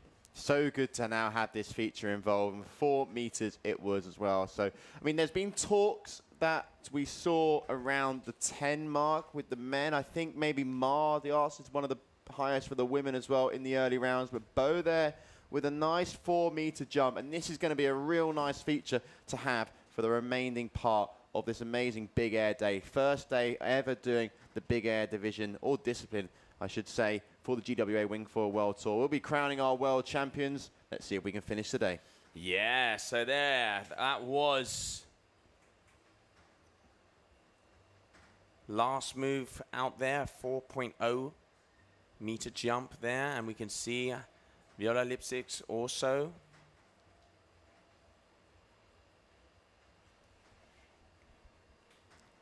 And there, Bo on that wave. Just making it all the way back. We've got 37 knots out there as well. So it's windy, it's wavy. And we now have the Surfer app as well, which you can see in the bottom left-hand side of your screen. So plenty of widgets on the screen. We've got the scores on the top left, the wind on the top right, and the Surfer app on the top left, which is showing you how high they jump and the distance they cover, and also the speed at which they're coming in at as well. As you can see, some more info to come our way. Some scores on the doors. Let's have a little look at the scores. So far, Bo in the lead.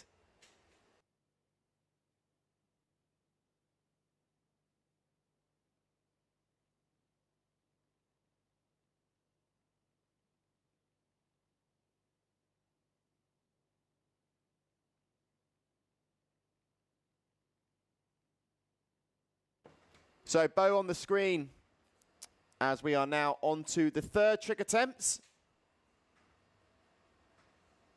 And she's there riding for North as well. I can't miss that wing as well. Look at that lovely colour, the burgundy popping in the sky. So Bo now getting ready for her next jump.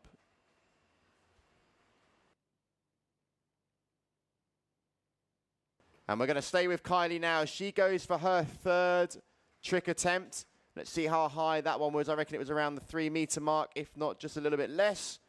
As very shortly, the Surfer app will tell us exactly how high that was, as the replay shows there. Nice little tail out there with the foil. And we now go back over to Bo there on your screen. As you can see, yes, 2.7 meters. So I was pretty much bang on the money there when it came to that height. What can Bo do? We've seen her jump just over 4 meters. This is all about big air. 80% height is what the judges are looking for, 20% technical difficulty. So Bo going up nicely there. That will be around the 3.5 to 4 meter mark for sure, as she is the leader in this current heat.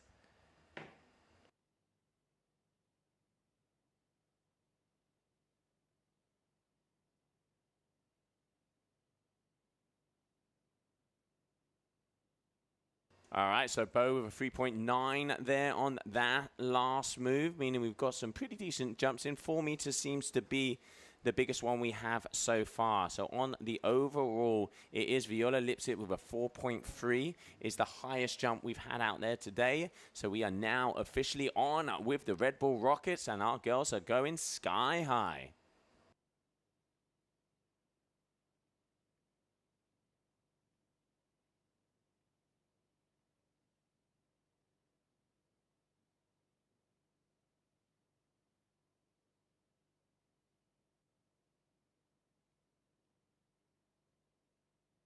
All right, so Viola Lipsit there again, a 4.3 there on that last one. 10 meters travel. I'm curious to see how far Benjamin's going to travel. Yeah, I just had a little bit of news as well from Tom Hartman, the tour manager. Benjamin May is going to be up against Chris McDonald and Mallow as well. That's a heat. There's a final right there.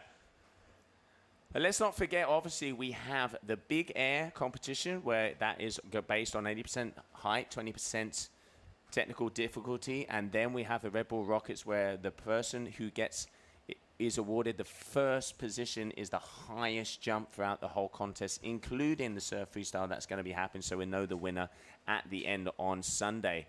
So we are going, and let's see who is going to be getting those top scores. So here, this is Isabel, and unfortunately it looks like she doesn't have the phone on with her, so we're not going to be able to see how high she is jumping. Athletes have to go and pick up their phones, and looks like she forgot that one. Yeah, shame as well, because this actually looked quite nice here from Isabel. I mean, nice bit of height. That's one of the highest jumps I've seen her personally do in this competition. So that would have been around that 4 meter mark, and it's just a shame that we weren't able to, or she can't provide us with that data because of no phone. But up next, we have Kylie, who's going to be the next one to jump.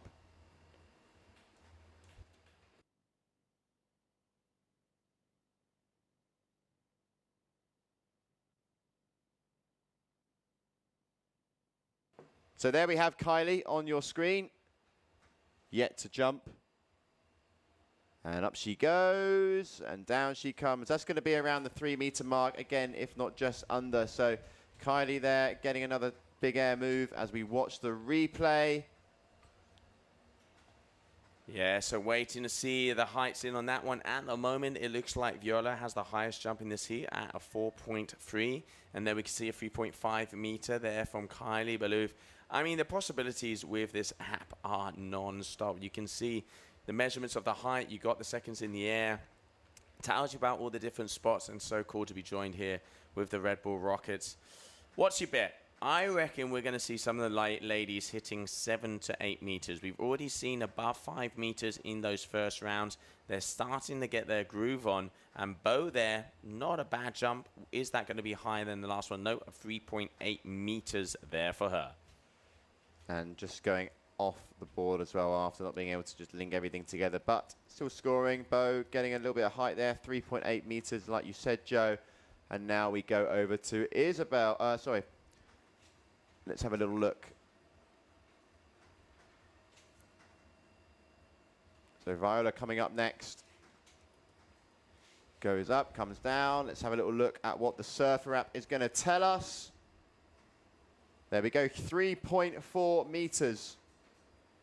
So definitely these ladies are hovering around the 3.5 to 4 mark.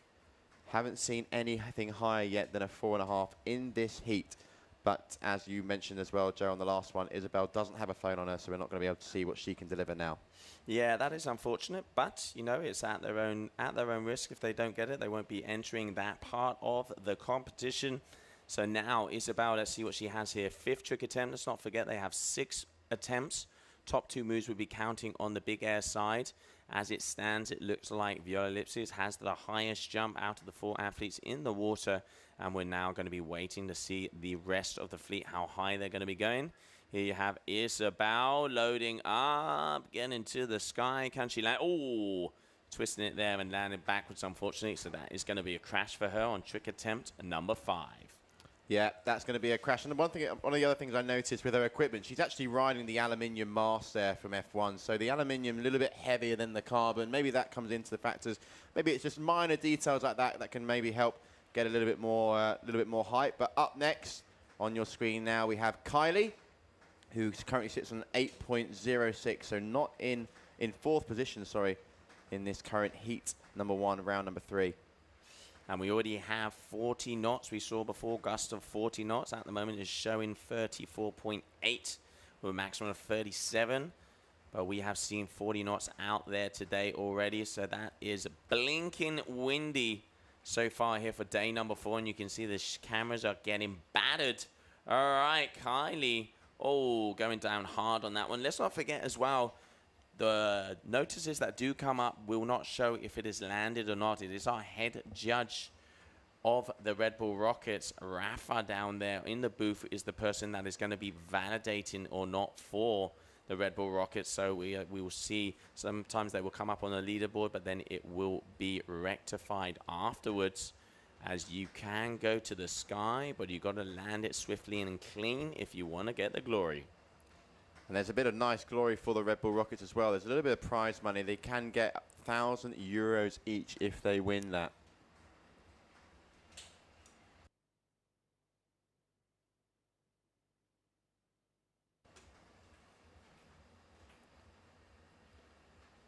All right, so now, final move for Viola Lipsis. There she is. The highest jumper of this heat so far, but now she's been overtaken because Bowen van der Linden is going to be going up. So she got a 4.5 meter jump. That was that last one, and there's some big scores coming her way. That's a little bit better there from Bo. We know she's got it in the locker, so why not come out here and deliver it? Because that is going to now put her in a comfortable position. She's actually in 1st place. It's a little bit tight, actually, just between all 4 of these riders. Bo there on a 9.67. 2nd place is a 9.26. 3rd is a 9.23. Very, very close out here, as our riders are just coming towards the back end of this heat now. We're now going to be moving on to trick attempt number 6, which is going to be the final trick attempt. Top 2 will be advancing. Yeah, exactly. So only 2 can continue going on in this contest. And we're just waiting for the measurements of that last one, 3.5. So Isabel Trevino looking like she is currently in 2nd position. And in 1st position, the highest total is going to be Bowen van der Linden.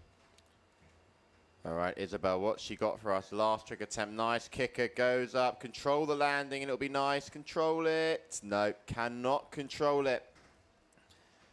So she is going to be, unfortunately, not able to increase in that 9.23, which means one thing, she can't catch up Bo. She can't catch up the other riders. So not going to be advancing by the looks of things. All right, so Kylie Balouf, there we can see her with the red and orange. She is currently in 3rd position. Only needs to increase by about a point and a bit.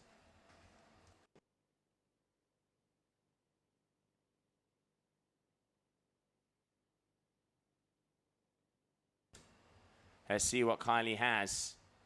Making her way out. Can she improve her score by 1? Up and away. Nicely clean landed move. Don't think that's going to be enough. No, it didn't look like she used a kicker really either. It looked like it was one on the flat. So not using the C state, should I say, to its advantage, but looking at it coming in, it's still not scoring too badly. Will it shake things up? Still got to wait and see, but it was 3.3 meters in height. Next up, we're going to have Bo van der Linden. So let's try and see if we can find Bo. There she is on your screen. So last attempt now for Bo. And she does have the highest jump in this score. I think it was a 4.5 meter that she did, which is good. And Up she goes again. It looks to be something similar. I don't think as high as 4.5, but maybe around the 4 mark. Not using the kickers out there at the moment. Let's have a little look. Obviously, at the tide-wise, we are just about mid-tide as well. You can see a lot of the girls going out. I mean, if she used the same power and actually coordinated that with a ramp, I reckon she'd be getting a couple of meters more. So the athletes that are able to time it are going to get the extra kudos from our judges. So final move of the heat is going to be from this lady here, Viola Lipsic from Austria. Let's see what she has, because she also only needs to improve by about 1.5 points, and if she did, she would be in that top 2 safe zone. All right, up and away. Viola, can she keep it together? Yes, she does. That was a better jump. Backup score of a 423. Is it going to be enough to make the difference? She is looking to overtake a 9.23, so about 0.6 of a difference would make it possible, as we're just waiting for those results to come in. But while we do wait, let's go to the heat highlights.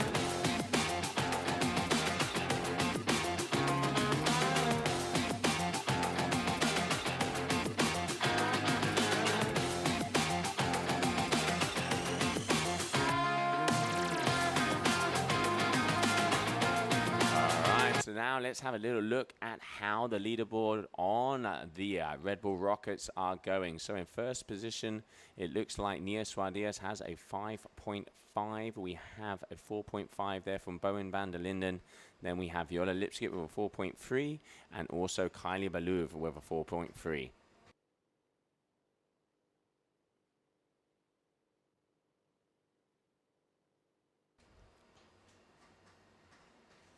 All right, so next heat, Mar de Arce, Elena Moreno, Nia Suarez, and Laura Mayer, 3 Spaniards and a German athlete going out there in the water. First to jump is going to be Mar de Arce.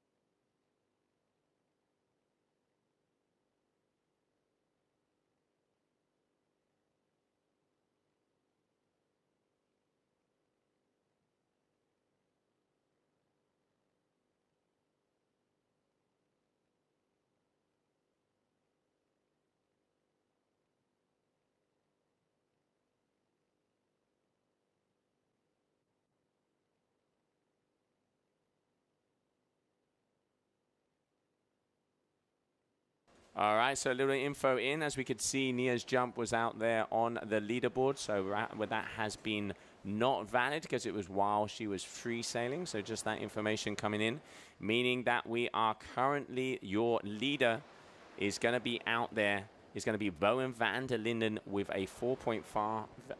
So she is leading the Red Bull Rockets on the women's side.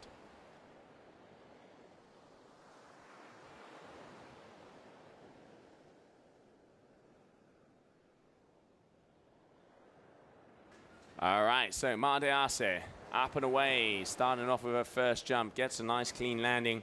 Not very high though. No, not high at all there. I've seen her definitely go higher in round number 1. I mean, 2.6 meters. No, that's not going to do anything there. But it's a scored trick. Sometimes it's nice for these riders just to get a couple tricks dialed down, get some scores on the board. And then once they're in the position where they can be a little bit more playful, they are. Up next, we have Elena Moreno on the Cabrina wing. And just there, you can't miss that one. Red and white as she's coming in now. Back towards the box, 38 knots of wind out there as well. So that wind is not going anywhere anytime soon. No, the only place it's going is up, up, up and to the sky, mate. And this is what we're here for. This is the big air day, day 4, GWA Wingfoil World Tour, Pozo Izquierdo, the house of the wind, la casa del viento. And already we have had plus 40 knots. I mean, this place just doesn't stop, Liam.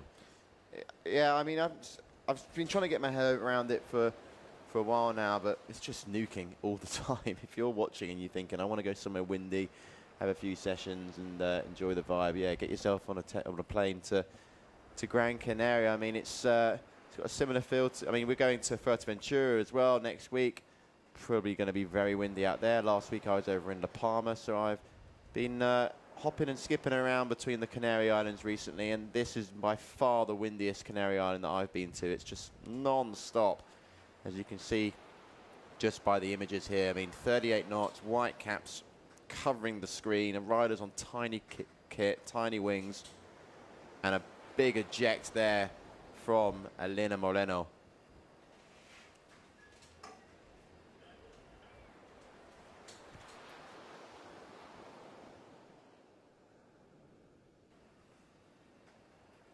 So up next is going to be Nia Suarez.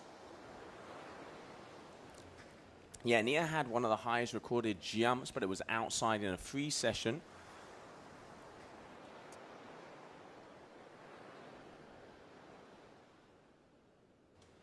Flying to the moon there, here on the inside. We just caught the end of that one. I wonder how high it's going to be, because that did look like going up and to the moon. So Nia Suarez, up, up, up, up, up, up, up, and away. Good moves there from the young Spaniard, current world champion. She is current world champion, and off the back of a FreeFly-Slalom win yesterday as well. So buzzing with confidence, Nia. Soon we'll be able to hopefully show you the surf wrap as well. There it is, 5.8 meters, highest jump recorded, even higher than the one she had in her free session as well, which was a 5.5. So Nia starting the heat off well there. I mean, Elena Moreno with a 5.1 as well. So a little bit more height from the ladies now. Yeah, but if I'm not mistaken, that is going to be the one that she ejected. I'll wait for Rafa to give us the go. But as it standed, it was that 5.8 from Nia Suarez. It was landed, so that is going to be the highest jump so far.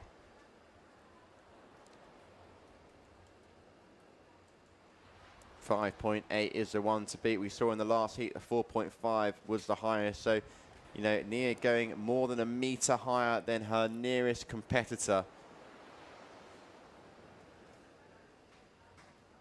Yep, so Elena's jump, that was the one that was crashed, so that is going to be deleted very soon. So at the moment, Nia Suarez is on top of the Red Bull Rockets, meaning that it is going to be 5.8, the measurement to beat. So 5.8 is the measurement to beat. And we can see Ma is going to be up next.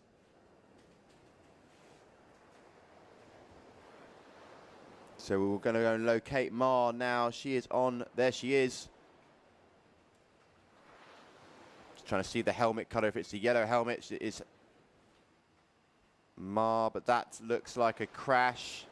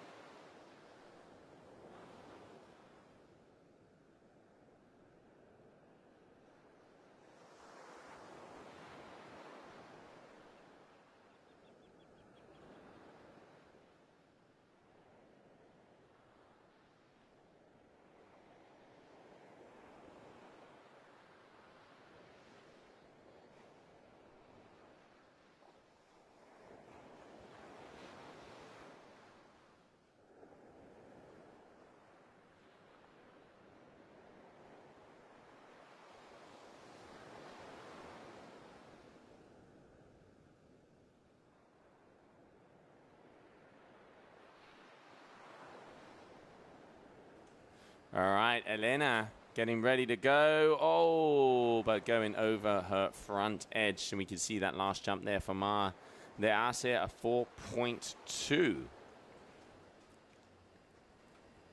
Going down now, unfortunately. So next up, we're going to be seeing the likes of Nia Suarez, who does have, look at that first score, a 7.27 to open things up nicely.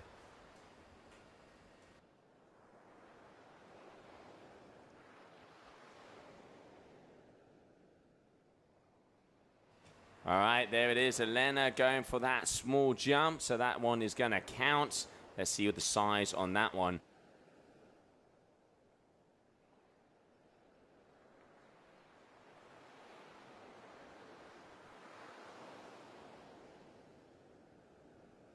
There's the replay there of Elena Moreno. Up next, Nia Suarez. There she is on the screen there with the duotone wing. A little hint of yellow as well. What's she got for us? Going to go look to beat her 5.8. All right, so here she comes. Here she comes. What's it going to be? Nia Suarez. Already got that big move. What are you calling, Liam? I'm going to go 6. Oh, big girl on canvas. Up and to the sky. Let's see how high that rocket went. Nia Suarez waiting for the info to come in there from the Old Surfer app. Let's not forget you can be wearing a smartwatch, be it an Android or a Apple Watch. Apple Watch is the most popular at the moment. And you can know exactly how high you jump. So you can know if you need to, you know, give yourself a little kick to get a bit higher for a 5.6. So at the moment, Nia Suarez has the 2 highest jumps of the heat.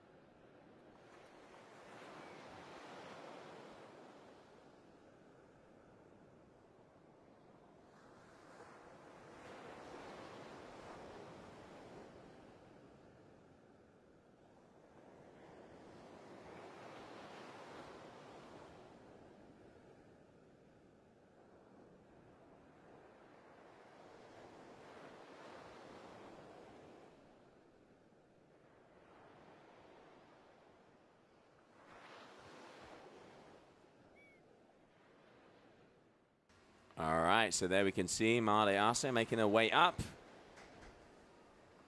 And up next, we have this lady on your screen, Elena Moreno, riding the red Cabrina wing. So we're going to be staying with her now, as she's going to be going for her 3rd jump now. So reaching the halfway point, it's 6 trick attempts, 2 of which are counting, and it's going to be the top 2 that make it through as well. So currently, Mar is on a 3.90. And landing that one, but it is going to go down as a crash now, letting go of that wing. So up next, after this replay, you can see not being able to just keep it together, losing the balance and going straight into the water. So that's going to be a crash. Up next, yes, here we go. Nia Suarez on your screen. What has she got for her 3rd trick attempt? She is in the lead with 2.7. So nice scores on the board now for Nia. Definitely the rider to beat. Goes up. Not one of her highest. That's going to be around the 5-meter mark. As you can see, I'm just trying to find out what size wing that is. I think it's a 3.5. Remember her running that in the slalom. All right, well, let's see how high that was from Nia, because I got some information in. It looks like Isabel Torrinos didn't connect on the water, but it was recorded, and she is going to be appearing on the leaderboard very shortly. I hear rumors of a 6-meter jump, so we're going to have to find out and see if she's going to be leading. But at the moment, Nia Suarez with a 5.8. What's going to be happening in this last one? Here we go. Laura Meyer is up next. Bit of a fluky start for her, but she's going to be looking to try and link it together with 2 crashes already on the board. So wanting to make an improvement on those. Quite a lot of goofy riders in this heat, but going down again. Does she keep it together? Yes, she does. The judges will score that, but it's not going to be high. Yeah. No, didn't get the height, didn't get the landing, and you can see that is not going to be a good score for her. And now Mar de Arce, as you can see there on your screen. 2.8 meters there, 2.9 seconds in the air. Laura Meyer. So now Mar de Arce. Let's see, what is she? Her last jump was a 4.2 at the moment, was one of her highest moves. So just waiting to see. Yeah, a 4.2. And here we are getting ready to go as she's making her way out towards the kickers. But it is definitely Nia Suarez and Isabel Trevino, the girls that are boosting. I mean, our girls are already hitting 6 meters high. Yeah, I'm really excited to maybe see, you know, with the tidal changes, if we're going to see the ladies go a little bit higher. As we sort of discussed between the two of us, Joe, I mean, we were hoping to see maybe around the 8-meter mark. But let's not get ahead of ourselves. Let's wait and see, as there's a nice kicker here. Big jump there. That is what we want to see. Really unfortunate they're going down. Looking forward to seeing what that was, because if landed, I think that might have taken a first place. Yeah, I mean, talk about going off of the right kicker. And now let's have a look. That's going to be coming up on our screens very shortly. Elena Moreno's going to be coming up next. 6.2 meters there from Mar de Arce. So that is one of the highest recorded jumps. Not valid because she didn't land it. But now we're talking. Yeah, I mean, that's going to give her a little bit of confidence as well, knowing that if she commits to the kickers, the option is there to get above that 6 meter. And someone that would have been watching that is this lady on your screen, Elena Moreno. Is she going to be able to compete with the likes of the 6 meter club? Let's have a little look. Good ramp coming out. No, just kind of going on that one. So not the landing she was, not the move she was looking for. Doesn't look like they're going into it committed enough for me, Joe. They're just not going in fully powered up. Yeah, she looks like she has upped her size, because let's not forgetting that last heat she was on a very small one. And now Nia Suarez. So Nia looks like she's got some rumble in front of her, looking for a kicker. I mean, you can see it does make a difference.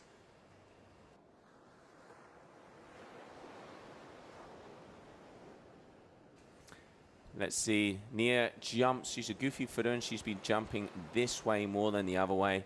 And it is plus 40 knots out there. You can see our cameras are getting hammered. Little bit shaky, but unfortunately with the conditions at hand, it is what it is. And trying to see and enjoy some of the big moves. So Nia, don't know if she's going all the way out because she's wondering what's happening, or if she's just going to take her time to use the gust. And there it is. Boom, Suarez. What kind of height was that one? Didn't look as high as before. No, 5 meters. So Nia, I don't think that's going to be an increase. But up next, we're going to see Laura Meyer. Here she is on your screen. I think if that's the blue helmet, then we're all good to go. Yes, it is. So there we have Laura, who is in the last position at the moment, just with 1 scored trick. So looking to land this one to just try and get a little bit closer to the pack. All right, up and away, up and away, up and away. And getting closed out there, unfortunately. So that's not going to be the move she was looking for. Still will score, though, I think. It's going to be a score, but it's not going to be a high one. Maybe around the 2.5 to 3. All right, so just information in the 6 meter possibility of a jump from Isabel that we were being told was a crash. So now officially, Nia Suarez is your current leader of the Red Bull Rockets. Up next, here we go. Mar de Arce is the next rider to jump. Trick attempt number 5. 2 tricks remaining because it's 6 tricks that these riders get, and only 2 of which are counting. Are we going to see a big boost here? Medium boost. Medium. I think that's going to be around maybe 4.5. Yeah, medium boost there for Mar de Arce. It didn't have the kicker she did before. I mean, she lined that last one. She lined the kicker up perfectly. I wonder if we'll see riders use the harness line at all during these, like to really get some load in the canopy and the wing. What do you reckon? Or do you think that's maybe an option they don't want to take? I think it's an option you don't want to take. I mean, going for windsurfing, you still do unhook from that harness line on a lot of the maneuvers. You do see some people jumping with it in, but I wouldn't want to be connected if I was bolting out at the top. Yeah, I suppose so. Up next, Elena Moreno. 5th trick attempt. She's been jumping at some relatively nice heights, but Nia Suarez with the all-time high at the moment with a 5.8. So let's have a look at what Elena can do now. Trick attempt number 5. As she's finding the right kicker, goes up. Not committed enough for me again, though. Pops back up nicely onto the foil. That will score, but the height wasn't there. Yeah, no, definitely not getting the height, Elena. You can see, what is she on there? She's on a 3 meter, if I'm not mistaken. So, yeah, we've seen some of the girls even going out on 4 meters. Did get the loftiness, did get the height, you know, a bit of a height, but nothing near to the 6 meters we've seen. All right, so here we have Suarez. Oh, she's got some speed. Up, does she go? Oh, big move, but that windsurfer in the middle of the competition area. And I hope that is going to be taken into account because, yeah, she has pretty much released herself on that one. Going to be kicking herself because that was a real nice height there, I think, from Nia. I reckon that's around the high 5s, maybe even a 6. Yeah, look at that, Joe. 6.7. Biggest jump we've seen. So unfortunately not landing that one because that would have been really, really good and definitely a score to beat. We talked about hitting around the 7 and the 8 mark. If Nia can continue to find the right kicker, I'm sure we're going to be seeing big 7 meter, 8 meter jumps. But now Laura on your screen, looking to try and get an increase because she's now 7.50, still in 4th place at the moment. She will be going out of the competition, catching an edge there, not really making the most of that kicker there. Must be quite tough coming right foot forward as well. Yeah, such a shame that big jump from Nia. I've asked the racing crew what that's going to be because definitely you could see she was affected there by that windsurf being in the middle.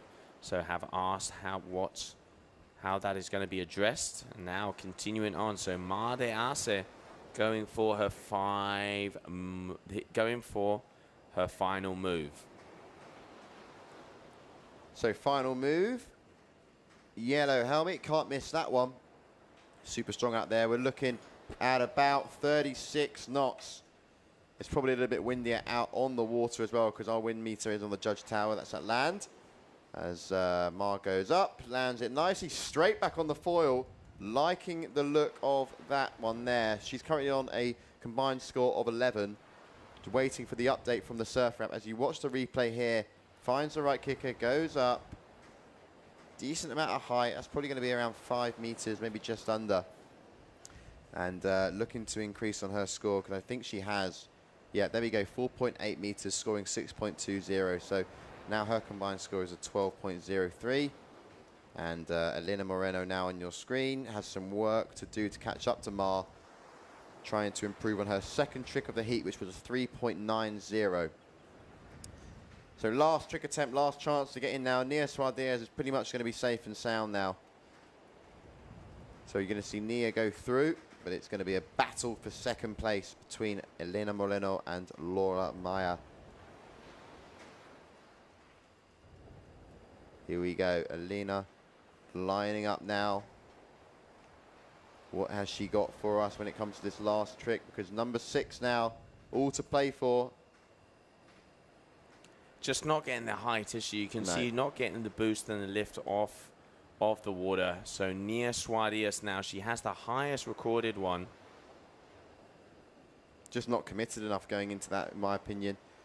Not going in with enough speed, enough drive. But, I mean, it's 36 knots out there. It must be not only super windy, but a little bit scary as well. Trying to go as big as you can with a foil under your feet and a tiny wing in your hand.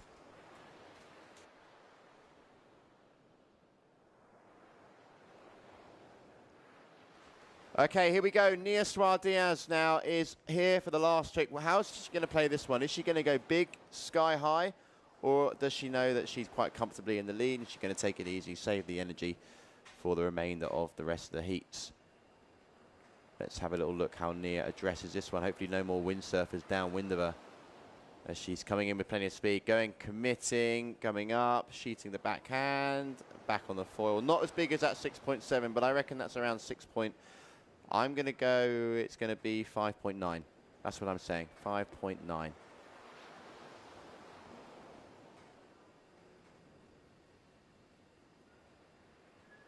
Was I right?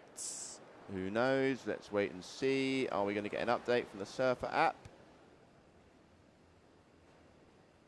I guess we'll never know if I was right or if I was wrong. Last go here then for Laura. There she is, turning around, coming back into the box. Last trick attempt. There we go, 5.4. So I was wrong. It wasn't as high as a 5.9. So here we go. Laura now is on 7.73. Needs to do a really, really big trick here, but I don't think it's going to happen. It's better. It's one of her best, but no, goes down, completely loses her peripherals there and her balance, and also loses the board. As you can see there, just leans back and slaps the water there. Big wipeout. So there we have it. That is the end now of the women's round 3, heat number 2. Let's go and throw it to some of those highlights.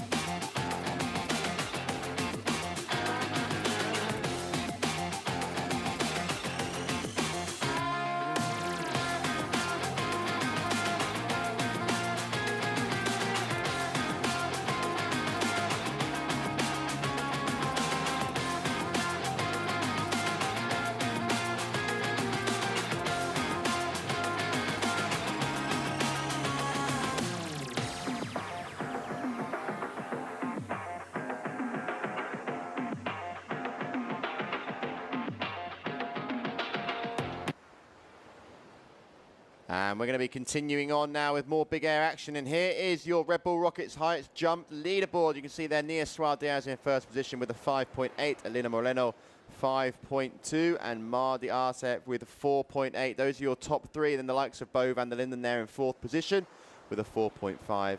And Viola there in 5th with a 4.3. So Nia Suarez is the lady to beat. She's been linking it quite nicely together. Did have that 6.7, but she crashed it. So there's more height in the tank for Nia Suarez. And I'm sure the rest of the fleet are looking at it thinking, OK, now we need to really start committing because there's plenty on the line now for the Red Bull Rockets as we go into round number 3, heat number 3 of the women big air. Agata Blach, Flora Artsnier, Loran Cerise, and Viola Lipsic.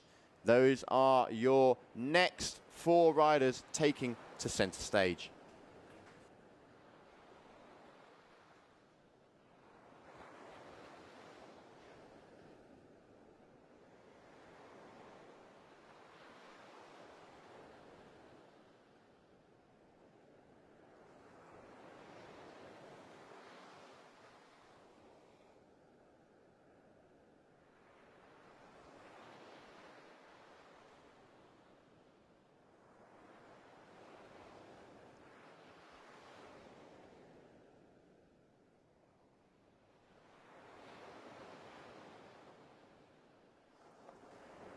So very shortly, we're going to be getting underway with round 3, heat number 3. On your screen now, we have Agata Blach. Okay, she will be the first rider to jump. As you can see some of the men in the background getting ready as they're going to be coming up to the water next. So do not go anywhere. Agata is going to be the first rider to jump, waiting for the all-important buzzer to ring, buzzer to beat. And then we'll be able to get underway because this rider is going to be up first. Sit back, relax, enjoy this show. Let us know where you are in the comments. We're over here in Gran Canaria. And very shortly, we'll be going over to Fuerteventura as well next week. But we have plenty plenty of heats to come your way before that. We have the amazing Surfer app with us now, where these riders have a phone with them and it tracks their height, it tracks their distance covered, and you can also do it as well if you have it at home on your Apple Watch. Amazing stuff, as you can see there. A little 1 foot there from Agata, but goes down in the drink. Big nasty crash there. That's not gonna score. Now we go over to Flora.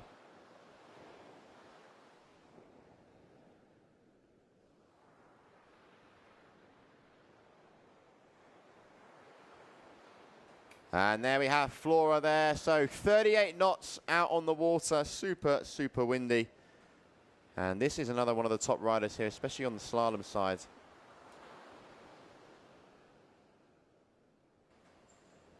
And here she is, coming in right foot forward. Going up for the jump. Nice bit of height there, coming down, keeping it together. But no, the board goes away from her feet. That's going to be a crash.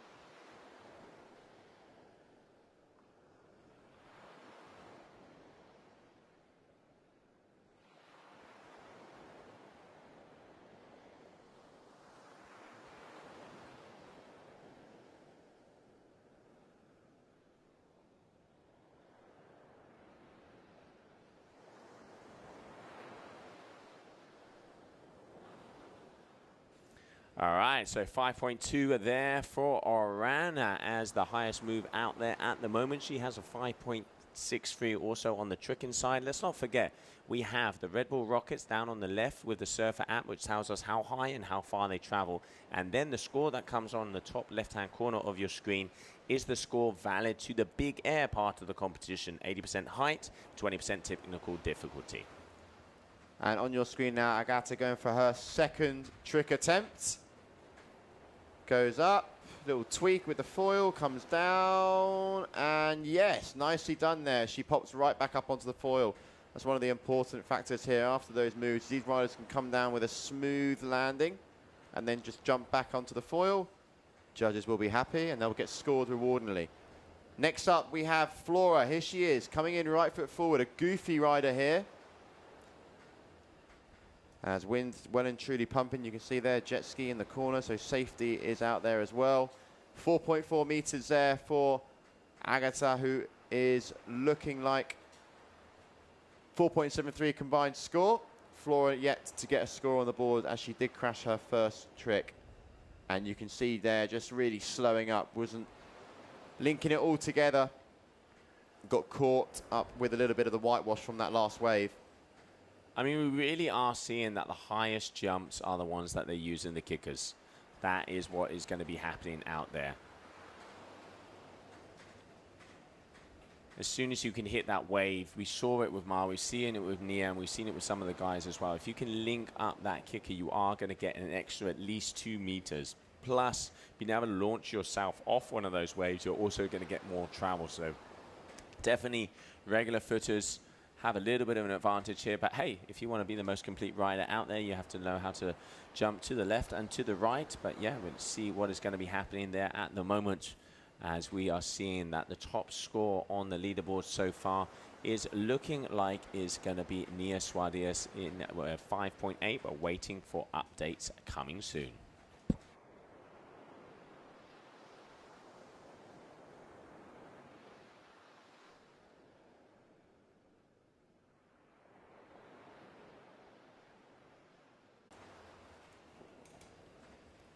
So around Cerise here on the screen, getting a little bit of speed as she goes up. And comes down there, nicely done. Straight back onto the foil. Don't think that's going to be taking first place on the height meter mark. But up next, here we have Lucia. As we've just watched the back end of that replay there from Iran, nicely comes back up onto the foil. So here we have Lucia now, just doing a little switch around. It's going to go left foot forward, trying to make use of all the waves out there, as hasn't currently got a score on the board. Yeah, let's not forget Lucia. Her sister Isabel had one of the highest jumps, and Lucia there, you can see, yep, just keeping it together. Single jump, just getting up. Small amount of height though, so that's not going to be a high scoring on the Rockets, and it's also not going to be a high scoring on the big air aspect of this competition. Let's not forget day number 4, GWA Wingfoil World Tour event down here, Pozo Izquierdo, Gran Canaria, and it is blowing its ears off out there. Yeah, it's been doing it all day for the last 4 days as well, and even the next few days are looking super, super good. Third trick attempts now, as we have Agata on our screen. Just trying to get a little bit of a hand of the equipment there. It looks like she was skating around on an ice rink a minute ago. But now she's back, looking nice and controlled. Right foot forward. What she got for us goes up. Average bit of height there. It's not the biggest, but no, goes around. That's going to be a crash.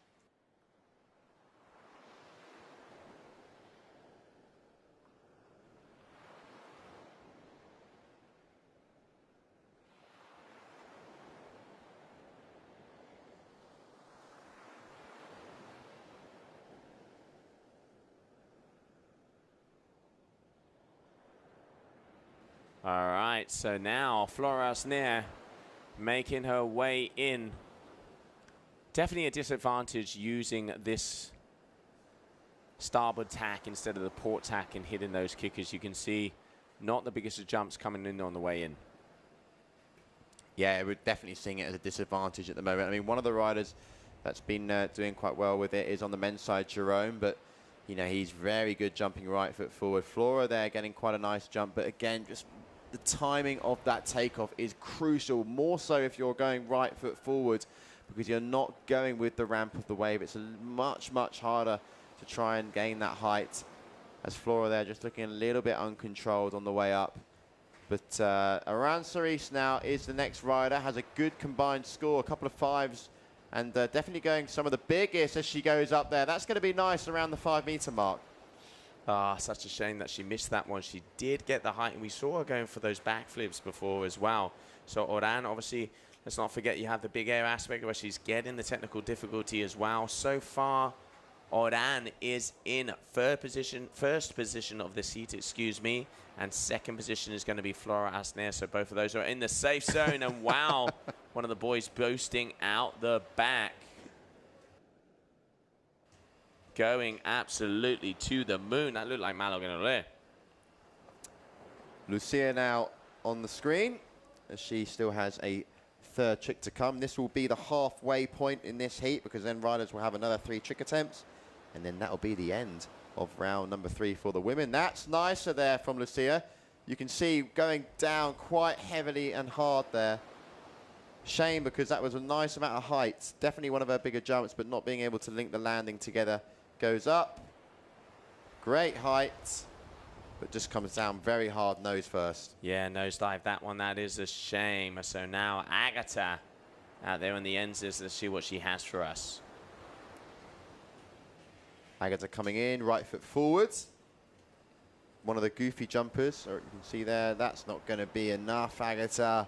Got to go bigger than that if you want to start trying to creep in towards the top 2, because at the moment the top 2 is Aran Cerise with a 10.80 and Flora with a 7.70. Agata at the moment on a 4.73, so needs to really start committing a lot more to these jumps. Flora now up next. Number 4 trick attempt for her. Wonder what size wing she's on. It's got to be around the 3, I reckon. Quite a bit of board underneath her feet as well, Flora. So looking to try and link up this next bit of swell. 30 knots out there, so a little bit of a dip. Last score from Agata scoring a 3.67 and traveling 3 meters, distance of 3 meters, traveling 19 meters as well. Flora there nearly losing control in the air but keeping it together. Not one of her highest ones, but she'll be looking to try and improve on the 3.63 which she originally scored, which is the lowest score in her repertoire at the moment. Aran Cerise, next rider to jump. Lowest score for her is a 5.17. She did crash her last move, so trick attempt number 4 now for her. Rides out of New Caledonia. Same as Tituan. Going for the backflip. Over-rotating as well, sort of going back on herself. Looked like a backflip with a 360. Not getting anywhere near enough height for that there. As we watch the replay, goes up. Gets a decent pop, goes around. Nearly very close to actually getting around another 180 degrees and landing that one. That would have been maybe a world's first. She definitely is a rider that likes to push the limits in the women's division. As now we have Lucia on the screen.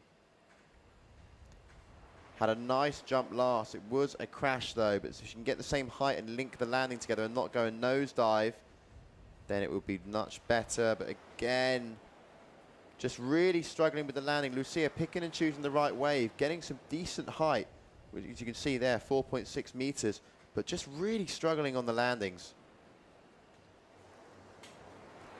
Yeah, so back to Agata now, round number 5 of moves. Agata, let's see how she's doing on that overall ranking. She has a 5.1 recorded jump, so she is currently 4th position on the overall of the Red Bull Rockets. And now, okay, getting another bit of height. She is also in this heat in 3rd position. Oran Cerise is your current leader. Next up, Flora Asner is going to be out there with the green.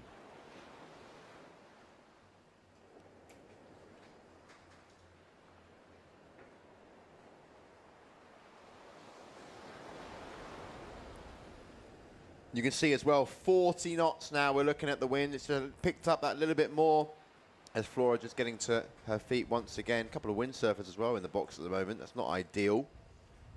Try and fish those guys out. But this is a windsurfing spot as well.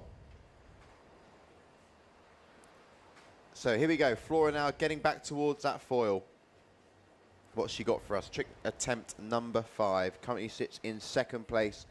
Had a nice trick last one with the 5.20. But here she is. Yeah, Flora trying to find a little bit of a spot where she's going to be performing her move.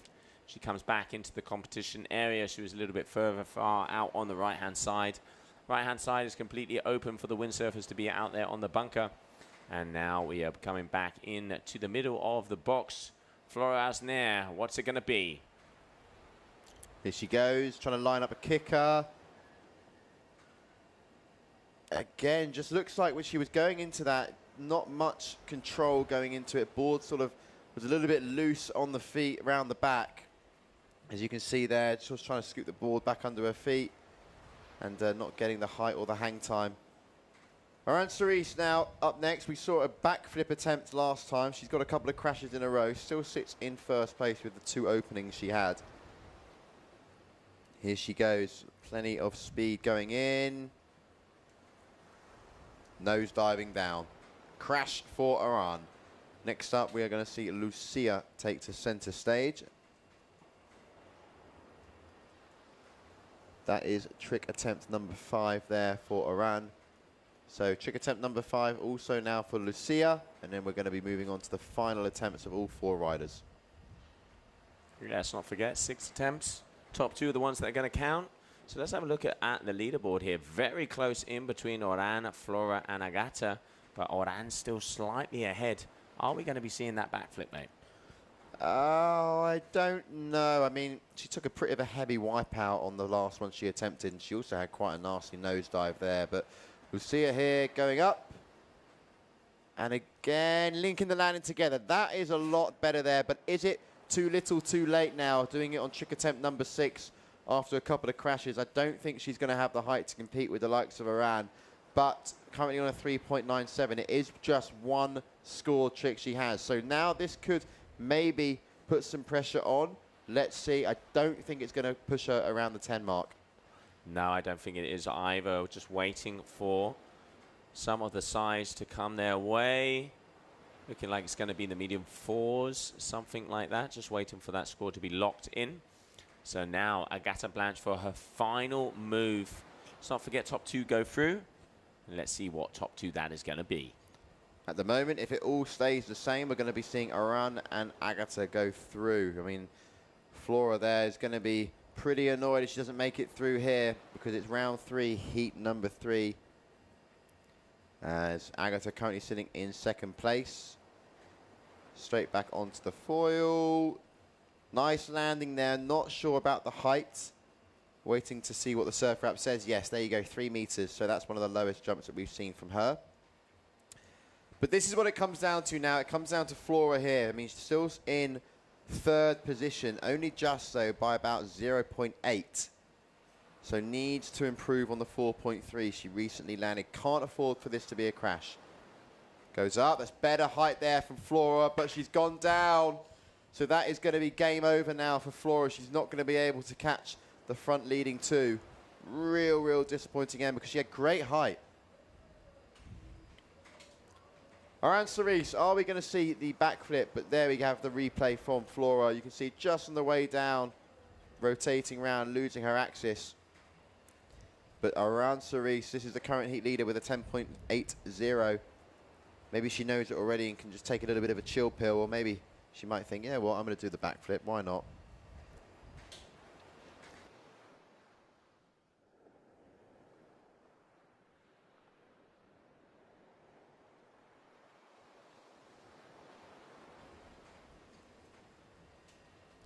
So here we have Aran lining up for the final trick attempt in this heat. She is going to be going through, but let's see if she has a little bit of fun with this one.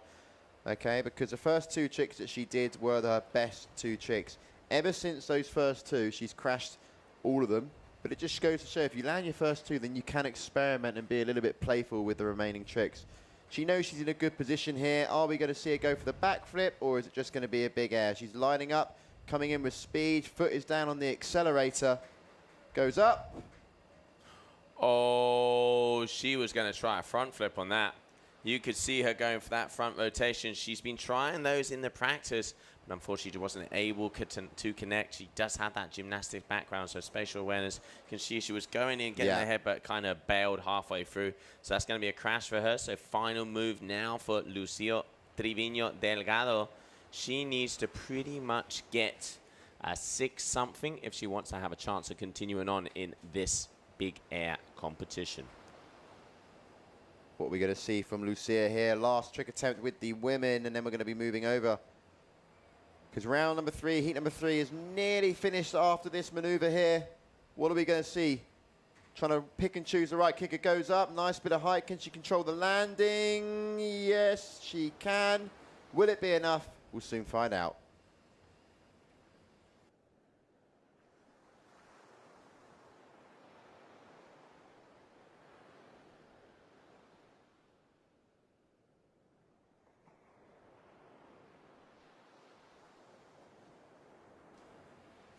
All right, so that is it for that heat. And now we're going to have a little look-see on who is going to be on top of the leaderboard so far. Waiting to see who are the highest jumps recorded here for the Red Bull Rockets. So Aran Cerise up there with a 6.5. We see a 6.0 there from Flora Asner and a 5.8. I'm still waiting for confirmation on those 2 jumps from Aran and from Flora Asner, as you can see here on the leaderboard, as soon as we have the green light on those. But that is how it is at the moment. Let's not forget it has to be validated by our head judge. And while we're waiting, let's continue to see some of the action out here in Pozo. Wow, I'm standing.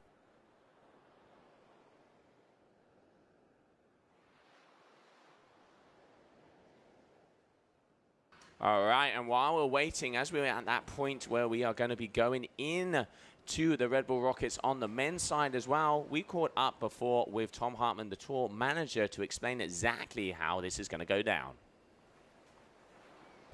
Well, I'm standing down here with tour manager Tom Hartman. Tom, tell me what's happening, because we're getting to this magic moment where we're really going to start to know how high our athletes are going. Yeah, exactly. We are coming now into the top 12 men and women in our big air competition. So the first few riders got eliminated. And that's now the cut where we're going to equip the riders with their devices. And we're going to track their jump height and air time and travel time. So you're going to see that on the live streaming and also on the page. Obviously, there will be a leaderboard that shows who is in the position for the highest jump of the Red Bull Rockets Award at the moment. And from the round 3 onwards until the final, all the jumps going to be tracked, so you can follow what's going on and really feel how high all our athletes are jumping here. Well, there it is. We are getting ready to know those exact details. Make sure to follow it up. Leaders board, we're going in between the heights. I'm going to put some money out there. I'm going to say I want to see 13 meters of the wing. I reckon they're going 8 or 9. So boys and girls, start hyping from your sofas, because we want to see our athletes going sky high. Okay, so welcome back, everybody. As you can see how windy it is, the camera is shaking like an earthquake out there. AP flag is in the sky as we are going to be cleaning the competition area, so we are on standby for the next 5 minutes. Bear with us, grab a cold one, grab a Red Bull, get some wings, because this is the Red Bull Rockets and the GWA Wingfoil World Tour event, Pozo Izquierdo, Big Air.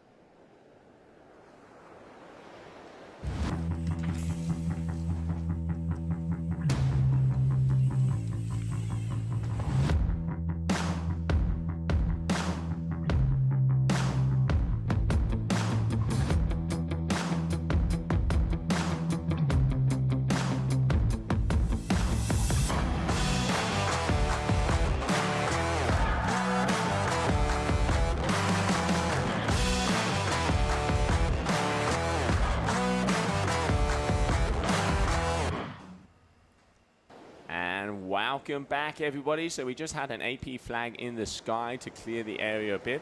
As we are sharing the spot with the windsurfers, the complete side of the bunker is free for them to be able to go out and windsurfing, but it was coming a little bit too close. So now we're going to go back in to action out on the water as we're going to be starting off with the men. Yeah, very excited to get back underway with round number 3 for the men. We've been seeing them, I've just seen them actually now in the little bit of a break we had, and some of them were going sky high. So excited to see the data from the surfer app. Yeah, well, now we can see. Let's go and have a look on the water. Go to the action. Red flag, yellow flag in the sky. Less than a minute. Let's have a look what is happening out there. Alan Fedit, Noé Cuyala, Julian Ratotti, and Luca Viamet. Those are the 4 athletes that are going to be going out now. And let's not forget, we have a very big heat going to be coming up soon, because in the same heat, we have the 4, I'm going to say, biggest jumpers that we've had out there yet, as we do see Mano Guinole, Benjamin May, and also Christopher McDonald all in the same heat. I tell you what, that is going to be an absolute banger. Yeah, it's going to be crazy. And I've also just noticed, look, we've got a little French battle on our hands here with everyone on the water. 39 knots. We're ready for it.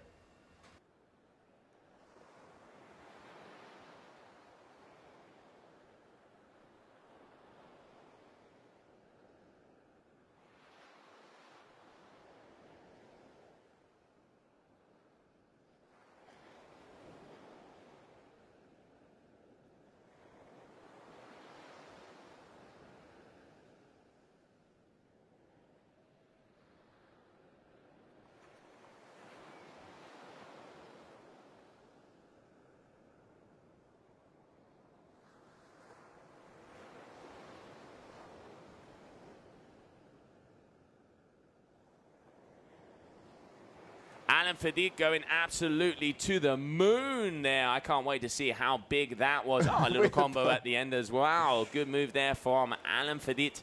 Next up, Noé Cuyala.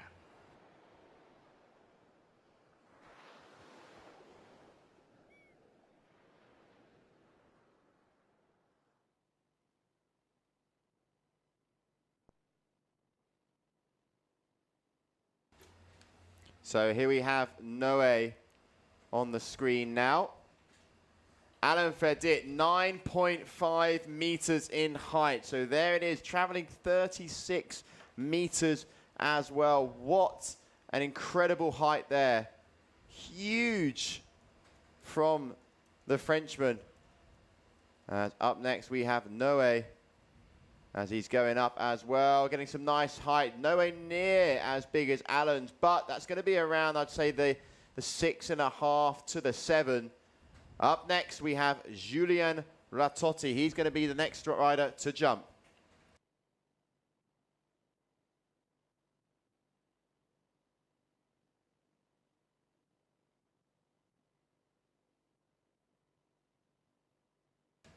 So up next, here we have Julian Ratotti just heading out onto the water, as we are well and truly cooking with gas now. Round number 3, heat number 1. This is the first time the men have had the surfer app and the phones on them, so we're really able to see how high they can jump. We saw Chris McDonald go pretty big in round number 1, but now we could be able to tell you exactly how high they're going there. As we can see, Noé, 7.1.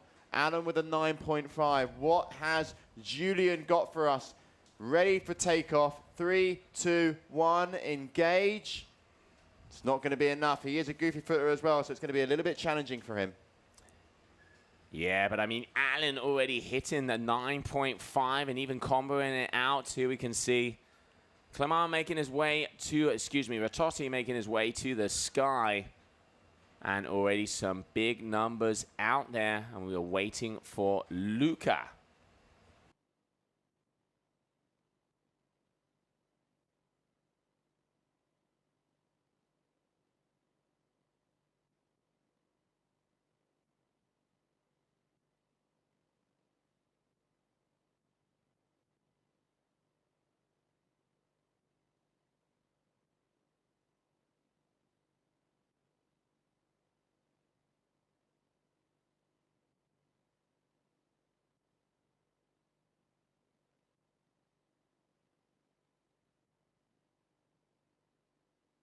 All right, so Alan Fedit, he already has a 9.5. Going up and away, big backflip, nice and cleanly landed here on the inside section of the competition area, 4.2 meters.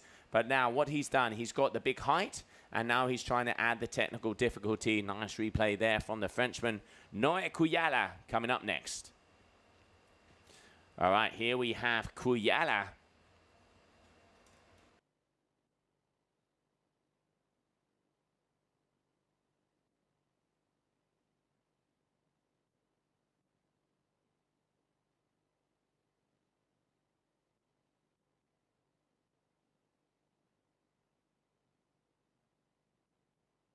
He is comfortably in the lead at the moment on a 14.74 and is going as big as ever before. There we have Luca on an 8.2. So these riders now really starting to link it all together. Alan Fedit, what has he got for us? 35 knots out on the water as well. So it is nothing shy of a little bit breezy. As Alan going up to the sky, definitely not as high as his 9.5, but coming back straight onto the foil, signed, sealed, delivered. Well done there, Alan. 7.5 meters, as you can see. Next up, Noé Kuyala.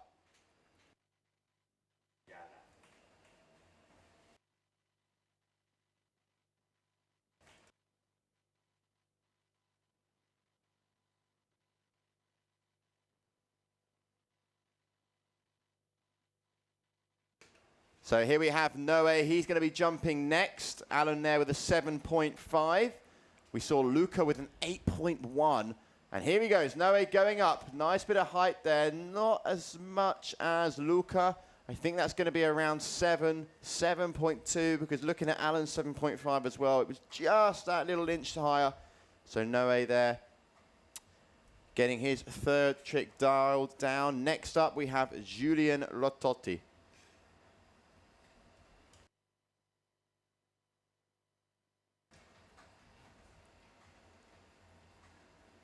Yes. There we can see Julien Rototti just getting ready to go for his third jump. Getting ready to go for his third jump. Looks like he's trying to communicate there.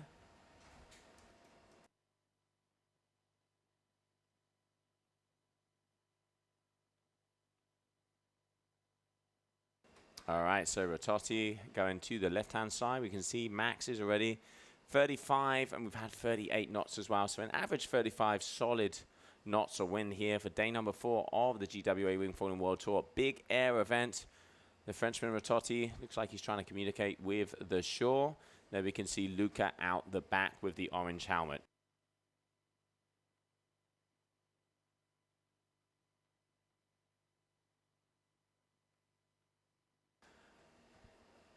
All right, Luca looks like he's having a heated conversation with the shore. Yeah, no, I mean, Julien here on the screen, riding with the Gong Gear, stealthy-looking wing. Let's see if he can take that thing to the moon.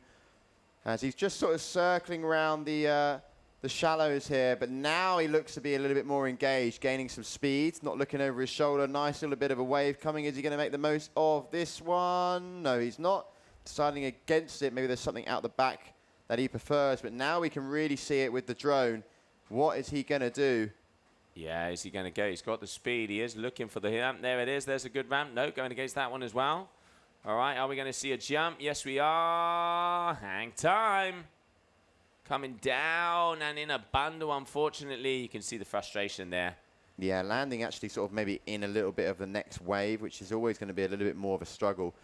Luca now on the screen. Julien getting the 7.5. So we're not really seeing anything shy of 7s now with the men taking center stage. Luca here had an 8.1 on his last jump, if I remember rightly, seeing that on the Surfer app.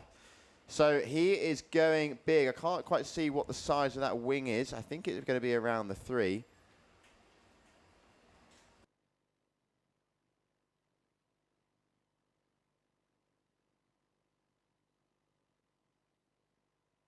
Oh, Luca going up and getting an elevator to the sky there. Luca looking like he's changed his board as well. In the round number 1, he was actually running a kite foil board, but now he's gone onto the wing foil board. So maybe not liking his original idea of using sort of a lot thinner and maybe a lot of a lighter board. Maybe he was thinking, you know, that's going to give me more height. But now he's switched to the wingfoil board, and it looks to be playing in his favor because he's had some big jumps. There we go, 7.9 and an 8.1. He's in second position with a 12.70. Actually, correct me, 12.87 for Noe. Alan there going for a big backflip, who's on 14.94.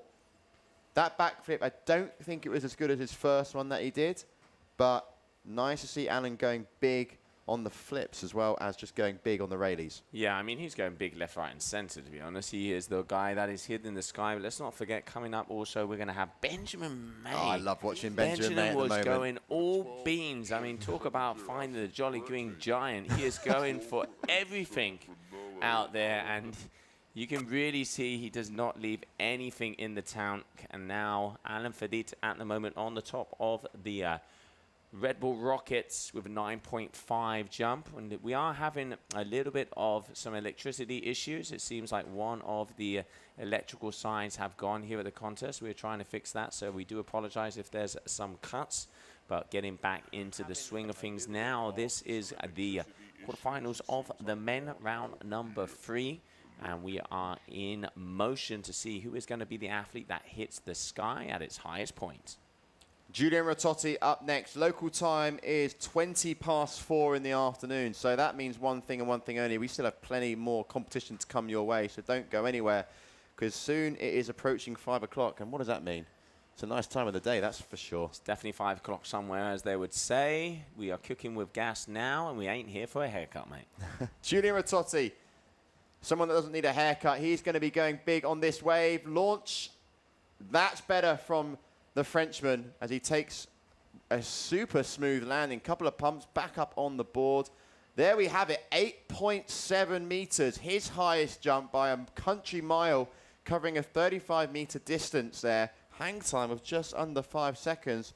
What does he need to improve? A 5.07, and I would bet my bottom dollar that he's going to get a better score than that. Yeah, that was a very good move there from Ratotti. So looking to get that one in. I'm seeing some decent numbers come up on the scorecards, waiting for it to be validated. So as it stands at the moment, we have Kuyala in first and we have Luca in second. But now racking and switching it up. Ratotti in first, and second position is going to be Noe Kuyala. So your top two, these are the men that will be making it through to the next round, going all the way through to round number 5.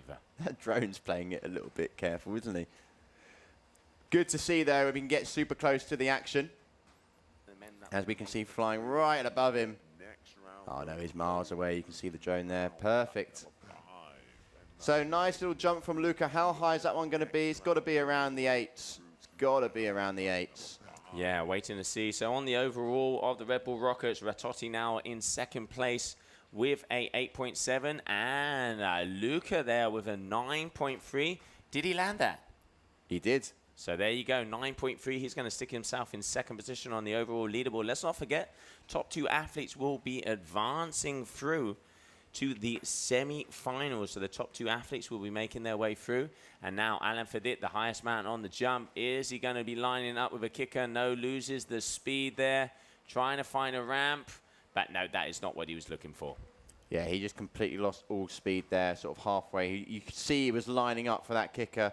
But unfortunately, just not being able to stay nice and clean on the foil. Let's see if we can see that replay. Yeah, not happy with that one at all. He'll want to pretty much forget about that and move on, because that was his 5th trick attempt. So Alan will have one more, and then all these other riders now are on their 5th trick attempts. So Noe is up next. He is currently sitting in last position at the moment.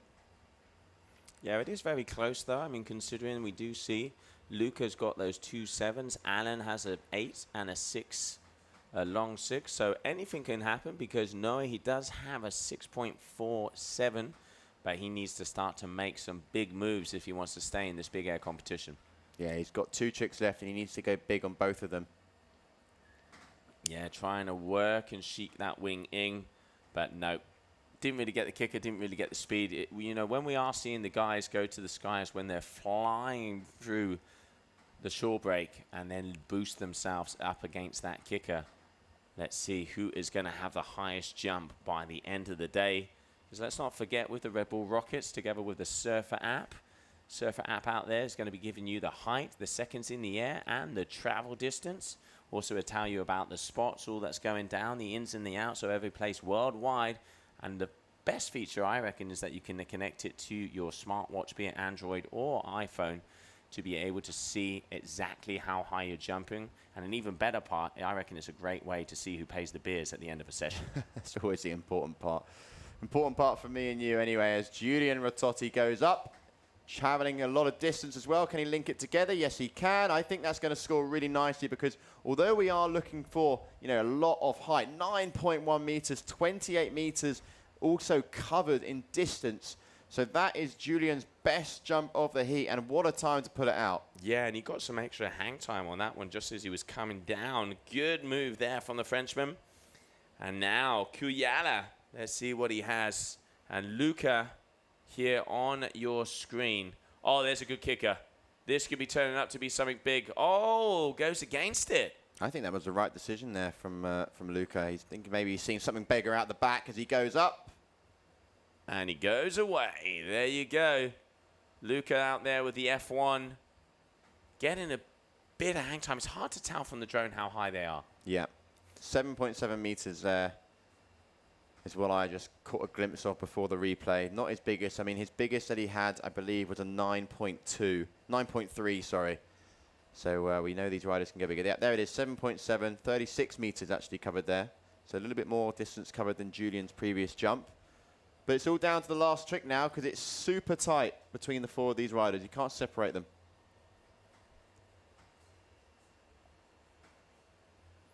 Well, there's a little bit of an advantage. I mean, first place at the moment is clear here with Luca, but now last one.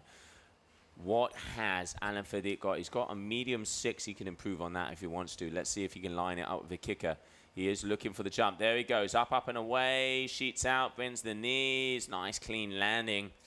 Don't think that's going to be bigger than a 6.87, though. No, I don't think so either. But I mean, he's still in second place, but Julian Rototti is right on his heels with 14.40. Alan is on a 14.94. So he just needs to sort of hope now that Noe is not going to catch him. Yes, absolutely. And let's not forget Rototti as well. He has left the doors open. So Kuyala.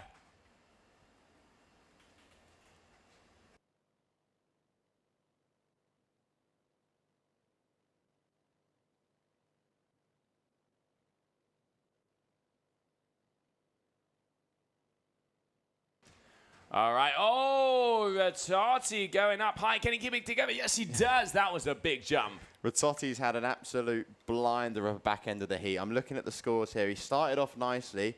Yeah, he started off really nicely, actually, first two tricks. Then he had a crash, and then the last two tricks he's nailed together have been his highest scores. Timing it beautifully there with that ramp. I think Fedit here could be in trouble. I reckon that's kind of one of the biggest ones. So it looks like we've got a big score coming our way. So Kuyana has a 7.3 meter high jump. Rototti we just saw. Now we're waiting for Luca, who has the orange helmet. That's that guy out there. It is his turn.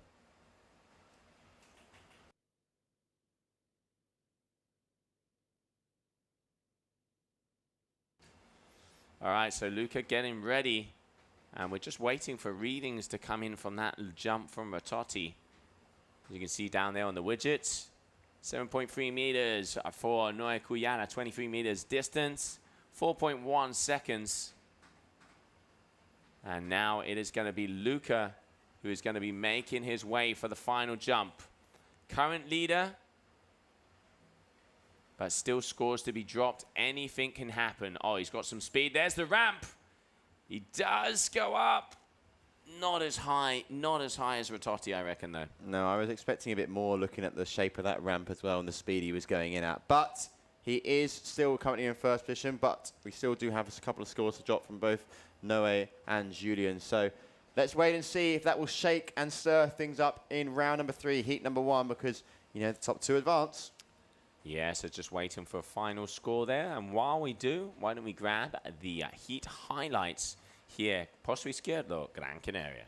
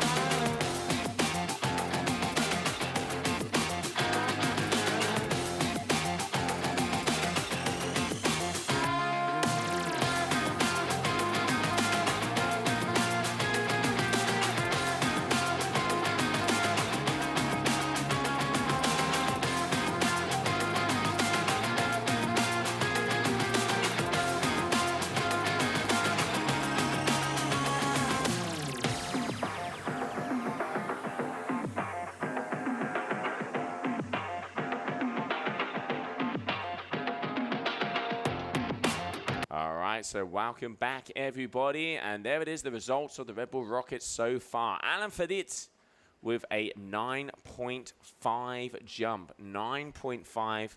Then we can see there Ratotti, also a 9.2. We can see Luca with a 9.3 and Kuyala with a 7.3. Though that is the leaderboard for the Red Bull Rockets on the men's side. Waiting confirmation from all of those scores. I will let you know. But yes, official 9.5, number one, Alan Fedit. Now, the big heat we were all talking about. Christopher McDonald, Benjamin May, Malo Guenolé, and Clément Hamon. We are about to see some sky-high liftoffs. We're going to be seeing 10 meters above. We have to.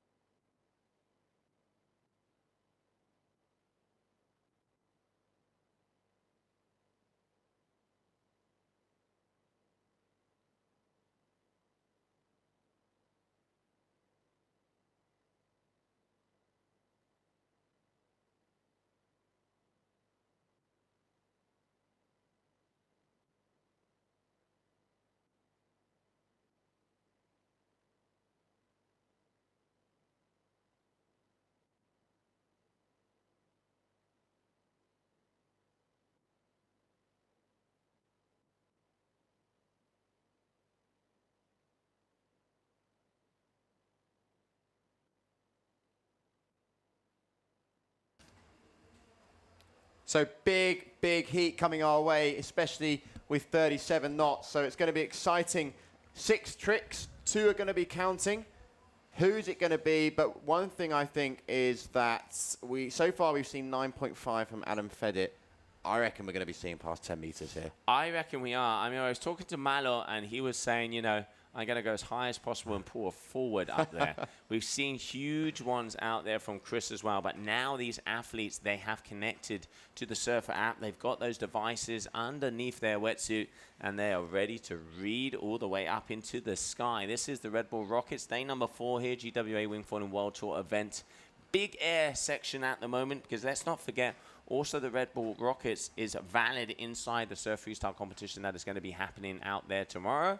So now, okay, Chris, starting to get some speed. He's waiting to see to get a kicker. Up and over, Chris going and flying high, coming down a little bit hard, but able to control that one. Nicely done there for Chris, opening up nicely with an 8.1 meter jump, as you can see there, just nearly touching that skyline. One thing I was also thinking about here, out of the 4 riders, we have Clément Hamon. He's the only rider who rides goofy in this one. So he's really got his, you know, he's in struggle street. But, you know, let's have a little look how Benjamin May does, because this guy is going to the moon. Oh, this guy was traveling like no tomorrow. Talk about light speed. So the duotone athlete coming out of Germany. Oh, here we go. I reckon he's going to send an absolute massive forward. Yeah, I'm going to call this guy German Steel. That's what his new name is going to be. He's got the power. He has the fly. Not got the kicker by the looks of it, unfortunately. But up and away, that's not going to stop him, but not as big as Chris is there. You can see not breaking that horizon line. So that's going to be an opener there for Benjamin May. Next up, we are going to be seeing out there on the water is going to be Malo Guenolé with the green helmet, the Gong Rider. Yeah, that's not the Benjamin May I know from previous heats. But, you know, still got 5 trick attempts remaining. Here we go. Malo is the current world champion when it comes to surf freestyle. Enjoys spending time up in the air. Let's see how he can do with his first trick. You would have seen Chris's 8.1 meter. And just looking over his shoulder, waiting for his flag to be raised as we are now in round number 3, heat number 2. And Benjamin May there scoring 6.6 meters. I reckon he'll be hitting double digits potentially. Any one of these riders can hit double digits. All right, guys, come on. We want to see you rocket to the sky, have a Red Bull grain those wings, and get yourself going. A cold one for whoever gets past that 13-meter mark. It is time to hit the nitros. And here we have Malo, the Frenchman. Oh, he's got a good wave in front of him. Watch out. Here he goes. Up and, oh, not timing that one right. So that is not the jump he was looking for. So that is going to be a no-show for that first move. But let's not forget, one thing is the Red Bull Rockets, where we're looking for the height. Another thing is the big air competition, where it's 80% height, 20% technical difficulty.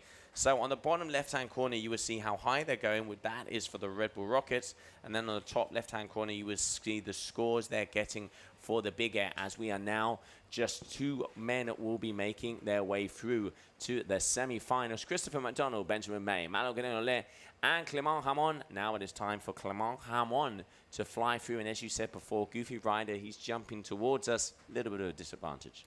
It is, but he proved in his last heat that he can still try and match, you know, the big dogs with height. I didn't have the surfer app previously, but he was definitely going around that sort of 7-8 meter mark. Can he do the same? I was looking at that last drone shot. It didn't look like the waves were really necessarily rampy. They didn't have a lot of steepness there. But, you know, pick and choose the right ones, and you sure can go high, as demonstrated by the likes of Alan Fede and Luca. But here we go. First trick attempt now for Clement Hamon, recently crowned the under-16 Surf-Freestyle World Champion the other week in La Palma. But here he is in Gran Canaria, coming in with speed, going nice and high. You can see they're trying to keep momentum through the wing. Pretty big there, I would say, for a Goofy Foot rider. Got to be around the 7. Yeah, good effort. I mean, straight on the money here with you, mate. Wow. Where have you got the secret surfer app stash? I mean, getting it on the money. 7 meters there for Clement Hamon, but a simple jump, so that's not going to be getting the score. So as it stands on the big air, we have a 7.20 for Chris McDonald, your current leader.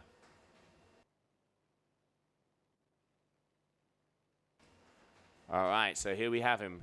Chris McDonald trying to eye up a kicker. He's seen it. He's got the speed. He's got the power. Up and away. Now we're talking. Does he land it? Yes, he does. Big lofty jump there for the American. Lines up a beautiful kicker there, and just a real nice shot. As soon as they pass that sea level and go into the horizon, that's when you know they're going big. I reckon that might potentially match the 9.5 we saw from Alan Fede. Yes, it does. It's a 9.7. So he is now the highest jumper of the day, closely followed by maybe this guy, Benjamin May. Let's see what he has in store for his second trick attempt. Oh, it looks like he's lined up a good kicker. All got caught up a bit there. Wow, going up, but not as high as Chris. Not as high as Chris.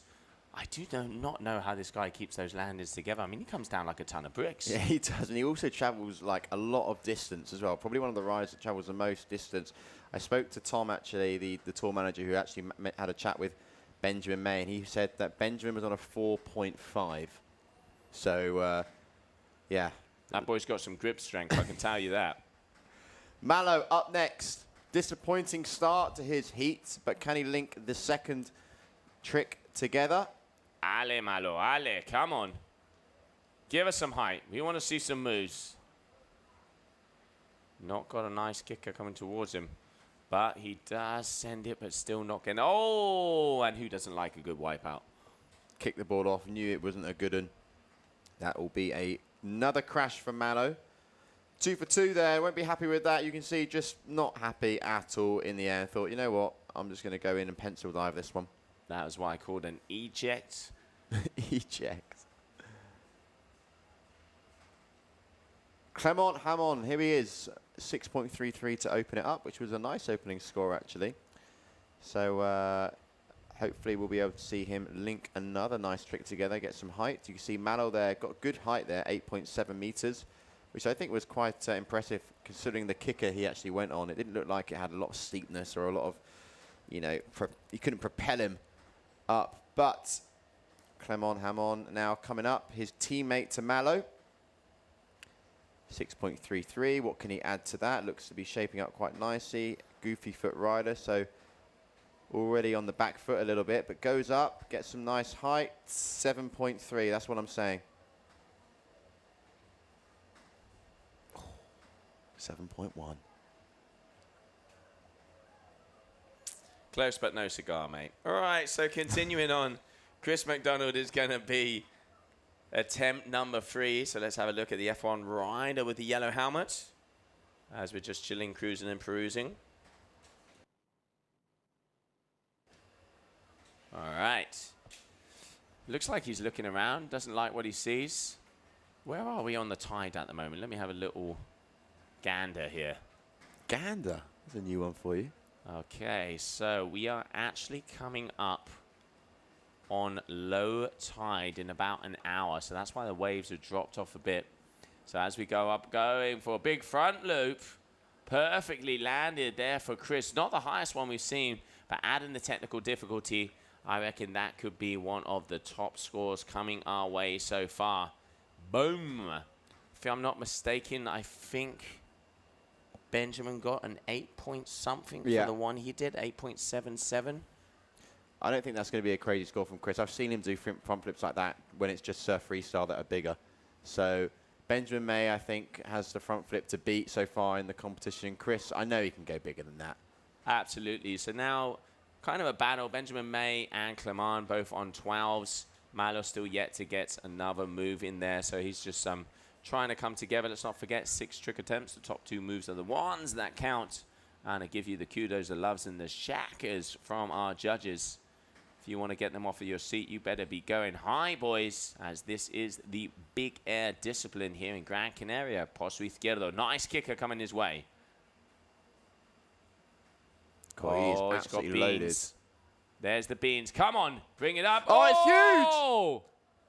huge! No way! That is what we're talking about. Insane there from Benjamin May.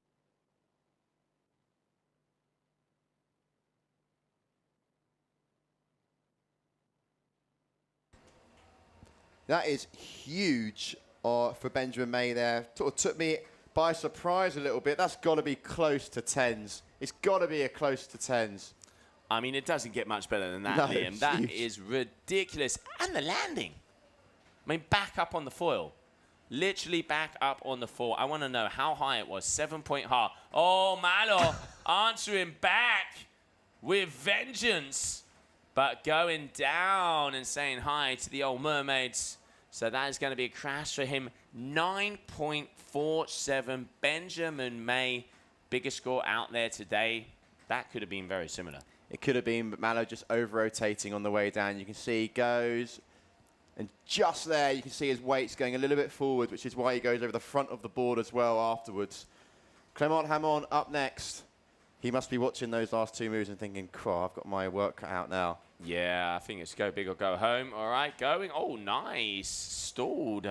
Front side free there from Clement. I like how he keeps the wing, just turns the body, then the last minute wraps it around. But nope, that is going to be a crash for him. So that is trick attempt number 3 of each of them. Still free to go, mate.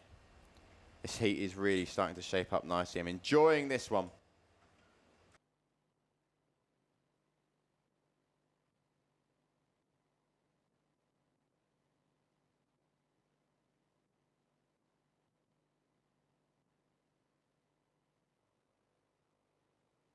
All right, Chris. Oh, there's a nice kicker up and away. Okay, he's answered. Oh, how did he keep that together? It completely looked like he over-rotated that, but pulled it together. Yeah, it looked like a bit of spaghetti there on that wing, just sort of, you know, legs all over the place, but kept it together. Just, you look at the ones that Malo have done and Benjamin, though. That, for me, I see Chris do that sort of height and that sort of front flip in surf freestyle, but Benjamin May and Malo, what they just linked up together, that's the first time I've seen anyone go that big. Oh, they were not messing around. I mean, Benjamin is leading out there at the moment. He's got a 16.04, and Chris has a 15.80. Okay, here we have. Oh, look at that kicker. Look at those kicker. Watch out. German still coming in.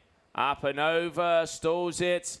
He has those things on tap. He does, doesn't he? He's got them dialed down. Not as big as the last one.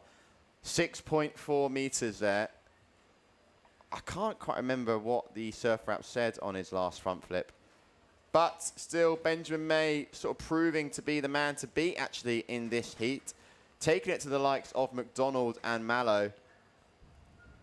Scores still to drop, but it's him that's in the lead with a 16.03. Malo has a 3.97 with his opener. Crashed that last delayed front loop. Is he going to go for it again?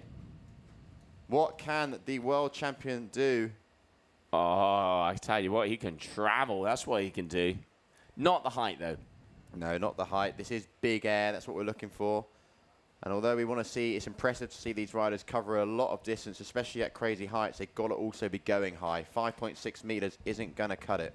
Yeah, Malo has his work cut out for him here. We got a 3.97 and a 7.33 coming his way, just waiting for confirmation on that. So now he has a good backup score, but if he wants, it is better than Chris McDonald's backup score, but Chris has an 8.60. So Malo has some work to do in those last two moves. Now here we have Clement Ramon, who is looking for something big. He needs to get around the 7s to have a chance even of getting into that safety zone. Let's not forget, top 2 athletes are the ones that go through. The other athlete, unfortunately, has a one-way ticket home, even though we are continuing on with the surf freestyle discipline tomorrow. And just having a little bit of fun out there. Clement Ramon. Here's the replay from Clement, just not getting the height there compared to the guys that are regular foot going out into the chop. So we start the sequence again on trick attempt number 5. Mr. McDonald now is going to be the next rider to go. 3.4 meters for Clement. Can pretty much throw that one out the window because that's not going to cut it against the likes of this guy on your screen. Tacks around and starts to engage with a little bit of speed. Some nice rolling swell coming his way. Decides against it. 35 knots. Nice and strong out there. So waiting for the right ramp. He's giving our drone a 360 dizziness there, the poor guy. But now we have him here from the shore. All right, Chris McDonald.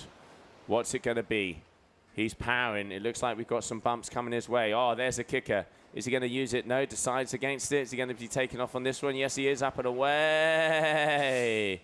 That is a lofty jump. He just lands these things so clean. It looked, I mean, great jump, great.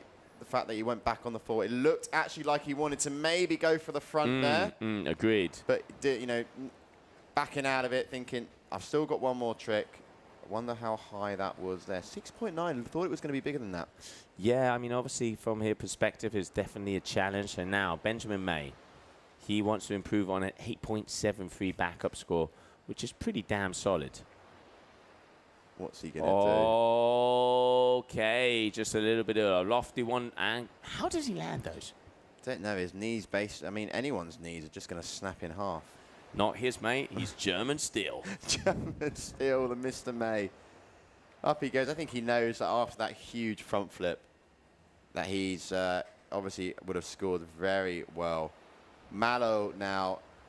The good thing that Malo has, although he is in last place at the moment, his backup score is a 3.97, and for someone like him, that can easily be unattainable.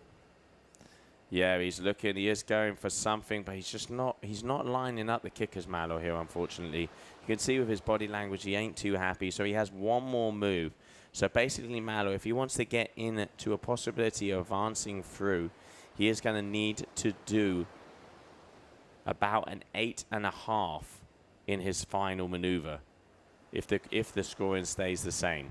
That's me doing quick math. So about an 8.5 is what he's looking for. So Clement Ramon has his work cut out for him because he is going to have to do something huge. Going for a very stylish, I like the style on that move. Yeah, it's nice. I like the way he goes into it slow and then whips around. Having a bit of fun out there, isn't he? He is. Just hopping around out there. Replay will show us that, the second part of it. But we're now approaching trick attempt number 6, and it's still all to play for. Benjamin May looking quite comfortable, but Chris McDonald, what can he do? Oh, he's got another lofty one, so I reckon Chris is trying to go for the highest jumper. I will tell you, he is one of the highest jumpers of the day as we're just waiting for those results of the Red Bull Rockets to come in on that leaderboard. As he is starting to take off and launch. All right, so final move here. Benjamin May, what's it going to be? I hope it's going to be another huge front flip. Either that or a knee breaker. Has he got some waves? It does look like we've got a bit of ocean motion out there. Is it going to line up for him? not looking quite as steep as we've seen some of the ramps he's taken off of, but maybe this one, yeah, he does get the height. Whoa, talk about committing, but come down a little heavy on that one, so that is going to be a crash for him for his final moves. So now, Malo Guidole, what does he need? He needs something above an 8.5-ish. So I'm going to say 8.6 is what Malo Guidole needs to be able to get past Christopher McDonald, who has a 15.80. This is it now for Malo. This is it. Clement Hamon will be followed after. He has a lot of work to do, but Malo here has got to take it now to Chris. They're very familiar with competing against each other all the time, pretty much at most events. Nice kicker here. Can Malo go? He does. It's big. And he lands it. Oh, totally on the foil. Buzzer beater. Maybe a buzzer beater.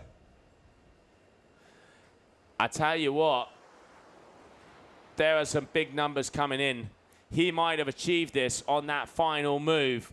I mean, look at the height of that. The distance covered. Not messing around at all. So we're just waiting to see, as that obviously that jump isn't the last one there from him. Waiting to see the points for Malo to come up. Is it going to make the difference? Is he going to overtake Chris? We will soon find out. Here we have Clement, boom, wrapping around. Oh, but going around a little bit too hard there on that one. So Malo is at 16.83. So ladies and gentlemen, the buzzer beater coming out of France. Malo Guidole in second position. And then in first position, Benjamin May with an 18.20. Let's have a look at the highlights from that heat.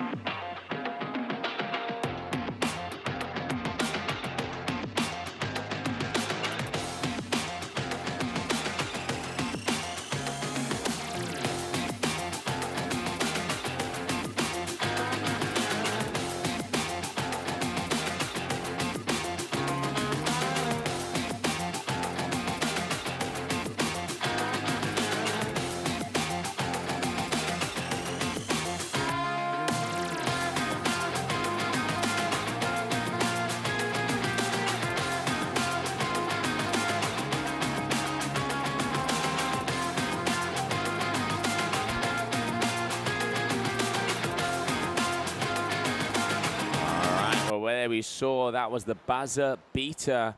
So at the moment, there we can see the leaderboard out there. We have Alan Fedit and Luca Virmek. Alan with a 9.5 so far, but we're waiting for an update on the scores from Christopher McDonald, because if I'm not mistaken, he got a 9.7, but that's the leaderboard as it is. Fedit, Luca, and Ratotti, your top jumpers here today.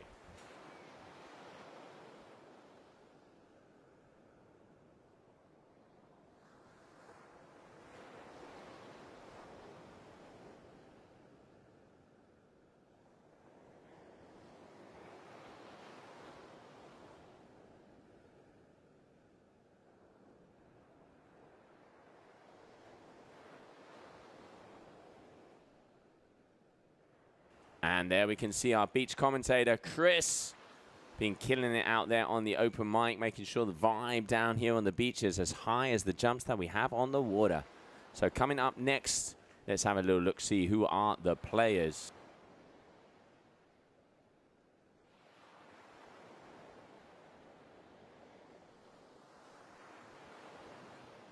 So Jerome Clotens, Baus Muller, Tituan Galea, and Clement Ramon was in the heat before, so waiting for an update on that. It looks like there's a technical error, but definitely we have Jerome Clotens, Baus Muller, and Tituan Galea.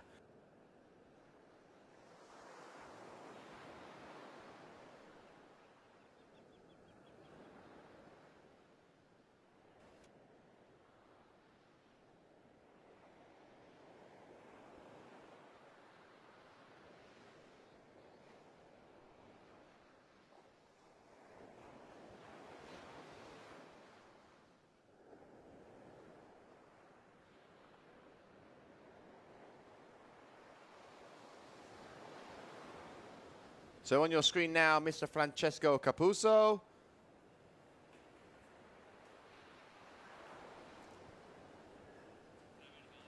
As next up, we're going to be seeing Baus Muller jump.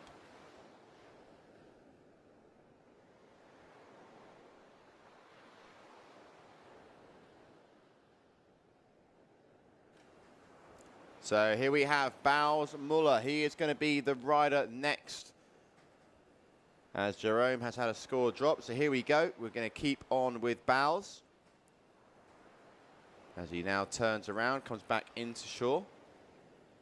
And you just have to excuse Clement there on your scoreboard.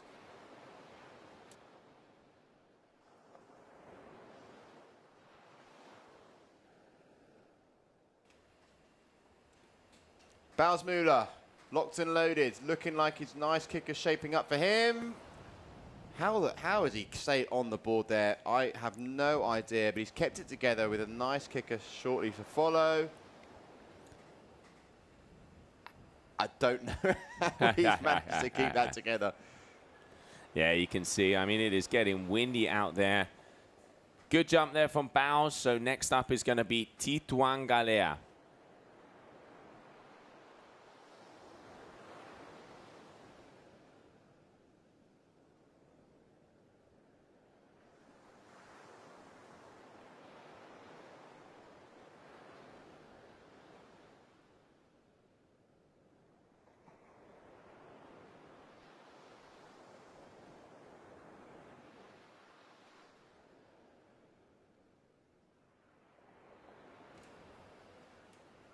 Tituan there going big. Don't know if that was a crash there. I can't quite see because that windsurf sail, but I think that's going to count.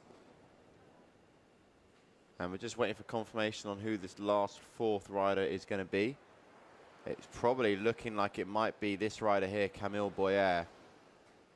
But I'm not quite sure just yet. He looks to be floating around in the competition area for some reason.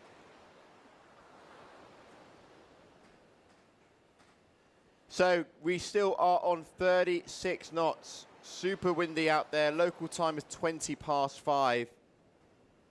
And you can see there, Tituan, 10.1 meters. That is a new high for the Red Bull Rockets' highest jump. And it's important to know that the highest jump Red Bull Rockets will continue through Surf Freestyle, but claiming the first place now, Mr. Tituan Galea. What an opening jump from him.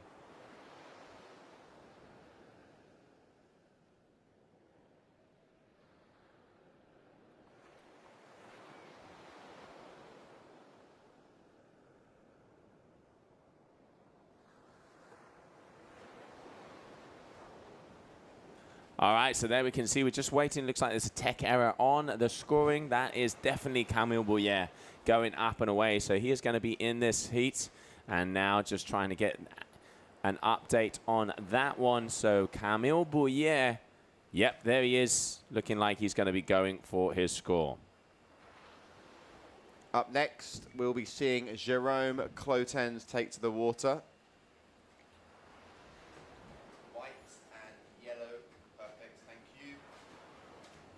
So here he is, Jerome, on your screen.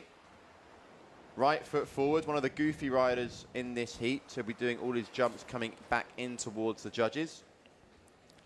Scoring a 2.83 on that first air maneuver. Tituan 6.87, Bowers with the highest score so far, 6.90, but we're still waiting for Camille's to drop as Jerome goes up and comes down.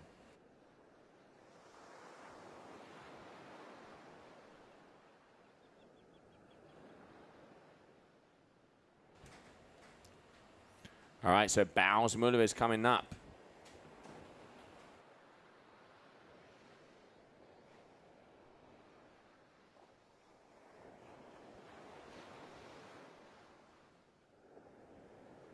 All right, so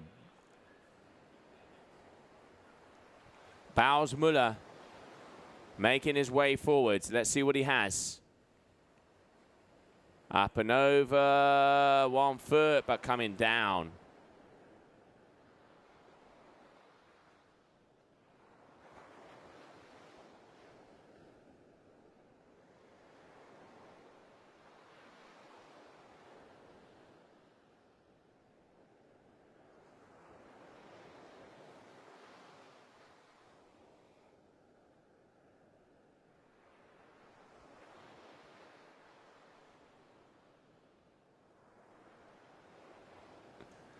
All right, Camille Bouyer, so still waiting for a confirmation on his score, and that man who has been flying through the competition area has the highest Red Bull rocket jump at a 10.1. So Tituan is leading, but coming down a bit hard on that one. Tituan's got a very elegant look to his takeoffs. He never looks to be charging in, but as soon as he hits the ramp, he sort of just has a much more floaty feel. And taking the win so far on the Red Bull Rockets leaderboard with that 10.1, just nipping forward in front of in front of Christopher McDonald. Camille Boyer is going to be up next. The Frenchman, 2 Frenchies in this heat.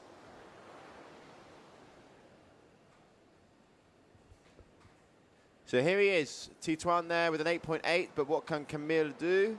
Nice ramp shaping up. Decides against it.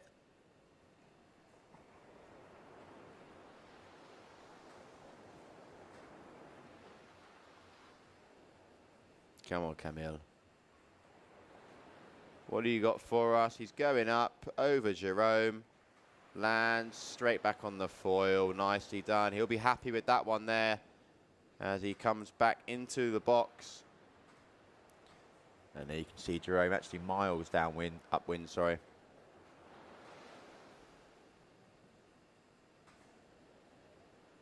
So if you've just joined us, we're here day number 4 for the GWA Wingfoiling World Cup in the famous Gran Canaria at Pozo. Round 3, heat number 3 of the men's big air division. First time we're ever doing big air on the GWA calendar, and we've got 37 knots that we're getting thrown our way. And our riders are currently on their 3rd trick attempt. They have 6 tricks, but only 2 are going to be the ones that count. They've got roughly 30 seconds to perform each trick. And so far, the highest score we've seen is from Mallow in the last heat, where he pulled off a huge front flip on the last move of the heat to secure his position in the next round. Top 2 riders are going to go through. Currently, our riders are on wing sizes of around 3.5 to 4. So 3.5 meter wings is roughly the aim of the game. As you can see there, Bowers Muller on a 3.5.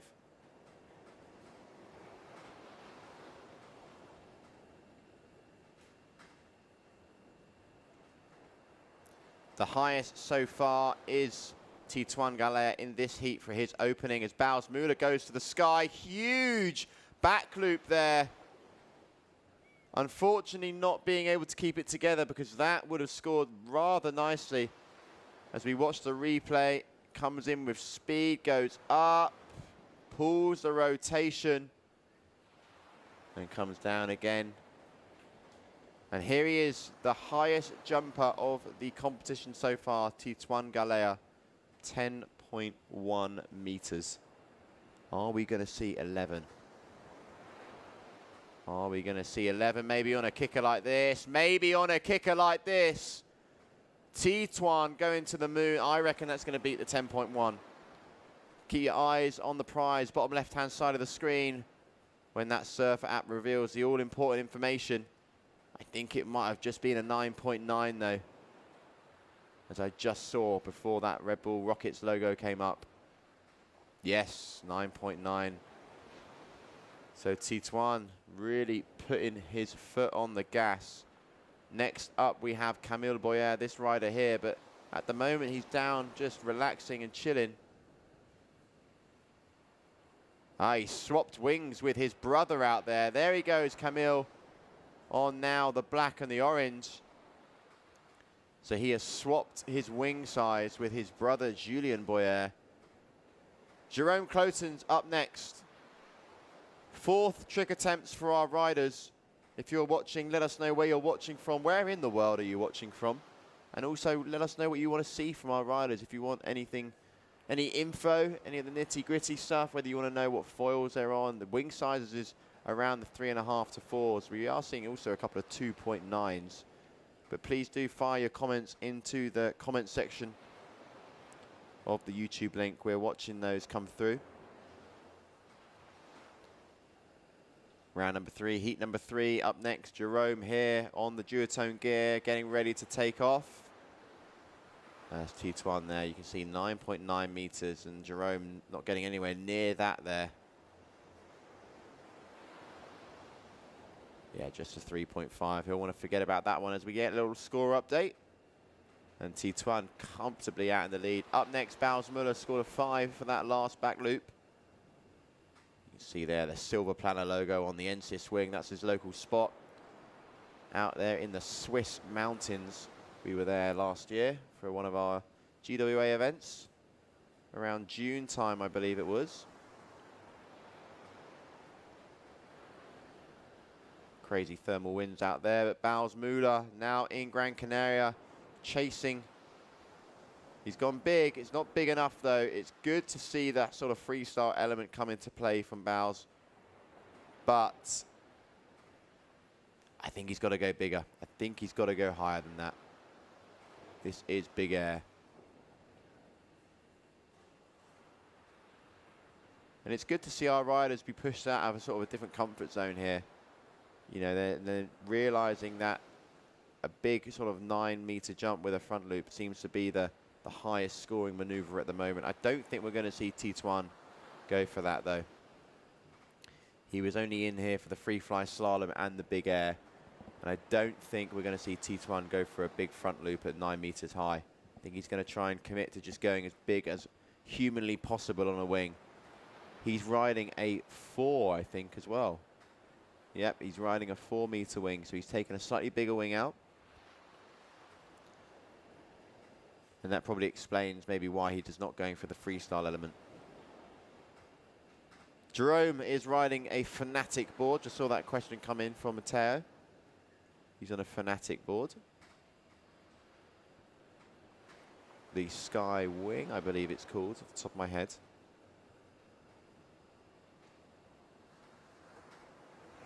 Tituan, what you got for us? Doesn't look like there's many kickers out there at the moment. Tide's getting on the low side, hence the drop in the swell. He goes up. It's going to be around the 7.8 mark, I'm going to say. 7.7. Definitely got high, but nowhere near his 9. Or should I say 10.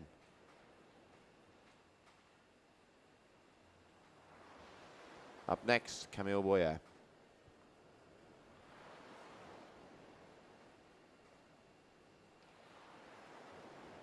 Unforced error there from Camille, but he has some time left on the clock. He'll be able to get back to his feet and get his next turn underway, but might be feeling a little bit rushed now after that. There you go, 7.9. Right on the money.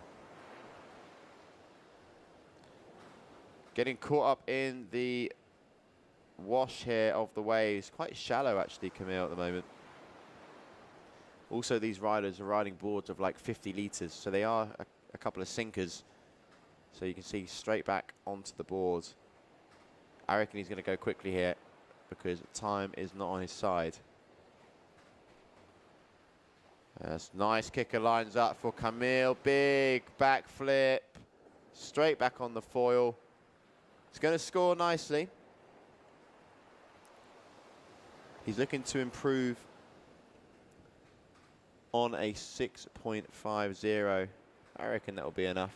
I reckon that's going to be around the 7s. As you can see the replay here, nice takeoff on the ramp. Super clean landing, straight back on the foil. Throws the ball back into Jerome's court, but only 4.9 meters there. So who is winning? Well, Tituan is on 16.07. In second place, Camille Boyer with that last move, which was a 6. Oh, no, sorry, we're just waiting for the confirmation to come through. It was a 6.93, so he is on a total of 13.70. Bowles Muller on a 13.63, so 0.07 separating second and third. And then Jerome is in fourth position at the moment, the goofy foot rider. Struggling to get any more height than sort of that 6 or 7 meter range at the moment. Bowles Muller is the rider coming up next. He's definitely putting a little bit of freestyle within his heats. Not just trying to go big, but I reckon we're going to see him line something nice up now as he goes up. So if you look at Bowles and Tituan, you know, Tituan definitely getting better takeoffs, more floaty feel in the air. As you can see, the one thing I like about Bowles though is he really sort of tweaks out the foil, tweaks out the board, extends the body. Not a lot of riders do that. So when you do that, you sort of, you know, you're off your balance as well. It can be a little bit harder for the landing, but he links it all together nicely, Bowles. And up next, we've got Tituan for trick attempt number 5, as all the riders now coming into the back end stages of this heat. And Tituan with the biggest jump so far, that 10.1, also hit a 9.9, so is definitely the guy to beat. Goes up as well there. That's going to be around the low 9s, I believe. Be a 9.3, oh no, 8.5, even lower than what I thought. So Tituan still in first place. As the replay there just shows Tituan coming down. Very nice, clean landing. Camille Boyer with the old wing change. I think that's a 3.5. He was originally riding the 4. Completely different style wing as well from RRD, that Alula. Now he's gone down to a smaller wing. It's clearly picked up. You can see there 38, 39 knots.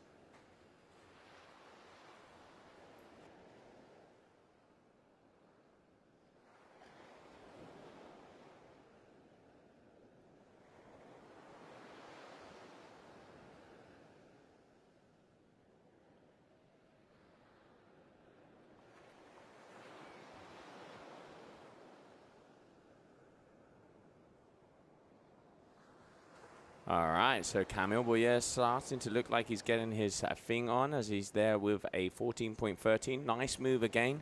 But Bowles Muller, 16.07, your current leader. But Tituan Galea in that heat before.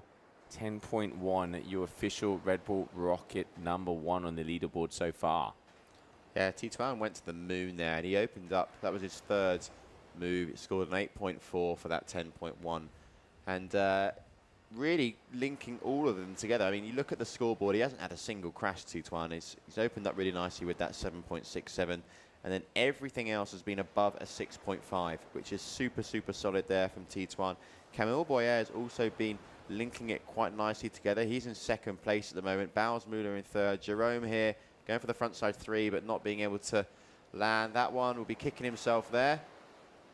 Yeah, that's not going to be it. So that is going to be it for Jerome here in this big eye contest, as that was his final move. And now let's see what Bowles Muller has. You can see really having to force that around and just getting whipped by the wind there. He said in the interview, though, with you, Joe, didn't he, about being a goofy and maybe coming in and seeing it being a challenge against the likes of, you know, Tituan, your Mallows, your Chris's, also your Benjamin Mays. They're all going left foot forward, and you can see that it makes a difference. Absolutely. I mean, you can hit those kickers straight on. All right, Bowles looks like he's eyeing up something here. Starting to gain some speed. He's seen the bump. Is he going to go for it? Yes, he is. Up and away. Bowles, big backflip. Manages to keep it together. A bit of a hard landing. but still getting a bit of height. He is your current number 2 in this heat, looking to improve on a backup score of a 6.73. And up and away, up and over, there we go. Good ride in there from him. Looking like he's going to have a nice score come his way. And now let's have a little look-see. Tituan Galea. So Muller is trying to improve on the 14.33 from Camille. And Tituan. Airtime, if I've ever seen it. Not a single crash from Tituan this heat. That's very impressive. I don't think we've had a rider that has had a heat which has been perfect. I mean, when I say perfect, you know, he's had big scores in every single one of them. But the one thing I haven't seen from Tituan is any sort of freestyle maneuver. He's basically just been hitting the ramps and going big. Yeah, he has been chilling that out. So now, Muller, 0.1 of a point behind, meaning that it is now official. Tituan Galea and Camille Boyer are going to be continuing on. And let's not forget, whoever wins the big air discipline here today in Gran Canaria, if we do finish the complete ladder, is going to be the new big air world champion. Another world champion to crown in an iconic venue like Gran Canaria. Camille Boyer now going for the final trick of this heat. Heat number 3, round number 3 of the men. Oh, he's got a good kicker. Is he going to use it? Yes, he is. Trying to pump that wing as much as possible to go up. Holds it out on the way down. So there it is. Making their way through to the next round. Tituan Galea and Camille Boyer. Let's have a look at the highlights of that last heat.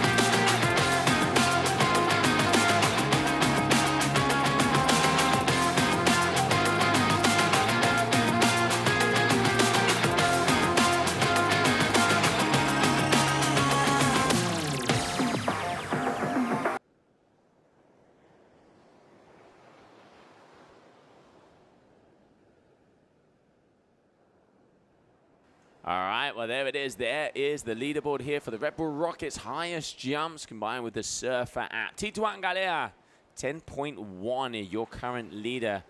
I know Liam has just gone down to the beach. We're going to be catching up with him shortly, but he is the highest jumper out there today on the men's side. So looking to see if that is going to be beating. We are hoping to see it even higher. And these guys have been throwing down. So now out on the water, we continue on with the big air competition here. GWA Wingfoil World Tour event, Pozo Izquierdo, Gran Canaria. Next up, we have Boa van der Linden is going to be going up against Mar de Arce as the ladies are going to be coming back out onto the water.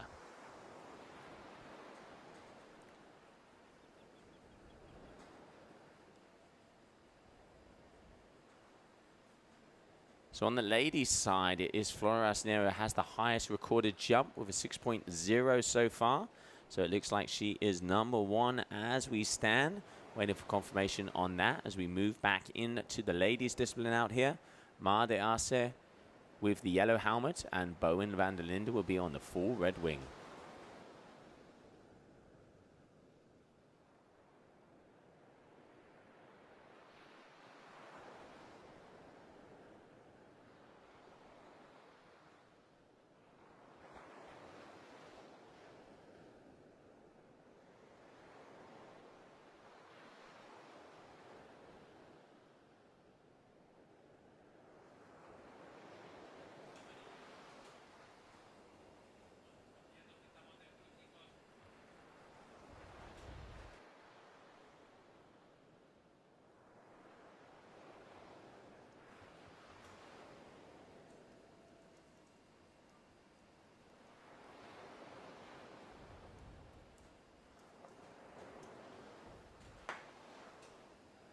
All right, so we can see Bowen van der Linden there getting ready to go as we're just waiting for her to start off. Looks like she's going to start to gain some speed. Up and away for her first move.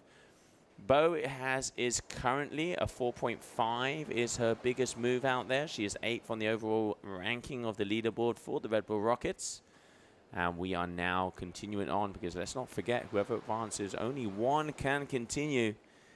And they will be making their way into the grand finale. So whoever gets this will be making their way into the grand finale as we have entered the semi-finals of the big air event here in Gran Canaria.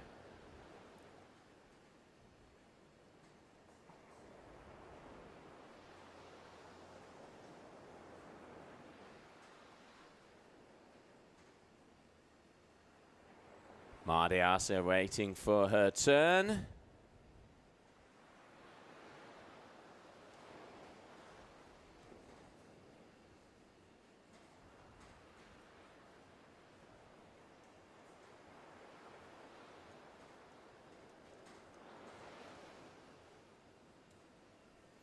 All right, so just getting information in. It looks like Flora Asner had the highest recorded jump, but it is not valid as it was not landed. So waiting just for confirmation from our head judge, Rafa, for the Red Bull Rockets to see who is going to be the highest of the ladies so far. Made Arce coming down, getting a little bit of airtime there. Let's have a look and see how high that last one was.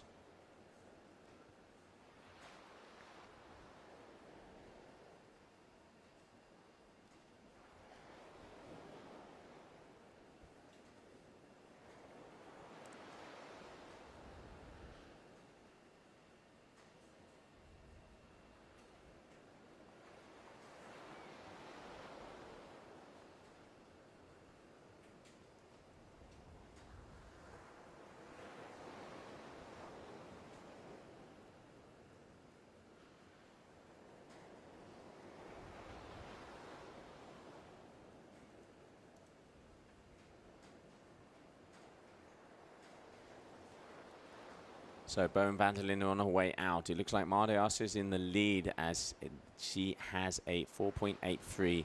Bo getting a 5.37. So yet there is confirmation. The leader of the Red Bull Rockets here for the highest jump on the ladies so far. The leaderboard is Nia Suardias with a 5.8 meter jump.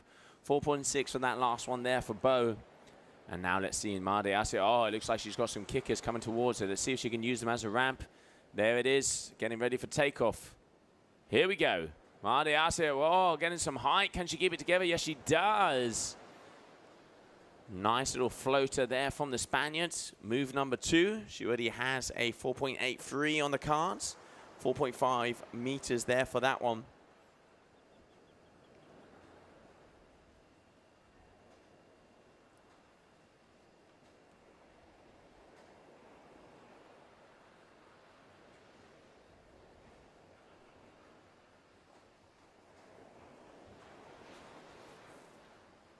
All right, Bowen van der Linden here on the north. Coming left-hand side. As she makes her way along, going up and around. Let's see what she can do. Getting some airtime. Can she keep it together? Yes, she does.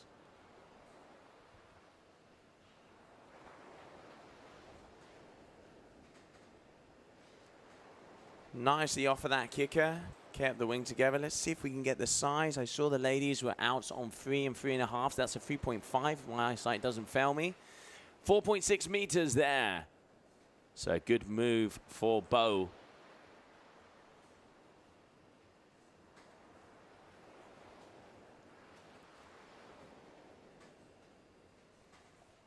And Made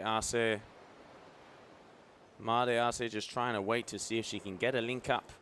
See if she can get a kicker. We have 34 to 37 knots of wind so far. Here we can see our drone going up and away, all the way around. Does she land it? Yes, she does. Stomp in that one.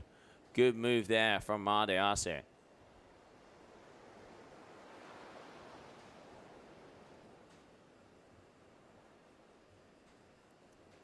Waiting to see the height. So Ma has a 5.3 and a 5.3, so very consistent. She's going to be quite high up on the score. I think she is in first position, so let's have a little look-see. No, so Bo just ahead of her, as we have a 10.70 there for Bo, as those scores have been updated. So Bo and van der Linden, 10.70. Ma de Arce with a 10.60. So good work here from both of the female athletes.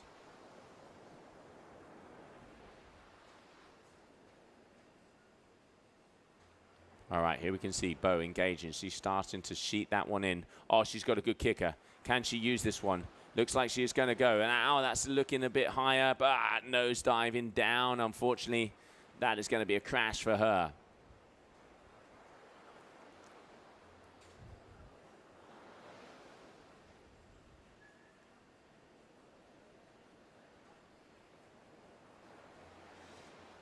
So now it's going to be the fourth trick attempt for Ma de Arce. Let's see what she has for us.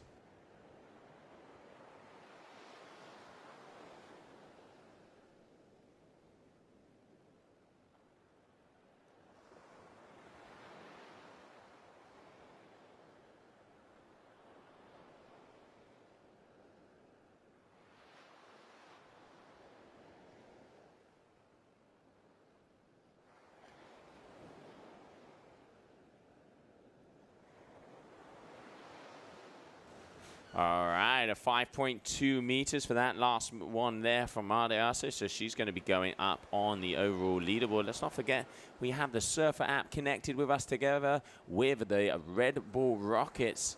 What that means is they have a telephone device inside their wetsuit on the chest area. Together with the Surfer app, we were able to tell how high they go and how high they travel and how much time they're in the air. You can see the widget down there on the left-hand corner.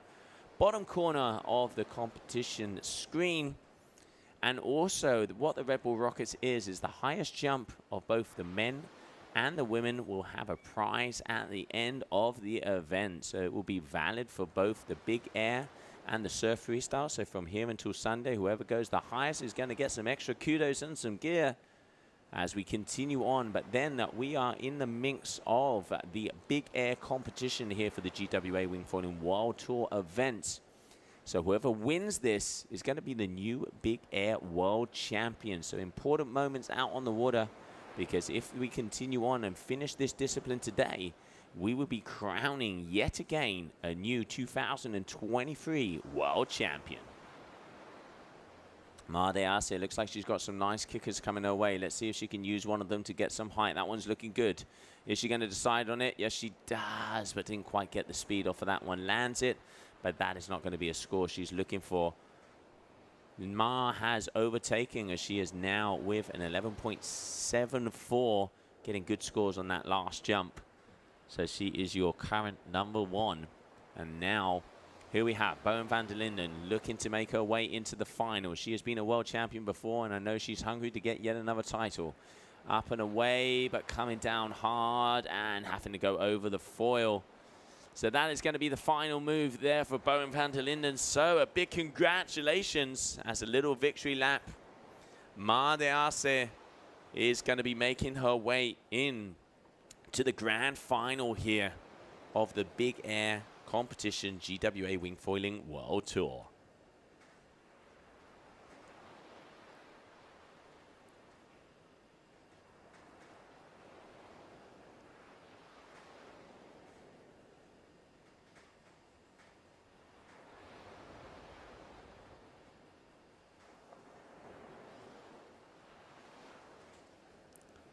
All right, so final little victory lap here for the young Spaniard. She's going to be happy, because if she gets in, as she has got into that final, she is going to be top 3 in the world of this discipline. So congratulations there to Ma de Arce.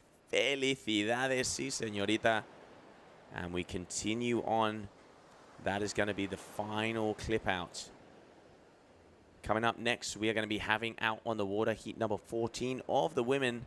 While we're waiting, let's have a little look at the highlights of that first semi-final.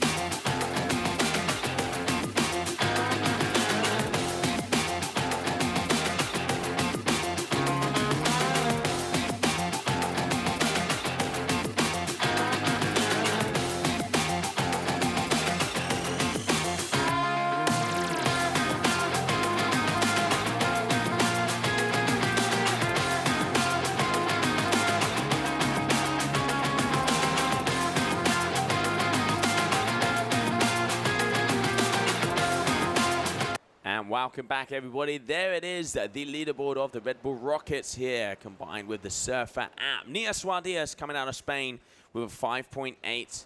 And then we have Bowen van der Linden with a 5.6 and Oran Sedis with a 5.3. Those are your top three at the moment.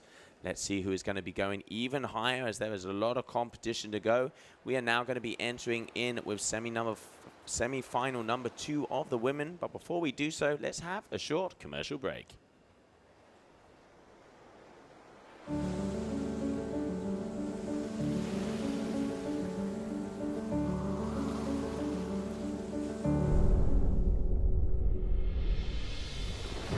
Ocho islas para disfrutarlas sin prisas.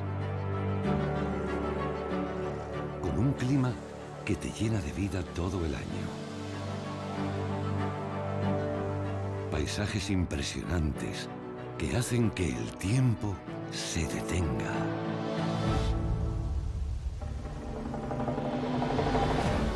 Una gastronomía deliciosa y vinos que no existen en ningún otro lugar del mundo. Para brindar por la vida. Pasear a tu ritmo entre pueblos llenos de encanto. Descubrir un patrimonio cultural único. Tradiciones locales que despiertan la curiosidad.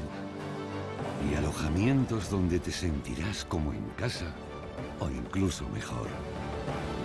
Y todo con la tranquilidad de estar en la...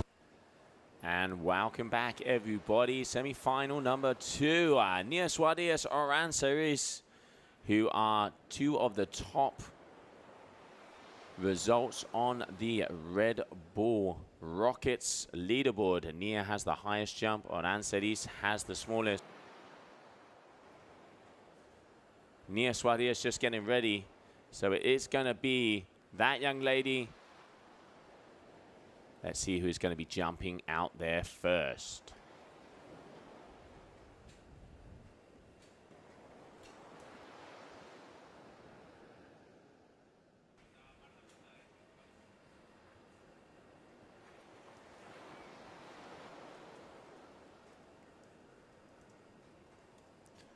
All right, Nia going there for her first jump out on the water.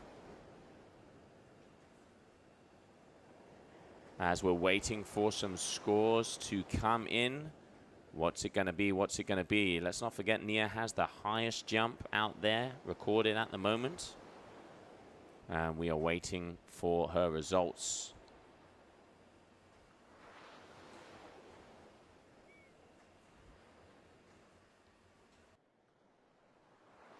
Okay, Oran Sedis going up and getting some height there for her.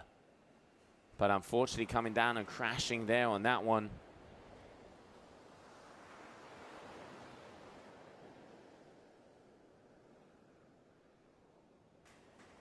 All right, Nia starting to look around for her second maneuver.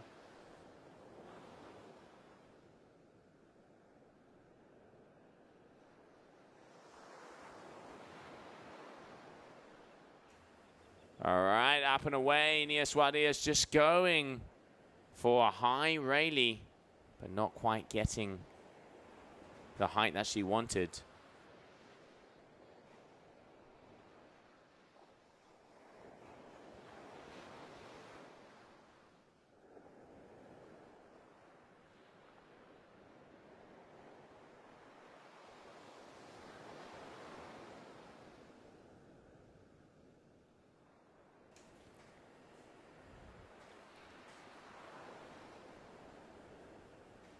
Oran, backflip. Oh, just missing out. I know she's going to land that in this contest. She is going to be landing that in this contest, but just missing there.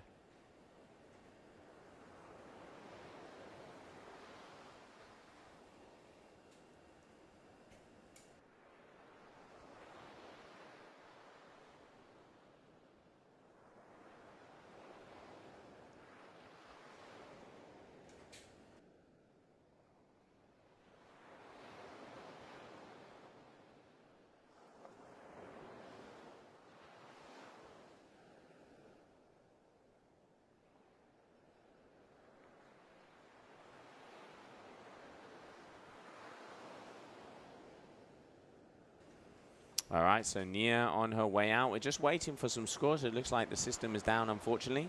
So as soon as it comes back, there it is. So Nia Suarez and Oran Ceris. So I can tell you a little bit of what's happening here, as now it has been updated and coming your way.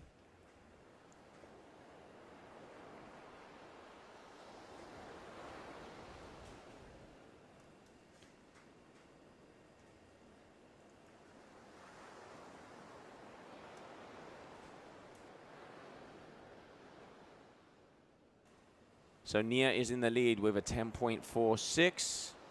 And Oran, unfortunately, has crashed that. But I tell you what, if Oran lands that backflip, I'm going to be calling a 10.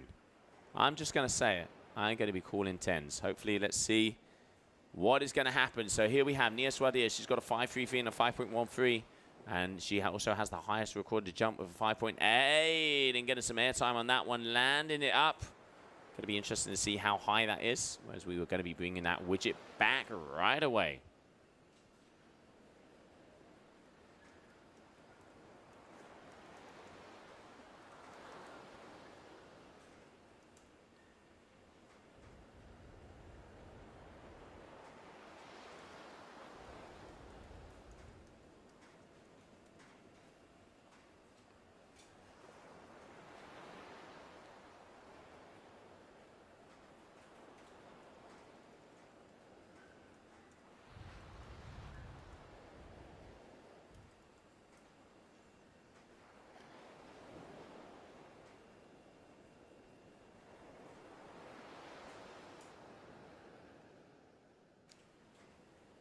.10, Nia Suarez commanding leads. So she already had a 5-meter jump there on that one.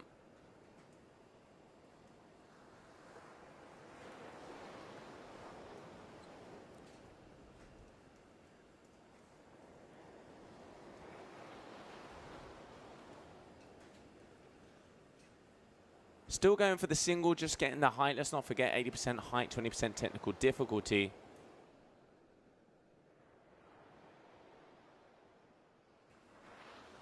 So Oran, she is going for that backflip. Does she get it? Oh, there it is, there it is, there it is. And the smile says it all. Oran Ceris going for the backflip. Let's have a look at that. Up and over, crouches around, gets it perfectly, the wing. Now I'm going to be interested to see the scores. Obviously, in the surf freestyle, that would be a very highly score move for the ladies. Obviously, not getting as much height. And wondering what is going to happen out there with this one. But is definitely going to be around the midpoint, waiting for confirmation. Nia has seen it. She is now on a trick attempt number 5. And what is it going to be? Making a huge single jump there for the young Spaniards. And want to know how high that one was. 6.3 meters. 6.3 meters. So it looks like Nia has now increased her lead on the overall leaderboard of the Red Bull Rockets. And we have a 5.9 there for Oran Ceris. So what is she going to be going for next? Oran just going up. Trick attempt number 5. I wonder if she is going to be trying that front flip. Already landed the back flip nice and clean. So now we go into the final move for each athlete.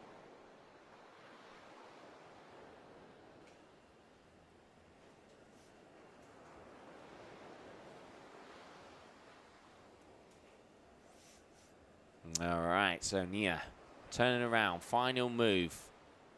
What are we going to see here from the young Spaniard world champion? And she's looking to try and get another world championship here with the big air. And there we can see just coming towards the town of Pozo Izquierdo. Up and over, getting some hang time and does land it. She does have those jumps on tap. And going to be curious to see how high that one, obviously from the drove. 5.9 meters there for Nia Suarez on that last one. But she already has the highest jump with a 6.3, leading the Red Bull Rocket leaderboard so far on the women's side. And Oran going for a back flip, but just missing the landing there so far on that one. So that means Making her way into the final, joining Mar de Arce. A big congratulations, Nia Suarez. And let's have a little look at the highlights from that last heat.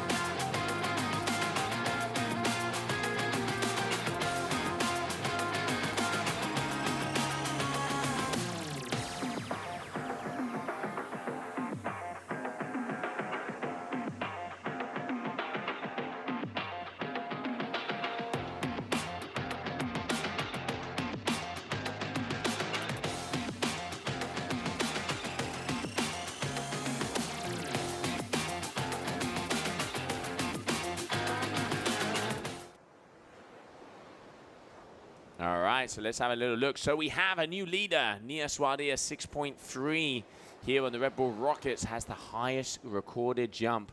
And as we can see, that red flag is in the air, meaning we're in transition time for the next heat. But before we go into the next heat, I'm going to go down to the beach with Liam because he has caught up with Malo Genole. Malo, I mean, I was watching that on the live and it all came down to the last trick. You were just saying there, you even claimed it. Something that you don't usually do, but the smile says it all. You're pleased to go through. Yeah, really happy to make it through because like it started pretty bad. It was almost like the worst hit of my life because I was pretty stressed. I was against Chris, Clement and Benji, who are like probably the best out there, so pretty stressful. And on my last attempt, I landed like one of my best front flips ever, and so yeah, I claimed it, like just came out like this. Who have you got next? I'm against my good friend and teammate Julien Ratotti. So yeah, we're gonna have tons of fun on the water.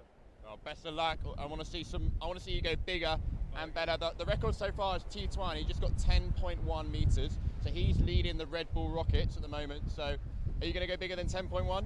Just try to get bigger than 10.1, but on a front flip. There you go, on a front flip. Maybe a 10.5 front flip. Let's wait and see.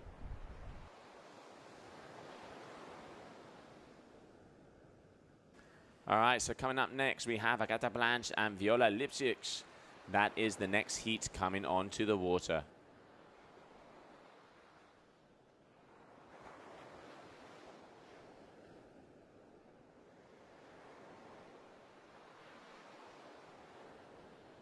All right, so let's go out on the water as we have two ladies.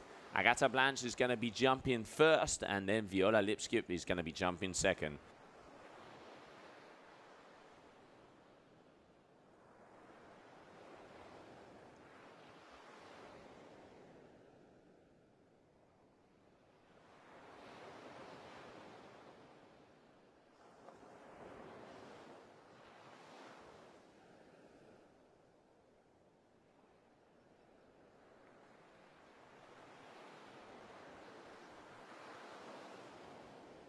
Is Viola Enzis?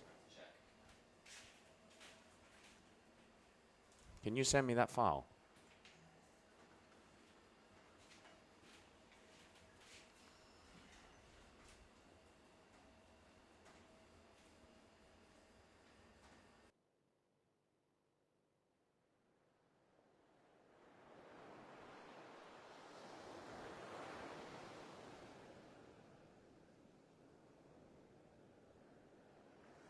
All right, so now Agata Blanche is going to be going for her second move. There we can see her. the NZS athletes. What is she going to have for us? And we already saw before that Nia Suarez has a new first position on the leaderboard with a 6.3.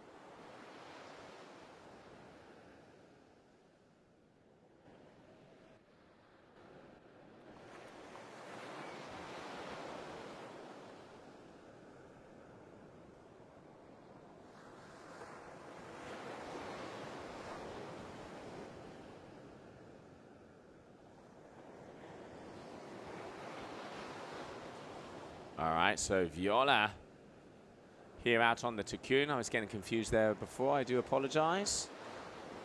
Making her way towards us. Up, nice amount of height there, but going down and crashing that one out. So as it stands, we have Agata Blanche with an 8.30 and Viola at the moment with a 4.17. So we continue on here for the big air discipline of the GWA Wingfoil World Tour. Let's not forget, we're going to be crowning one of our world champions here today, as this is a one-off event discipline. First time ever, and what better place to do it than jump in heaven, Pozo Izquierdo.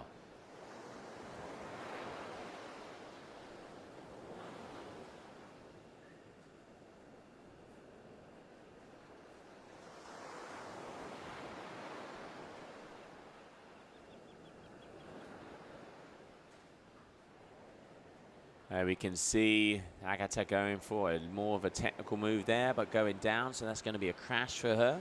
Trick attempt number 3. So who is going to be making their way into the final out of these two? We've already seen Ma de Arce is waiting, Nia Suarez, and who is going to be out of these two ladies, the third finalist here in this big air discipline.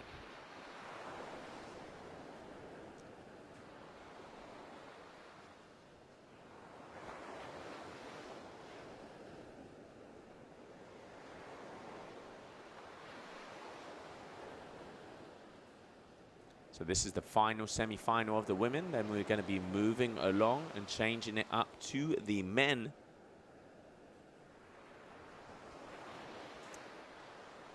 As we are in trick attempt number 4 out of 6.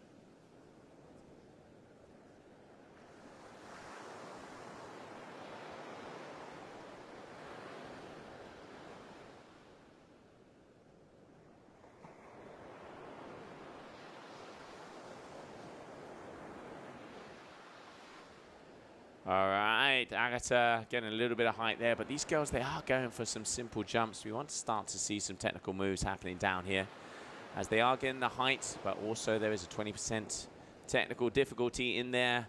So far, it's only been Oranceris to see and starting to go with some of the rotations. Looking forward to seeing her in the surf freestyle. But as it stands, this is the final semi-final of the women. And let's see who is going to be our finalist. And then we are going to move over to the men, as I know Liam is out on the beach getting an interview with Tituan Galea.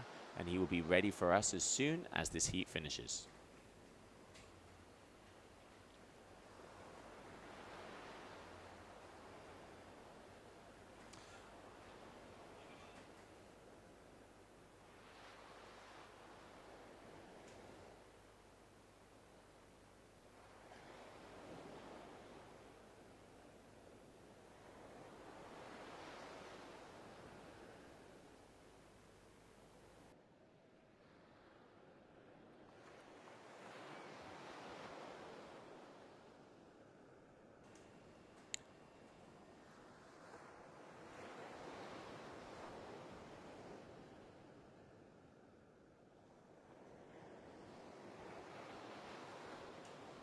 All right, let's have a look at the replay of that last one there from Viola. We just caught the end of it. So here we have Viola going up.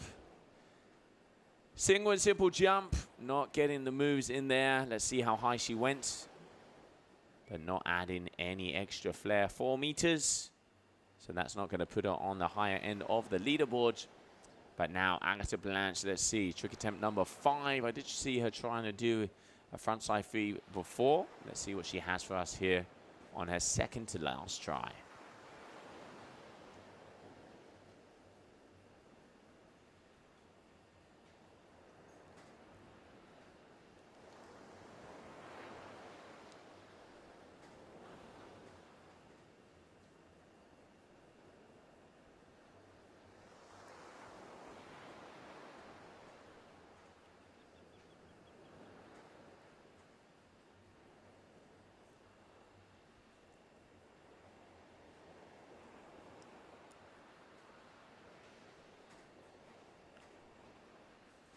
And getting some air time here on the inside and landing it nice and clean. But still, as I said before, just going for simple jumps, both of these ladies, not really racking up the points yet. So let's see who is going to be making their way into the final, as they are quite close together. Viola Lipsy has the upper hand with a 9.24 as we stand. Is that going to be enough for her to finalize it and get into the grand finale and see if she can play to get the World Championship title? Here she comes for a 5th trick attempt.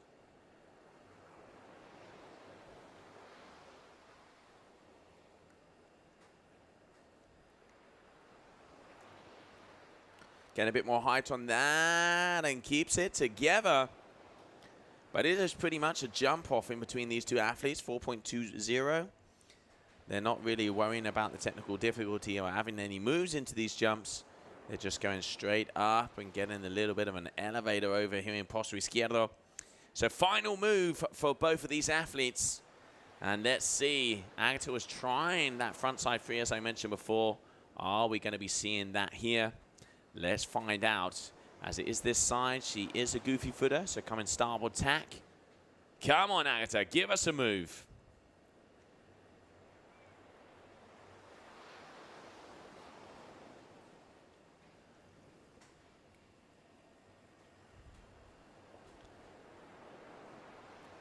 Oh, there's the kicker.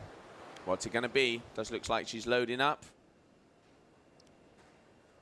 On the back of one of these bumps. There it goes. No, once again, going for the height. Just trying to ensure that she gets. Needs to improve on her backup score of a 4.33. Needing to improve by pretty much 1.6 points if she wants to take the lead on the overall. And is that going to be enough? I am not sure. We will soon find out. She has to improve and get past a 10.20. All right, so she got a 10.23. So we might see another buzzer beater here. Viola Lipsix needs to improve by 0.04 if she wants to make her way into the final.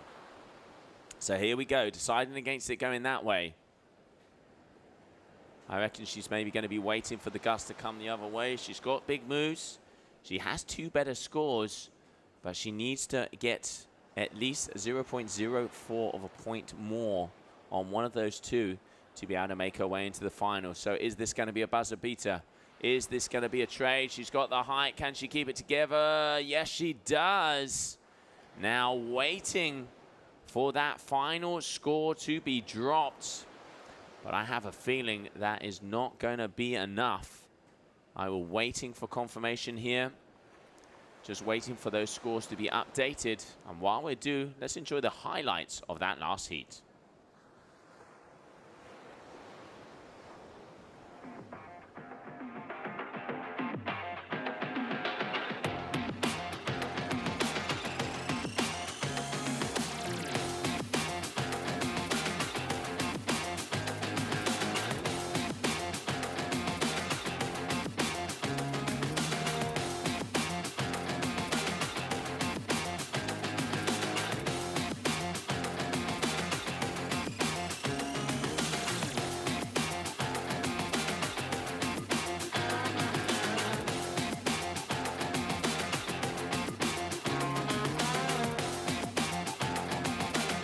Welcome back, everybody. Wow, we still have action out there as we're currently in the big air competition here, GWA Wingfoil World Tour event, Gran Canaria. Also, we have the Surfer app together with the Red Bull Rockets, where we have a leaderboard to see who is jumping the highest. We have Nia Suarez and Tituan Galea on the top of that leaderboard. And talking about Tituan Galea, I can hear in the corner of my ear that Liam Dredge is down on the beach with our current leader of the Red Bull Rockets. Tituan, just come off the water. We're chilling now in the Red Bull area, but you're now leading the Red Bull Rockets Award with 10.1 meters. Going massive out there. The smile says it all. How do you feel? Well, I never expect this. It's my wrong tag, so yeah, I'm pretty stoked to lead for now, and I hope I'm gonna push a bit more later in a semi-final. It must be quite maybe. I don't know. Trying to find the words. You got to. I mean, Malo, Camille, Benjamin, they're going huge, but with a front rotation. We didn't see you do that. Are you taking a different approach to every heat and every trick? Well, yeah, as I said, it's my wrong tag, so I cannot really perform tricks on this side. So that's why I'm only going for jump, and I try to boost the highest I can. So. And just talk to everyone watching about the conditions out there. Do you think that 10.5, 10.1 meters, that's the sort of the limit? Or do you think that with the right kicker, the right gust, you can really sort of see maybe even the 11s, the 12 meters be pushed? Well, I think today we can do 11 to 12 meter for sure. And if it was bigger kicker or maybe even stronger wind, I think we can reach 15 meter, no problem. One day we will reach it. Well, right now you're the one leading the Red Bull Rockets Awards. So maybe you keep it, maybe you don't. Only time will tell. Best of luck for the rest of your competition. Back to the studio. And welcome back, everybody. So coming in, we are going to have Julian Ratotti going up against Malo Genole. This is semi-final number 1 of the men.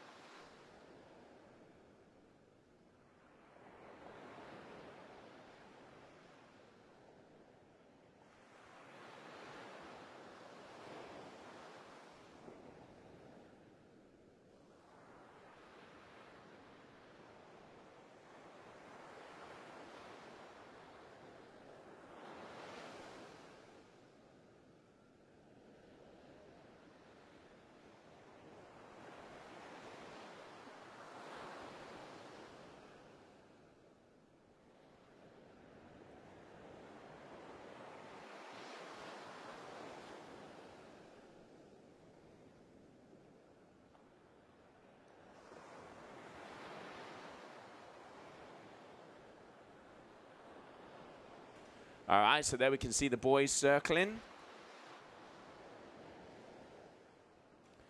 So that man is going to be the guy who's going to be jumping first. And information in.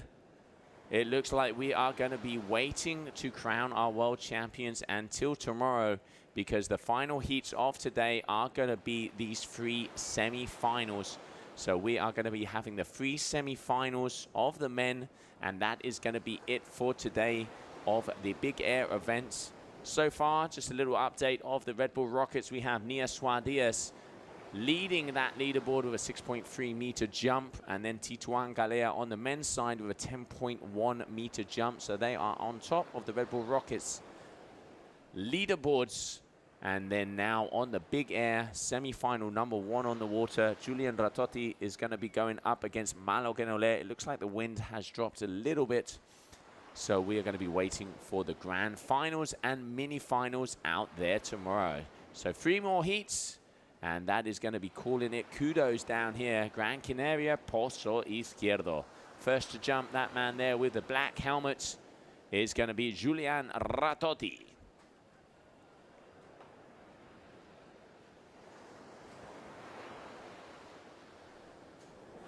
All right, here we have Julian making his way up. Oh, getting some air time.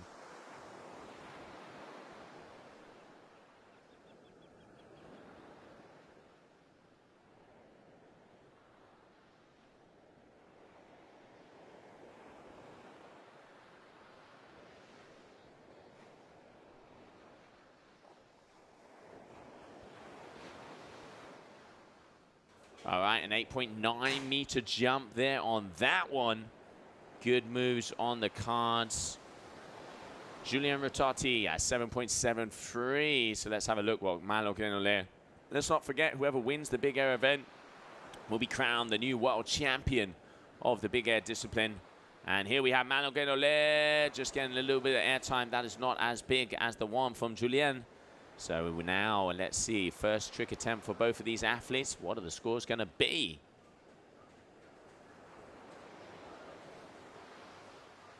Up and away, just Malo getting some air time. Let's not forget, 6 trick attempts, top 2 moves are the ones that are going to count. As we continue on out here on the water, a full day of competition here of this big air event. Been very cool to have the surfer apt, measuring all of the heights, the kilometers, the travel, and the seconds that our athletes have been in the air. And also together with the Red Bull Rockets, seeing who is going to be on top of that leaderboard by the end of the competition. So here we have Julian Ratotti, trick attempt number 2. As it does look like that wind has dropped a little bit. There are still some kickers rolling in. Let's see what they got for us. Oh, there it is. Nice little ramp there. Is he going to use it? No. Still looking for a ramp. Deciding against it. He's going to be coming back around.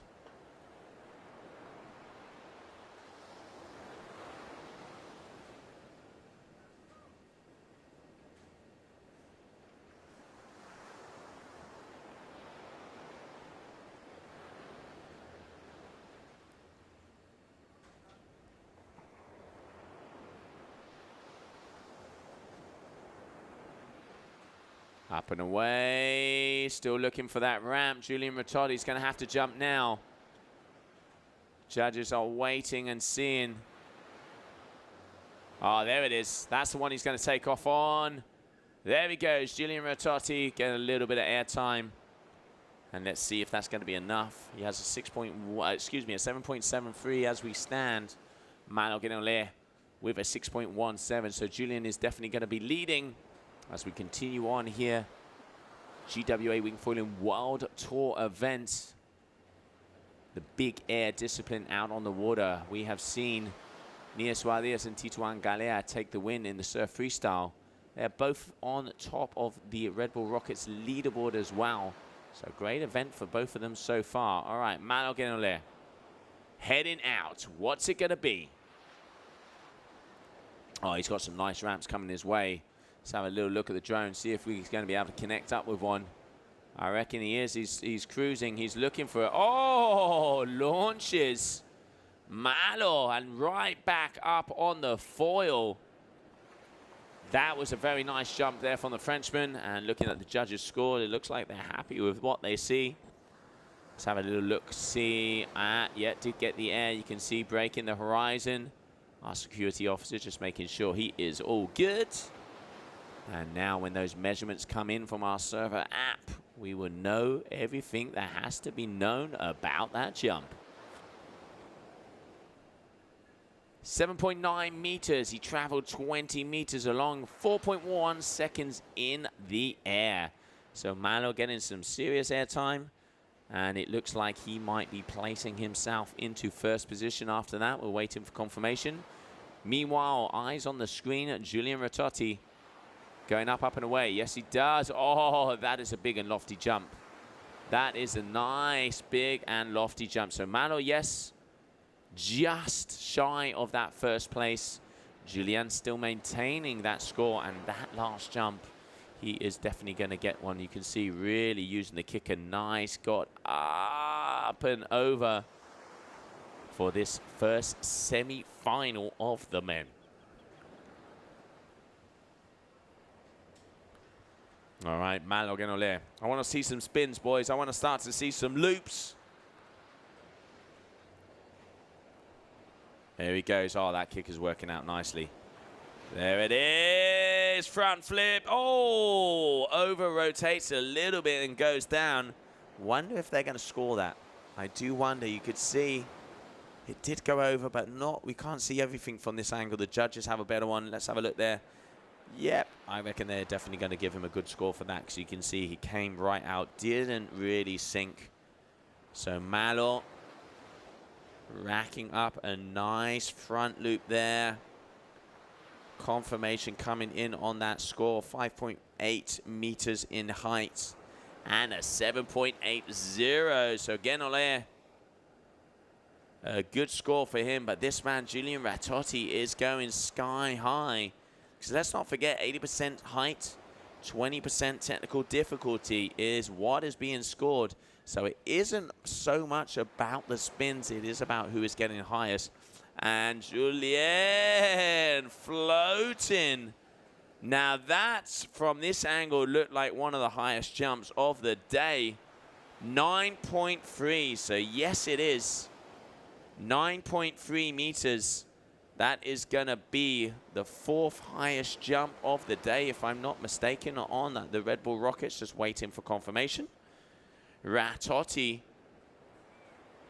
going sky high, so definitely Genole has to up his height if he wants to be making his way through to the final. He is the current surf freestyle world champion, and now he is looking to dig his teeth into yet another world championship title. Coming back towards the shore, waiting for the bumps, waiting for the sets, the ramps, the kickers to be coming his way. All right, Malo, let's do it. Sky high, boys, sky high. Gets it, rotates around, and a nice and perfectly landed front loop. Very technical difficulty, so obviously he's going to get full kudos out on those 2 points.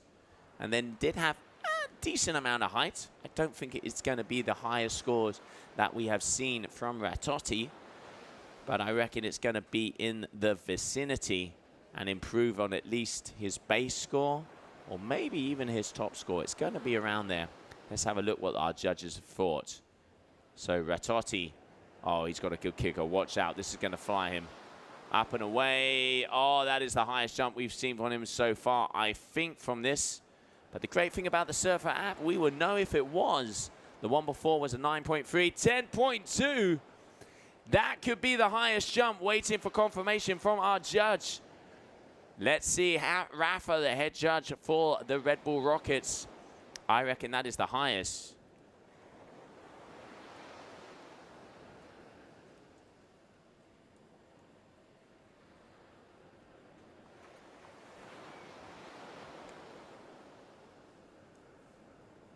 All right, so it is official. The new leader of the Red Bull Rockets.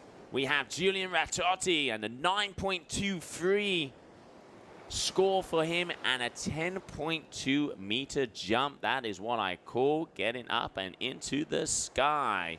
So we have a new leader of the Red Bull Rocket leaderboard, Julian Retotti. And a 5th trick attempt now coming for Malo Genole as he comes back towards the shore. But Julian going absolutely to the moon on that one.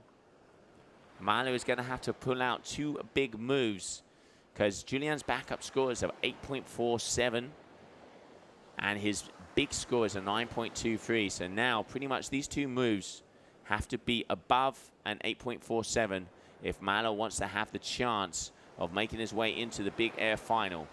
So what's it going to be? Malo Genole looking, fishing, hunting, scavenging for a kicker.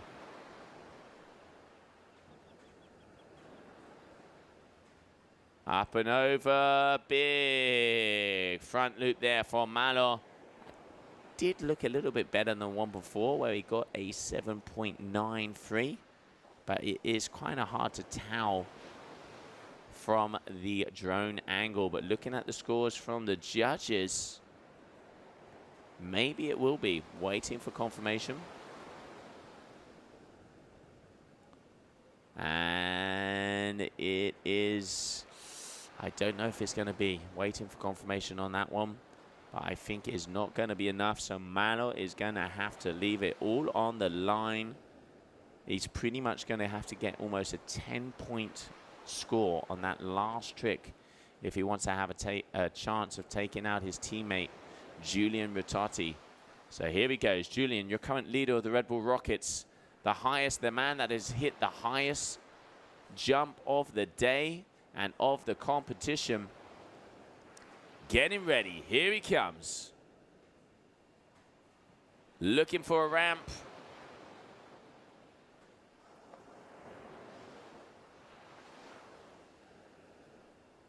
Oh, it looks like he's found it. I can see one there. You can see when he gets that body nice and low because then he can crouch. No, all right. Deciding against that, leaving me hanging. It's all good. It's all good. And he's going to be coming back as he knows this is an important move for him. He is not going to take any chances against his teammates. Let's not forget he is the current world champion, Malo Genole. And he knows if anybody can do it, is him. So he wants to make sure he can improve his scores as much as possible.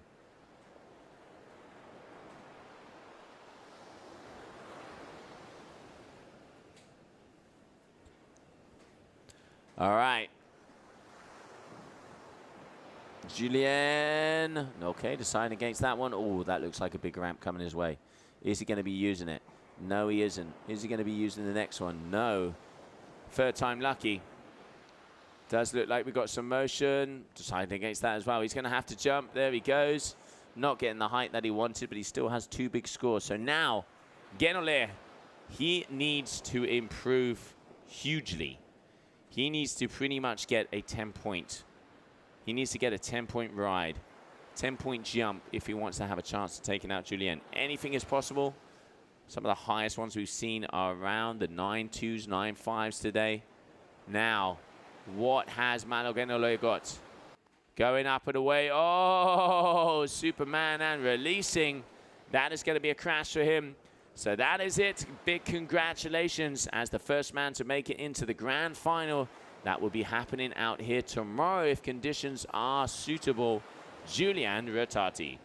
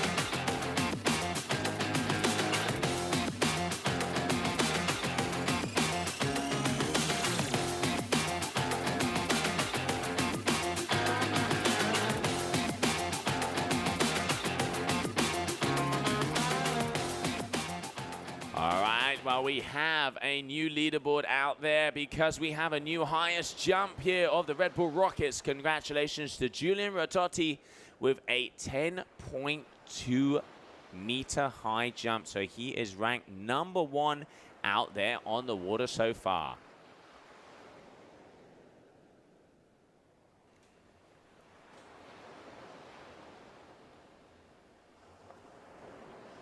Well, there we had the first semi-final, and you can see Julian Rototti going sky high, already getting that first place on the leaderboard.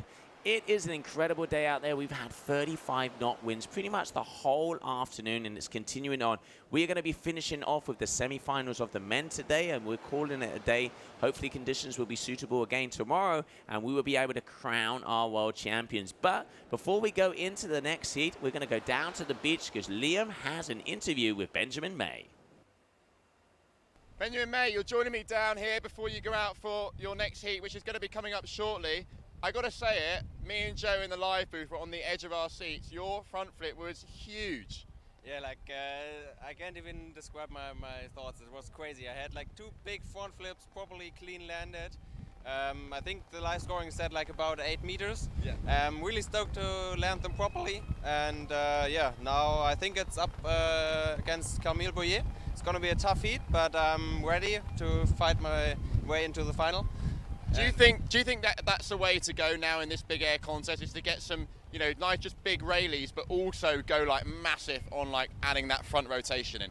Yeah, I think the windsurfers making it already pretty good, like doing stalled doubles on 11 meters, and I think that's all the way where we should go on the wingfoiling. I see the future in big moves, big front flips, maybe also double fronts. And yeah, we'll see where the future brings wingfoiling. So, well, you guys sure are pushing it in the right direction. I'll let you go and get ready. So, back to the studio. Yeah, thanks a lot, Liam. So here we have that man just getting ready to go into the water. Benjamin May is going to be going up against Camille Boyer.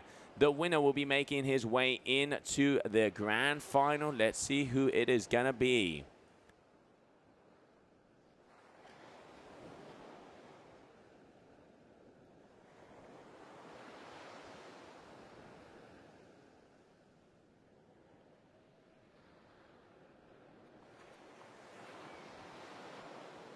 All right, so it looks like we had an 8.2 meter jump there from Benjamin May.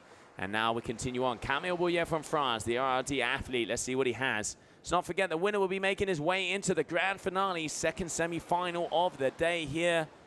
Who's it going to be? Who's it going to be?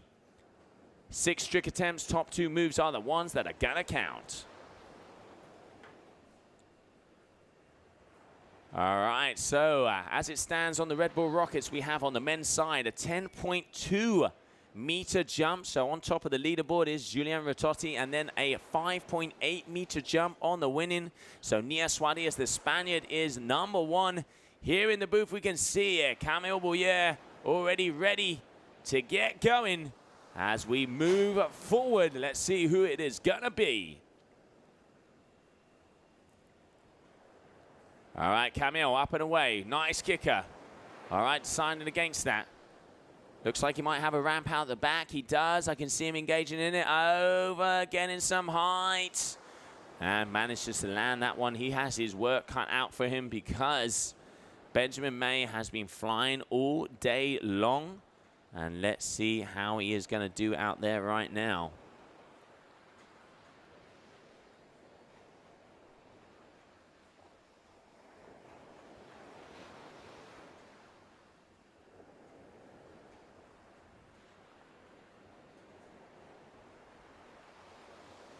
All right, Benjamin. What's he got for us? You can just see body language. He is pumped. Oh, front loop, making it look too easy, like clockwork out there.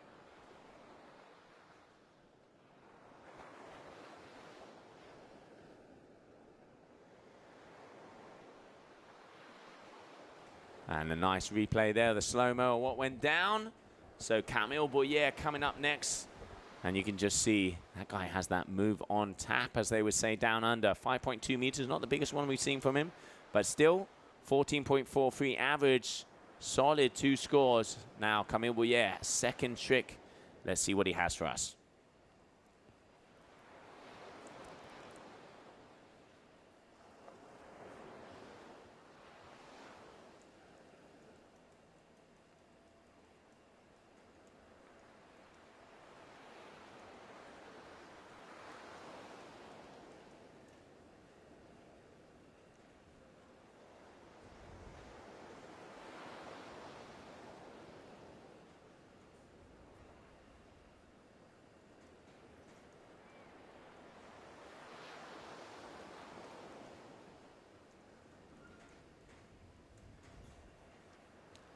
All right, Benjamin.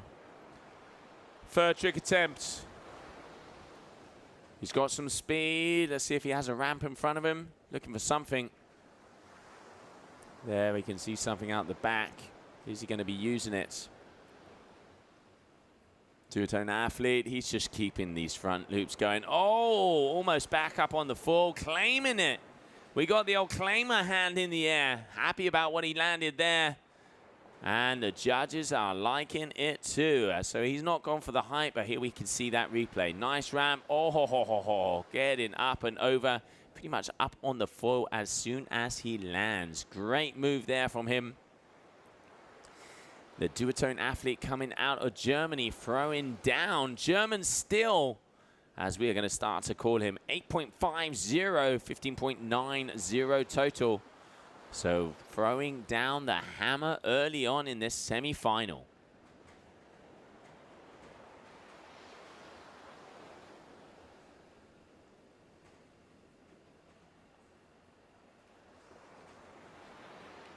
All right, here we go, here we go.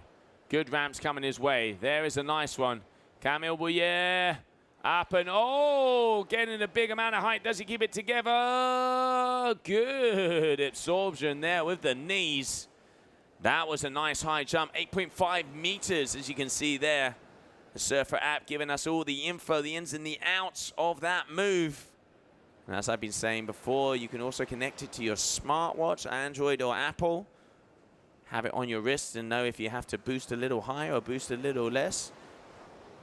But I must admit, my favorite part of this app is it is the best way to see who is going to pay those nice cold ones at the end of a session. There's no cheating now, lads. It's all gone digital. And it is great to have it here involved together with the Red Bull Rockets to see who is the highest jumper down in Gran Canaria.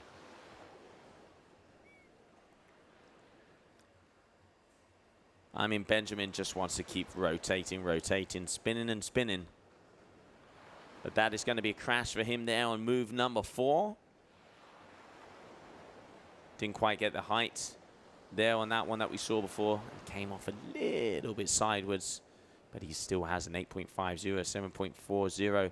But now Camille has a better score than his backup score. So Camille now aiming for something above an 8.5. Good heat. Okay. Gets the heat, starts to get the vibe, and lands nicely on the foil.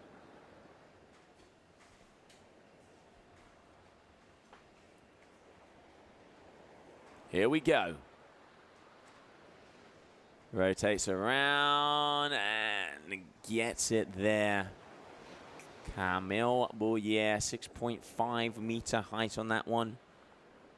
And just waiting to see if that's going to increase on his backup score, but I don't think it is going to. So trick attempt number 5 for both of these athletes. 2 more moves each to show what they have down here. Pozo Izquierdo. The winner of this heat will be making it through to the grand final, and then we will be starting the last heat of the day. Oh, he's got some speed. Watch out. If he links that with a ramp, he's going to go high. Travels. Oh, got yanks, slingshotted around in the air there. I tell you what, this kid has that move down. Just look how he got the power and boom, all the way over, leaving nothing in the tank, Benjamin. I take my hat off to you. As they would say in the Colosseum, we salute you. And now Camille Bouillet, the French RRD athlete, deciding against that one. Going to be going back to see if he can have a little bit more speed. And there he is, going down. Looking for a ramp. Oh, he's found it. Oh, goes for the front loop. Oh, but come down a little heavy. And that is going to be a wipeout for him. So final move for both of our athletes.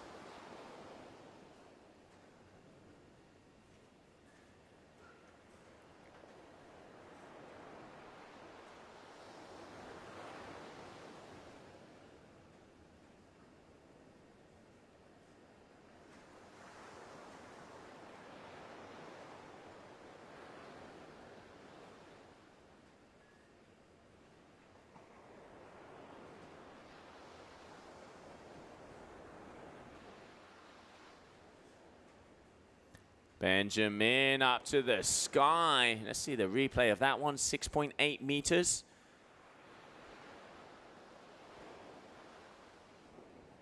Up and over, just flying, having a little air time, as that is going to be his final move. So now, Cami needs to get something above an 8.4 if he wants to have an 8.41 if he wants to be able to make his way through to the grand final. Final move, leaving it down to the buzzer. You've got to love a buzzer beater. It doesn't look like he's got much of a kicker coming towards him. Is he going to be turning around? There seems like there's something out the back there. I think Cami has seen it as well. But is he going to take it? Looking for the bump, looking for the hump. Going for a big front roll. Almost trying the front roll 360 there. One of the moves we haven't seen before. But nope, not being able to land it. So that's going to be a crash. So that is the last move of this second semi-final of the day. And while we're waiting, let's have a little look at the recap of that semi-final.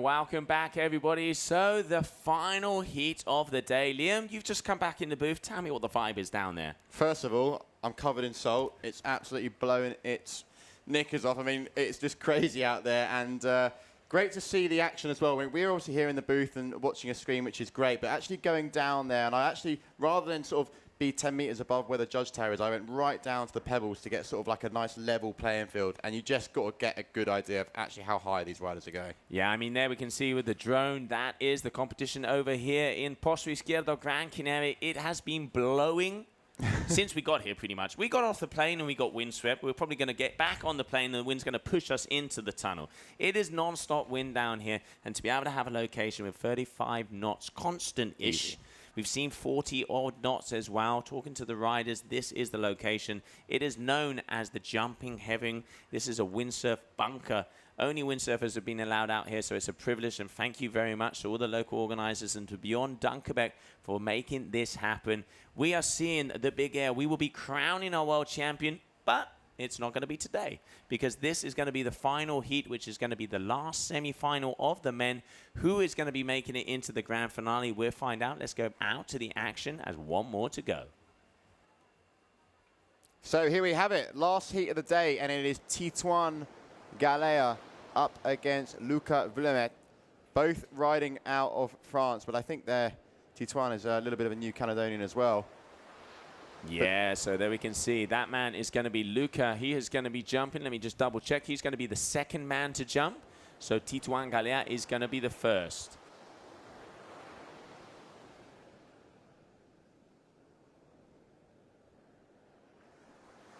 All right, so Titouan looking to make sure he knows when it's his turn. He has the second highest jump on the Red Bull Rockets leaderboard because Ratotti overtook him by 0.1 meter. So now let's have a look. All right, he's just trying to launch, keeping that wing in. Like I said before, one of the best moves I've ever seen performed on a wingfoil was the double backflip from Titouan. He went out there to Hawaii and just launched himself over a wave. This guy knows what it is to go high. But Ratotti giving him for a run for his money, and at the moment on the leaderboard of the Red Bull Rockets, Tituan is second. But let's not forget, this is the big air competition. Whoever wins out of these two are going to be going into the final. Luca now, what's he got up his sleeve for the first trick attempt? Tituan not going to be too happy with the start there, but Luca making use of a great kicker. Nice bit of height there. Thought actually he might end up going a little bit bigger, but we can see Tituan 6.2 meters. Wonder what Luca's will be. Yeah, I reckon that's going to be a couple meters higher at least, and an important factor.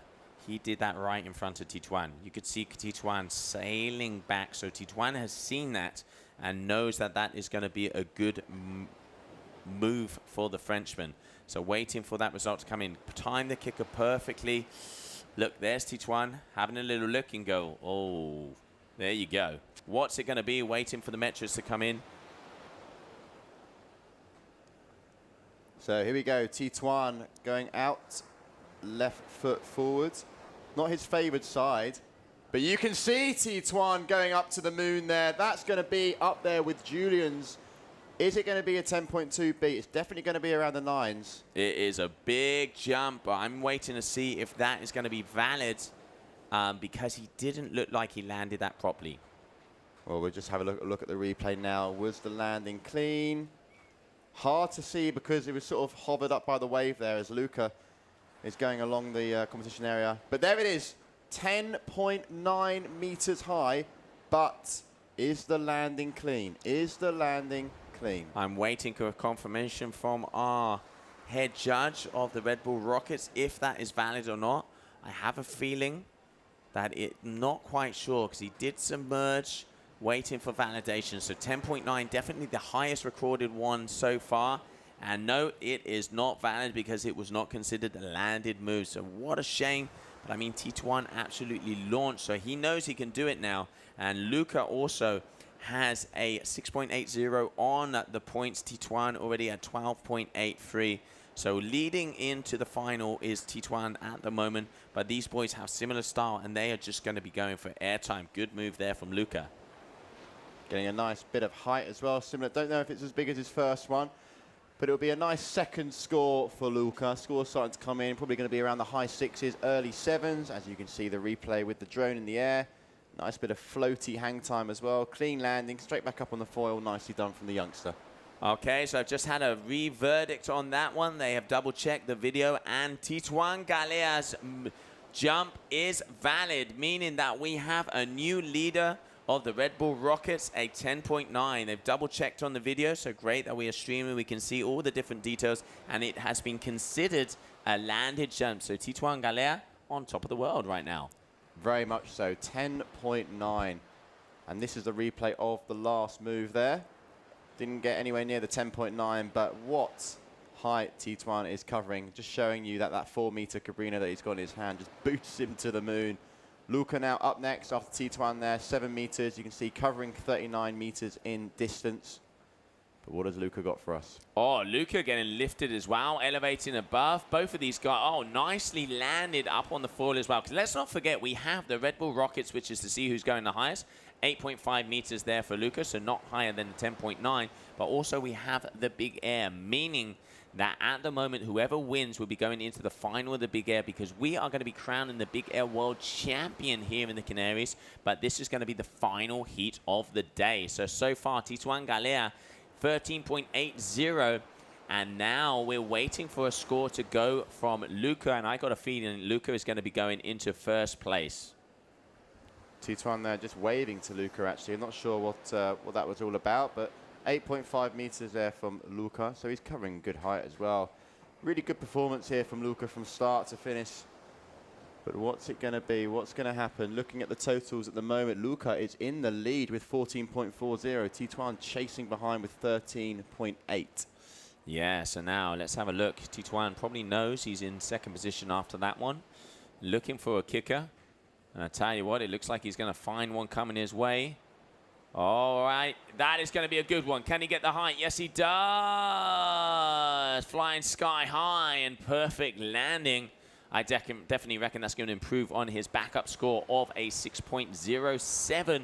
Let's see what height he got there as well. Went past this one, up and away, and all the way over. Great move there from Tituan Galea. As we're just waiting to see if that is going to improve on his overall score, 8.5 meters, so it's actually the same as Luca from before. Looking out on your screen, trick attempt number 4. But again, he's had that actually already in this heat, and he's gone over as well. A bit too much speed. But will he have enough time to just gather his belongings together, get back on the boards, and be able to tick off yet another trick? Because he hasn't had a crash yet. Although that was a crash, they do have a certain amount of seconds to perform their tricks. I think it's roughly about 30 seconds. 6 trick attempts, 2 of which count. And Luca at the moment just trying to scramble back on his board.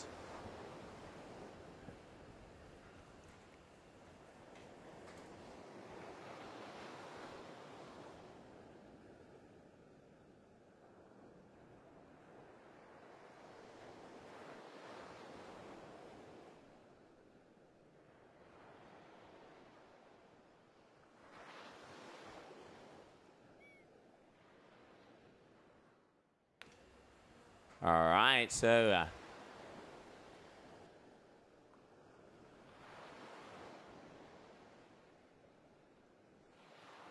all right, so we can see the replay. Oh, lofty little one there from Luca. So that is trick attempt number 4. Let's see what scores he's got. That's not going to improve on his overall average. Very close in between these two. Tituan leading 15.10 and a 14.40 for Luca. Now Tituan, 5th trick attempt. Backup score of a 7.37. Let's see what he's got. Tituan left foot forwards, and not looking like there's too much kickers out there just in this section of the competition area. So he's heading a little bit further out, but you can see now starting to engage a little bit more weight going back onto the heels as he goes for takeoff. And takeoff indeed. That's a big jump there for Tituan, looking like it might be around the high 9s, early 10s. Yeah, absolutely. Good move there from the Frenchman.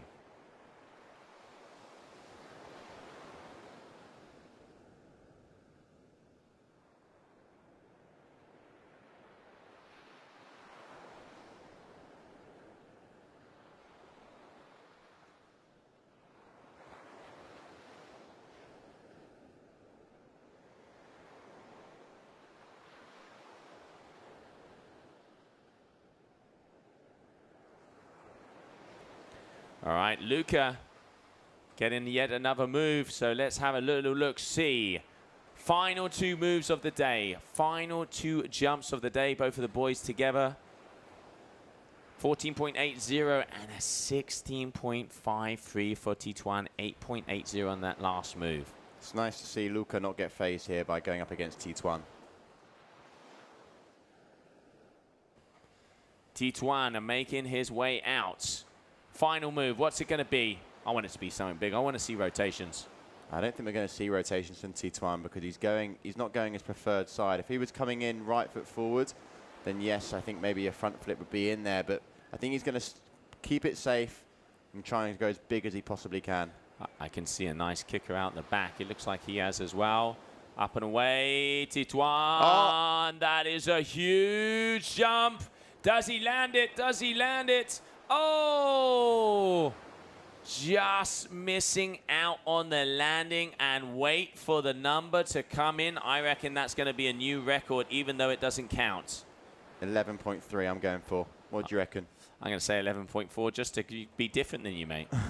Well, you're going to go 11.3 were you originally? All right, so here we have Luca, final move, waiting for the metrics on Tituan. Okay, left foot forward. Here we go, Luca. Looks like a nice little kicker shaping up for him. Here he goes, takes off. Nice little bit of height as well as you get to that skyline. But look at the score that's just come in from Tituan. 12.2. 12.2 meters there from Tituan, but unfortunately that is insane. That is absolutely ridiculous. What a move, what a jump.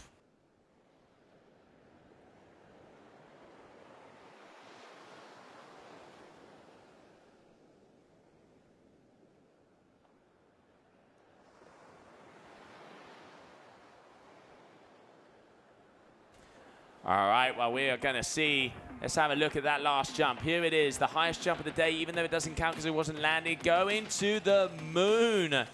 12.2.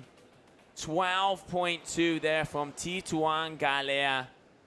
The biggest jump out there today, but unfortunately, as it wasn't landed, even going as high as our drone there, that one is not going to count. Tituan Galea absolutely flying. So let's have a look at the leaderboard of how the Red Bull Rockets has ended up. So still, we are just waiting for an update.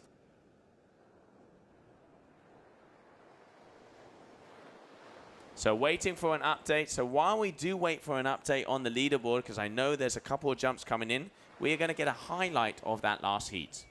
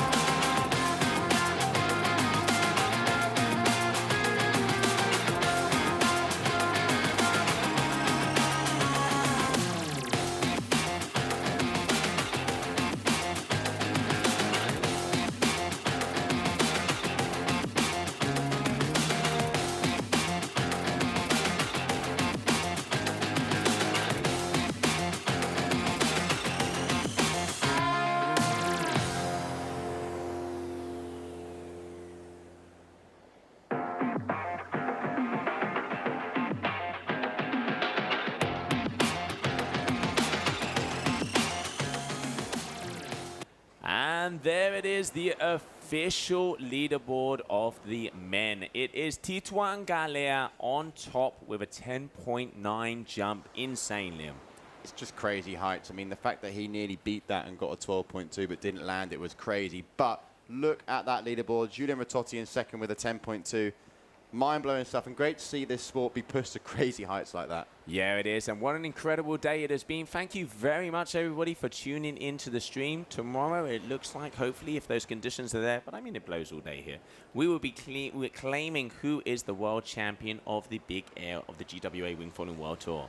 Yeah, excited to see who will be claimed the champion. And then we also have a little bit of surf freestyle action that I am very much looking forward to, especially with the Red Bull Rockets, because that won't just finish for the Red Bull Rockets, for the big air, sorry. It will also go through to surf freestyle, so plenty of action to come. Yeah, absolutely. And to enjoy a little bit more of the action that we've had today, we're going to be closing out with the highlights of here, the Big Air GWA Wingfoiling World Tour.